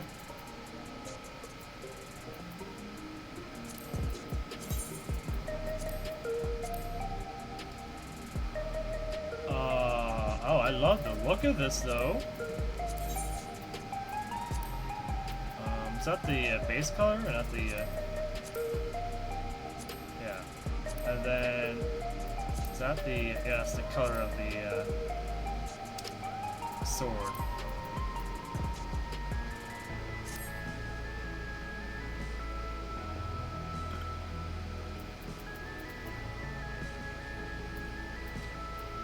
It is a very nice sword, though.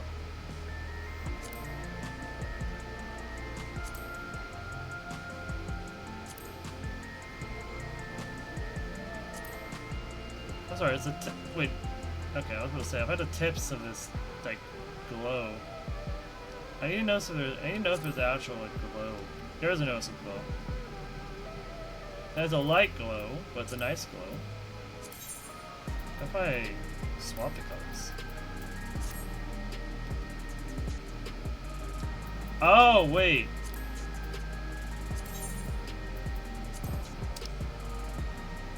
Here, let's do like a blue color.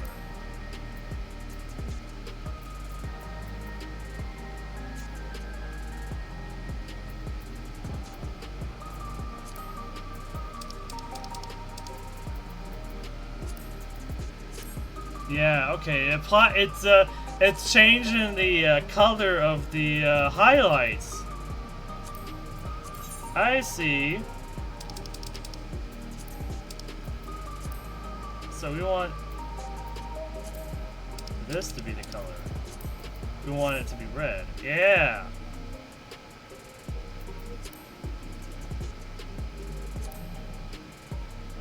I like the look of this blade. Like, it's exactly what we want for this blade, except it's a little bit more detailed.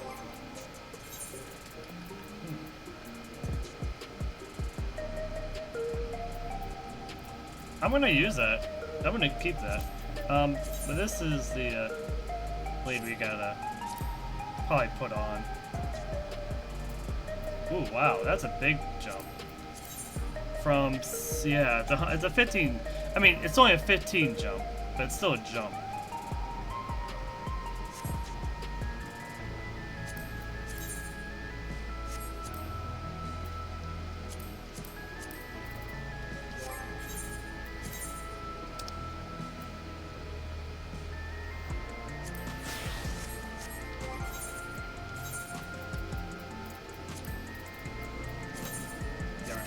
Retrieve the materia from that.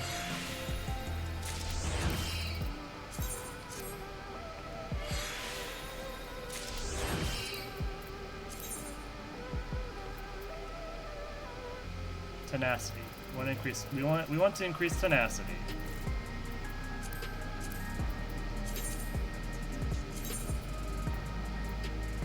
Oh.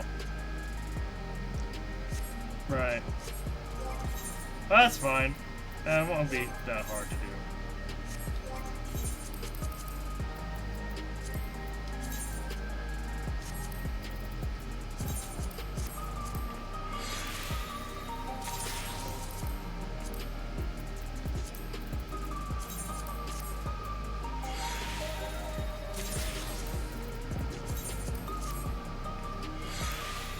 We can meld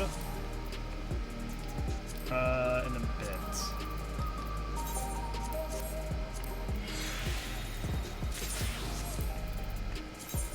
I forgot to desynthesize all this stuff.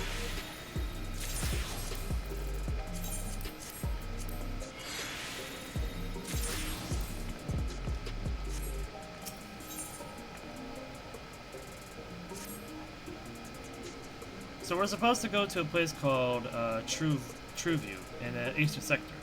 This conveyor ought to take us there. You know, once you get used to it, they're actually kind of fun. Come on, Kusuriya. At least for one, she ain't going crazy about it. We're gonna go over here real quick because I need to go to the melter over there. I need to meld this sword.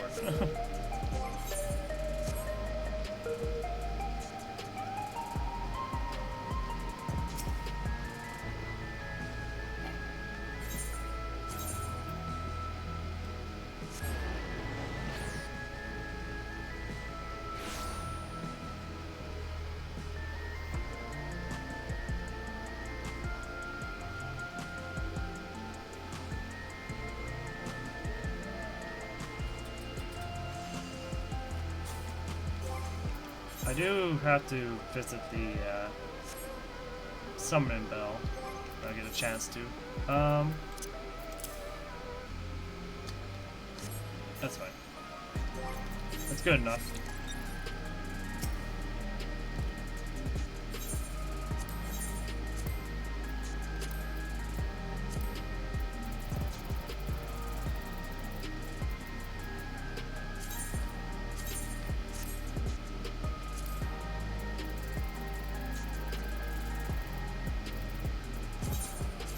I can't wait to get my crafters back up, that's for sure.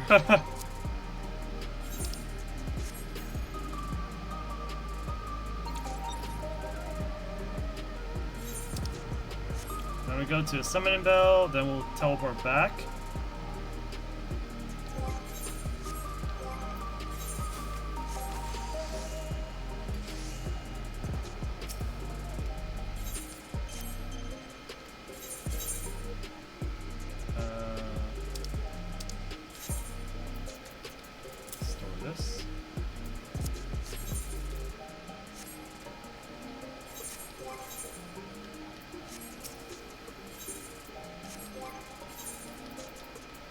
And this is oh. Yeah, I shocked material out of it, yeah.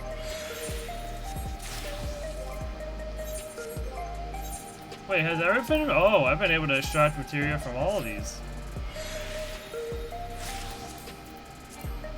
You're definitely gonna do it.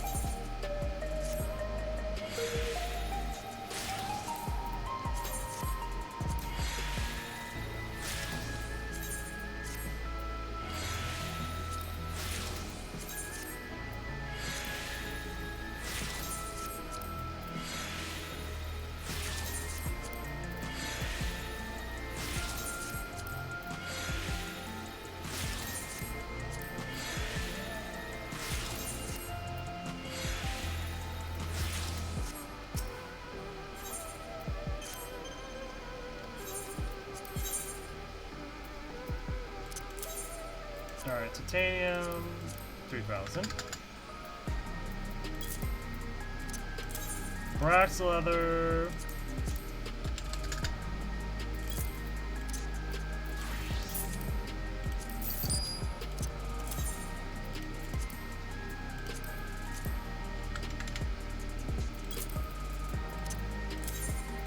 Cobalt tungsten, 7,000. That's crazy.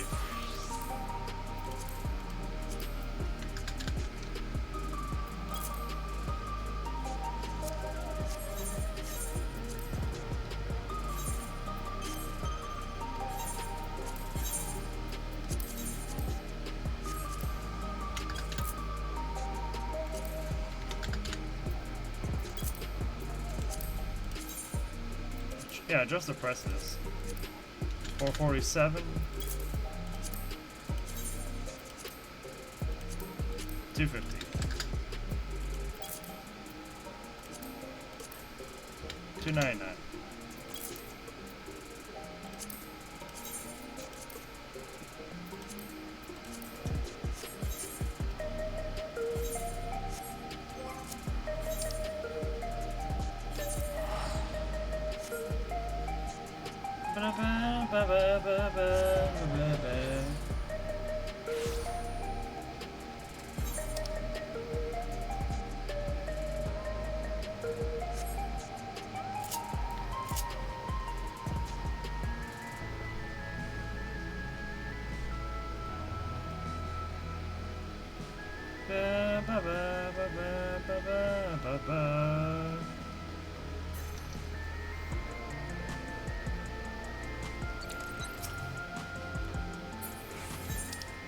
I can already tell we're gonna be in for a very sad affair.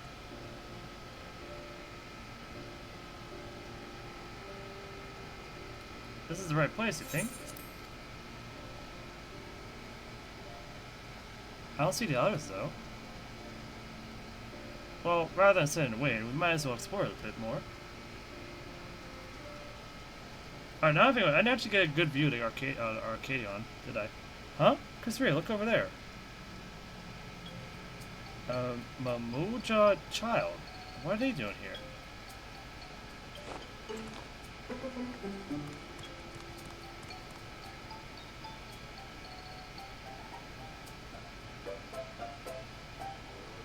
Curious little guy.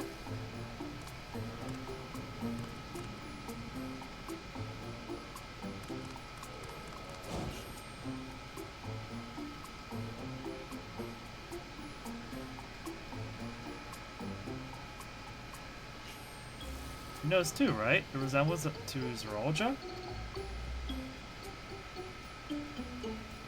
The blue scales of Bonenwaff with the features of Hubigo. This can't be a coincidence. At any rate, it wouldn't do to leave such a small child on their own. Come on, let's go after them.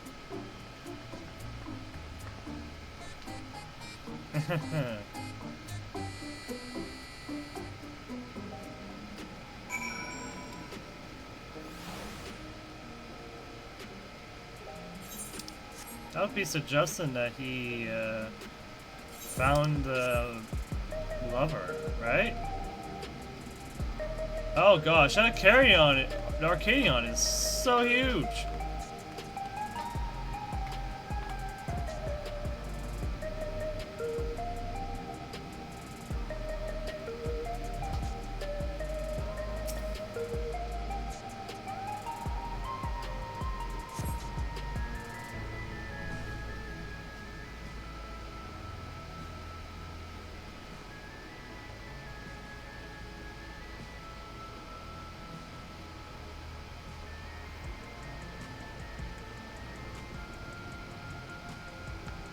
Such a huge little plaza. Huge little plaza. That's some descriptor.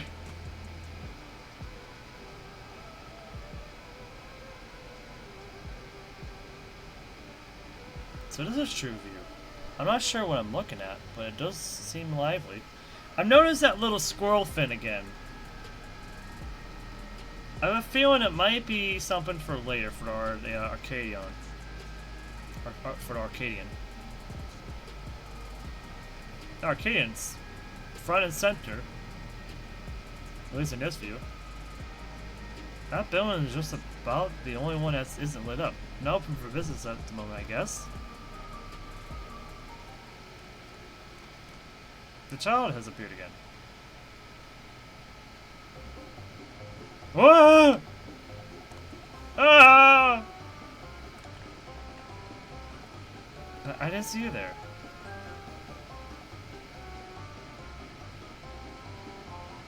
Listen, we don't mean you any harm. We just want to talk. It's a bit odd, don't you think? They run off when we approach, only to suddenly to reappear. Could it be they want to take us somewhere?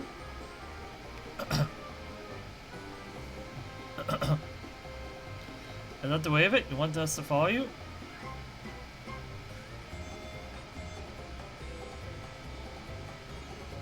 So it is. Alright, then lead away.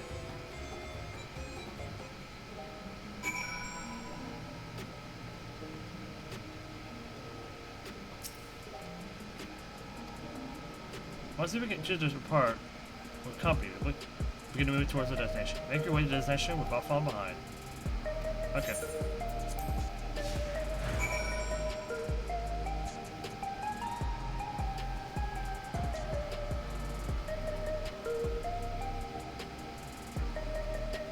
You're gonna take a right, aren't you? Okay, you're not taking a right. Maybe a left? Wait, there's a weird end to that. Why is there an end there?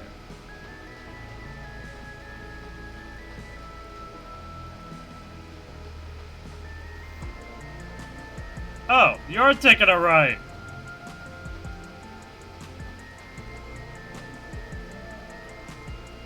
Oh. Here?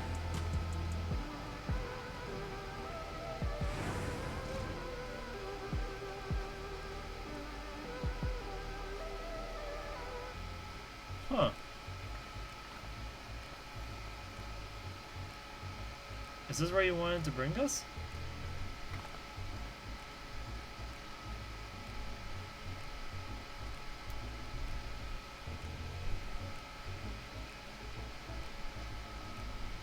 What is this place? You're meant to relax here.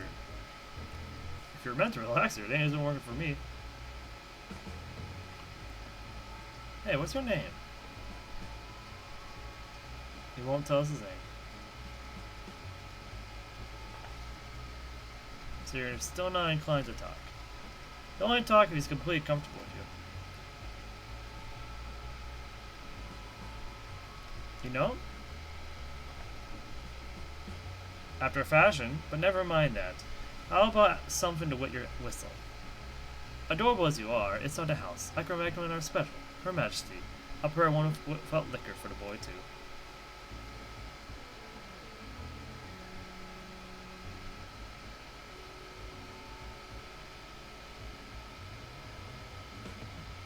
Thanks, but no thanks. We're supposed to meet a friend named Kusuriya, but we ran into the child on the way last year. Oh, so you're with Kusuriya.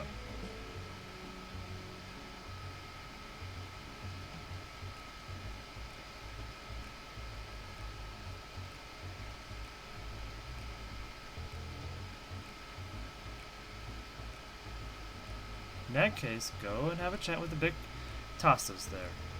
Or bit with big Tassos there. We'll show you to a fun place.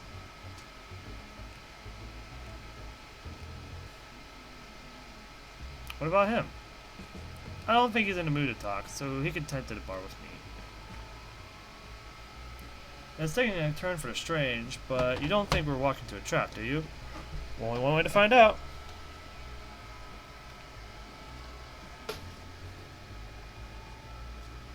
Damned if this doesn't have suspicious written all over it.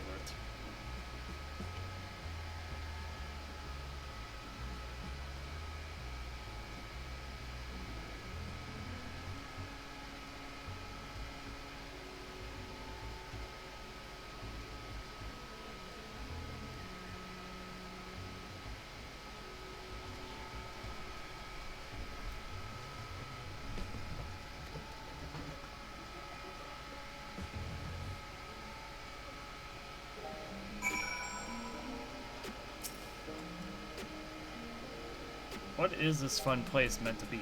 Is Kusuriya there? Well, I suppose there's only one way to find out.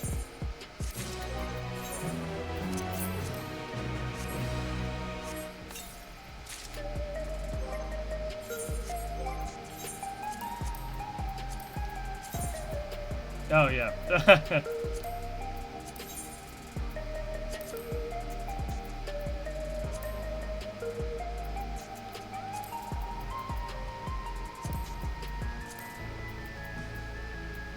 Too bad it still keeps the purple highlights. Or purple lights. Not that I would want to use this armor anyways.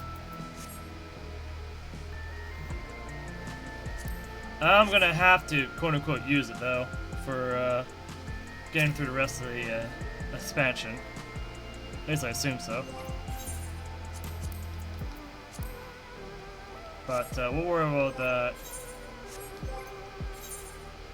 later, I think. But especially since I can't do anything about it now.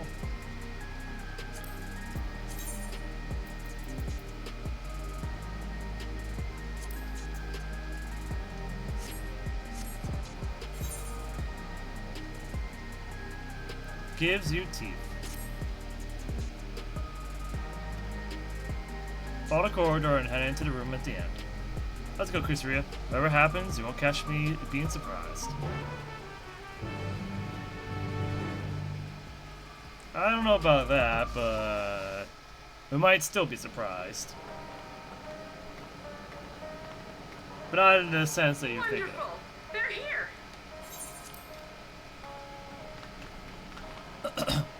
We've only just arrived ourselves. Amazing.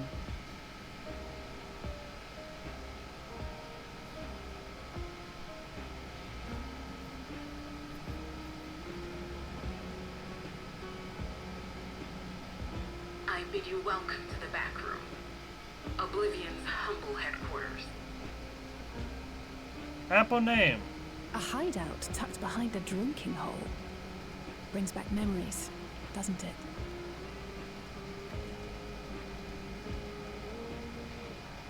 Our members here are mainly creators and adapters.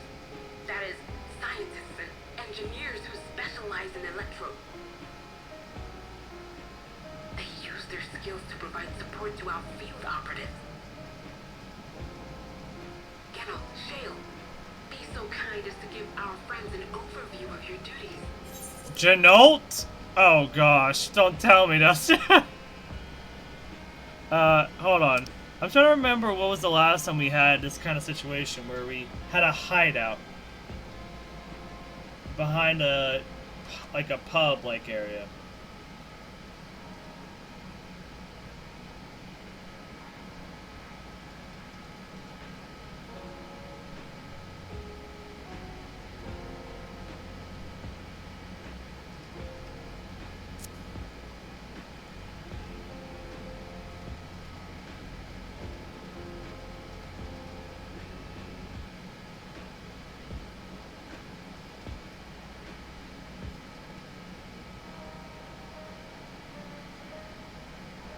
Was it back in Stormblood?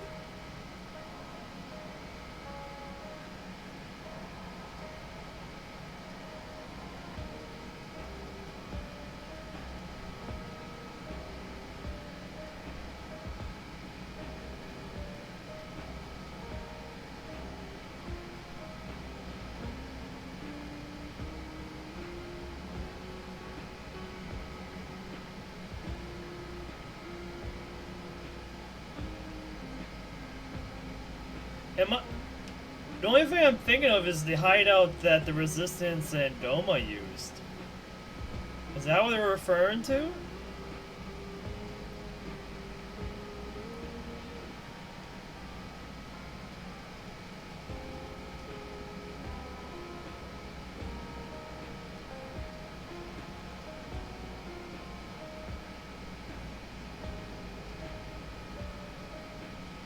Like, what are examples would there be?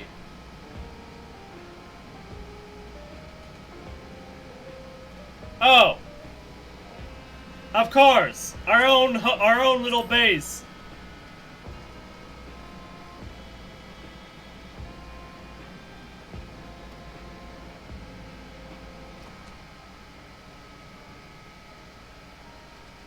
Well, there's provisioning. Gotta have supplies to fight the good fight, ain't ya? Luckily, we got the tools to craft most of what we need. Yep, our reaction was... Gathering intelligence is another vital aspect of our work. That's pretty normal. Everkeep's core system is a veritable treasure trove of information. You just need to know how to get in and find it. Our reaction was well warranted given the fact that he looks a part of the family, that's for sure.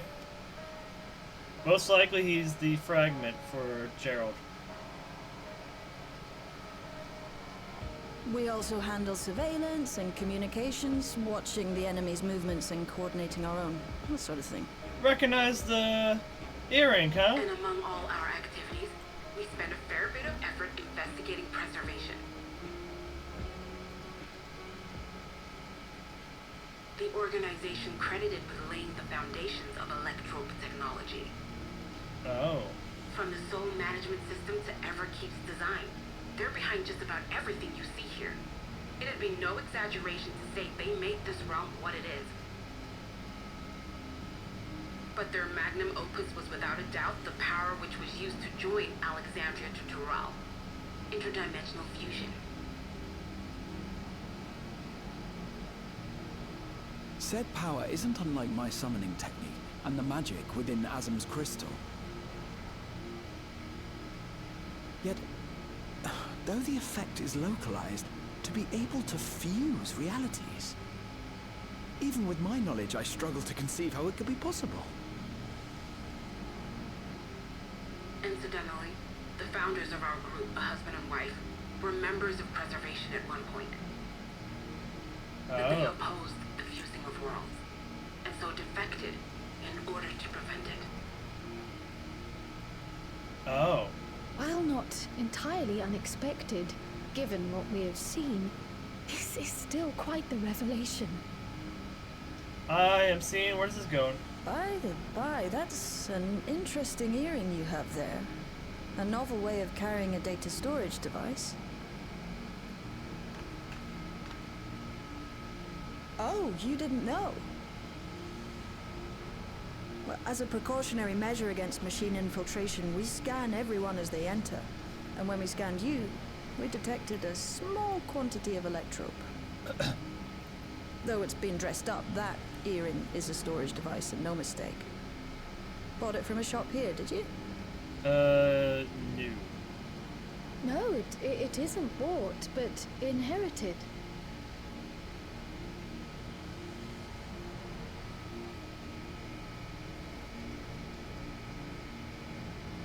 So these people sent you through the portal along with the earring?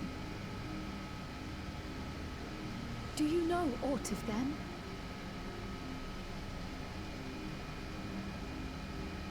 Listen, Cryle. The husband and wife who founded our order. It's believed that they were Malala. Though we have no evidence at present, we can't rule out the possibility that they were your parents, or perhaps close relations. This I posit because they were the very individuals who spearheaded the research into interdimensional fusion. As traitors to preservation, they were relentlessly pursued. Oh. If they had a child they feared they couldn't keep safe, entrusting her to the people of another world might have been their best option. My parents, the founders of Oblivion. Tell me everything you know about them, no matter how small or seemingly insignificant. Anything and everything. We don't even know their names, I'm afraid. In a bid to elude preservation's agents, we suspect they erased all traces. But wait, the earring's a storage device, right? Can't we access the data off of it? I'm sorry we couldn't be of more help. If you're interested, though, you're welcome to review our accumulated data. But wait, what about... We talk about storage data. What about the stored data? Please! As an individual and member of my order both, I wish to learn as much as possible. I should also like to peruse the data. Where the joining of realities is concerned, I may well be of service. Of course. Feel free to peruse to your heart's content. Thank you. If you like, I can examine your earring. I have to say, the prospect that it belonged to our founders has me itching to take a look.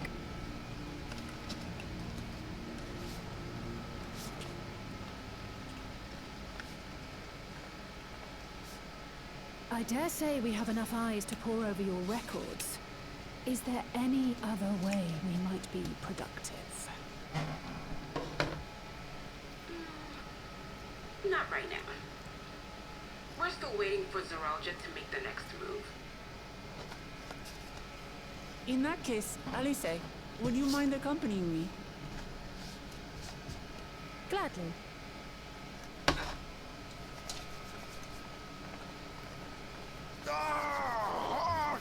I'm bugging it up again!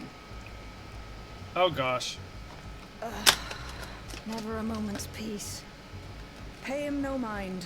I don't.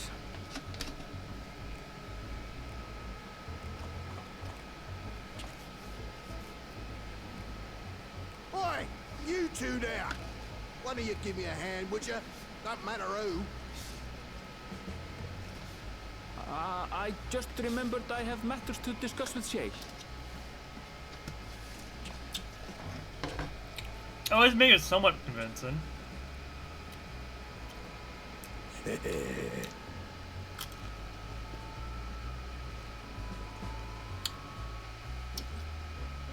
I'm just cursed to deal with you, huh? So long as it's not a business proposal. Because all of you are terrible at that.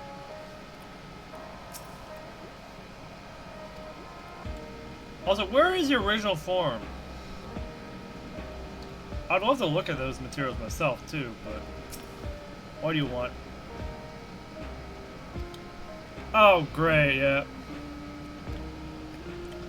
Oh, we definitely met in another world, definitely.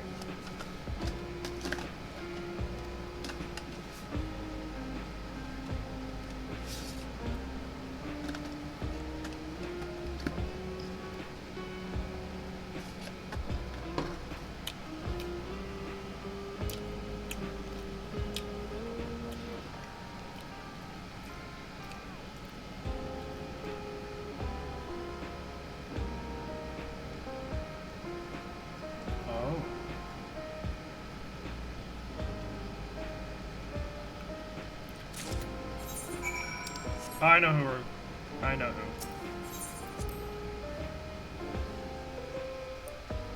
I know who. I saw him a bit ago. But a bit ago I saw him while we were going towards Arcadia.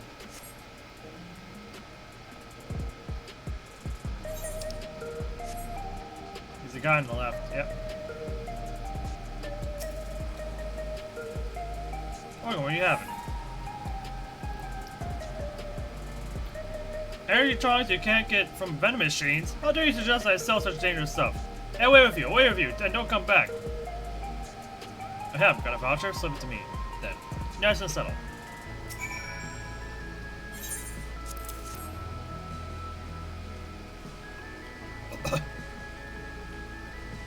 Ah, so you're collecting for Genolt. A can for him and a can for you, eh?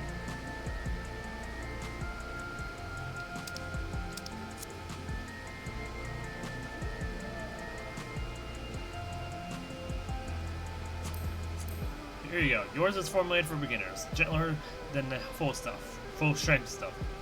It's not contraband or anything, so you won't run afoul of the authorities. But the Rodina Kusuriya was made aware of my special selection. It'd be bad for business.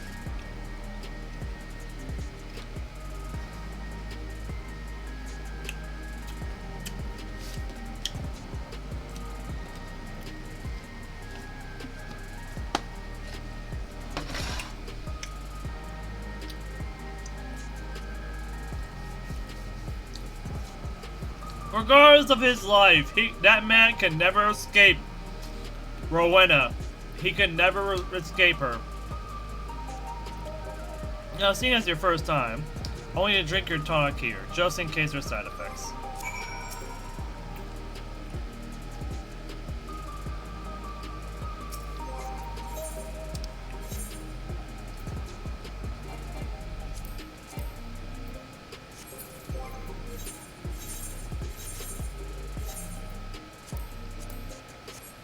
What if we accidentally drank the non-beginner one for accident?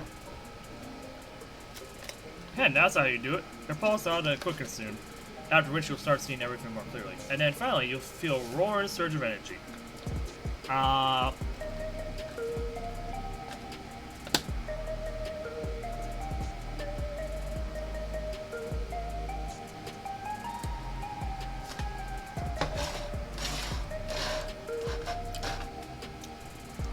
FF14. Did you just make me drink Red Bull? Are you serious? We haven't up and carked it, so hurry along and give Genolt his tonic. He tends to leave it for the last moment, and I expect he's about to keel over.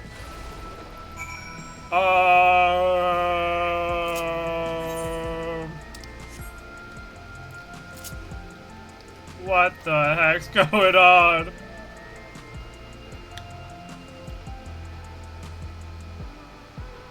Wait, why is someone going in there? Is there something in there?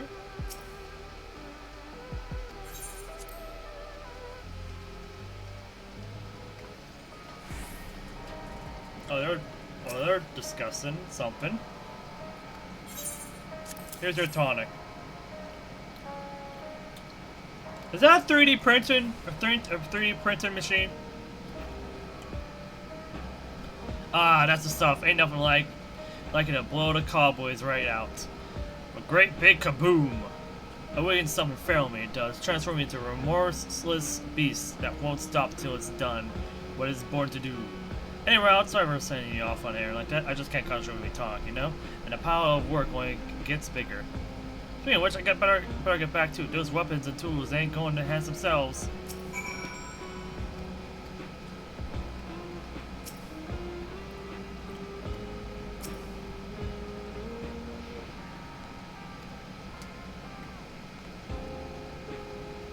Aha.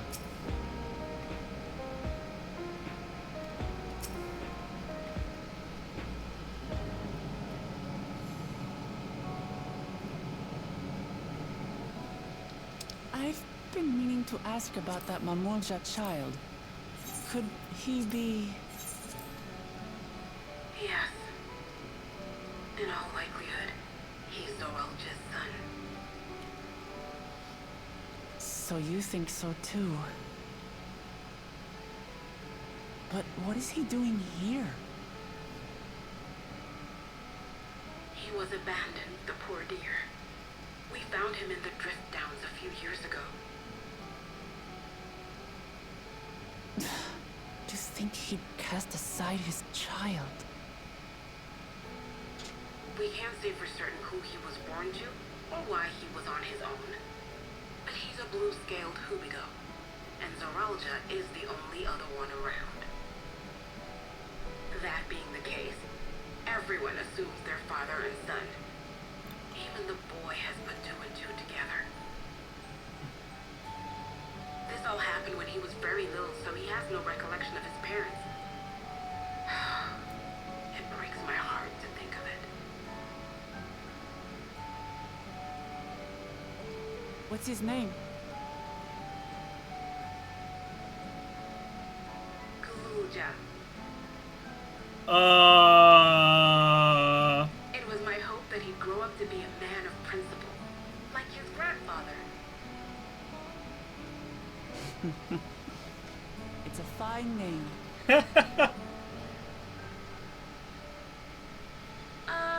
I should mention that the boy is a little unusual. At first, I intended to raise him as my own.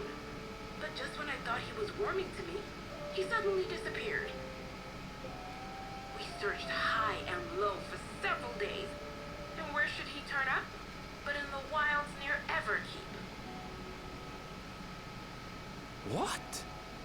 It's a miracle he didn't fall prey to fiends. See? That's another unusual thing. Creatures don't seem to attack him. He could pick his way through the thunder yards as if he were on a stroll. On making inquiries, we learned that he had been living alone and receiving food from the people of the outskirts. This became something of a pattern. We track him down and bring him back, only for him to disappear again within a matter of days. He would return to the wilds without fail, and once again rely on the kindness of strangers to survive. Finally, I took the hint and left him be, giving him the solitude he prefers, and lending a hand only when he explicitly asks. If Kusuriya is Zorelja's child, that makes him my nephew. Assuming he's willing, I'd be glad to take him in like Papa did for me. But seeing as I'm here to kill his father, I don't know if it would be right. He just heard you. Who's that?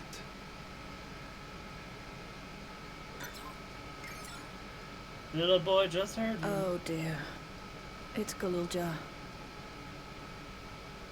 Don't tell me he heard everything. Oh yeah, he certainly did. Oh, this is my fault. I asked that he be kept away, but I should have taken more precautions. I'm going after him. I need to explain. Wait, Lamachi.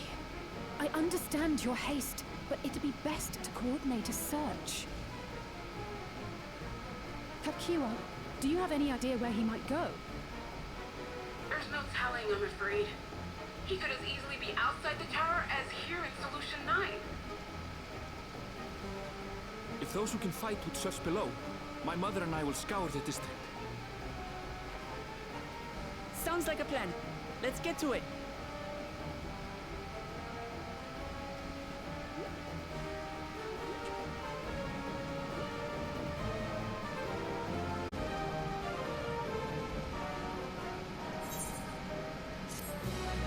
Ba, ba, ba, ba, ba, ba, ba, ba.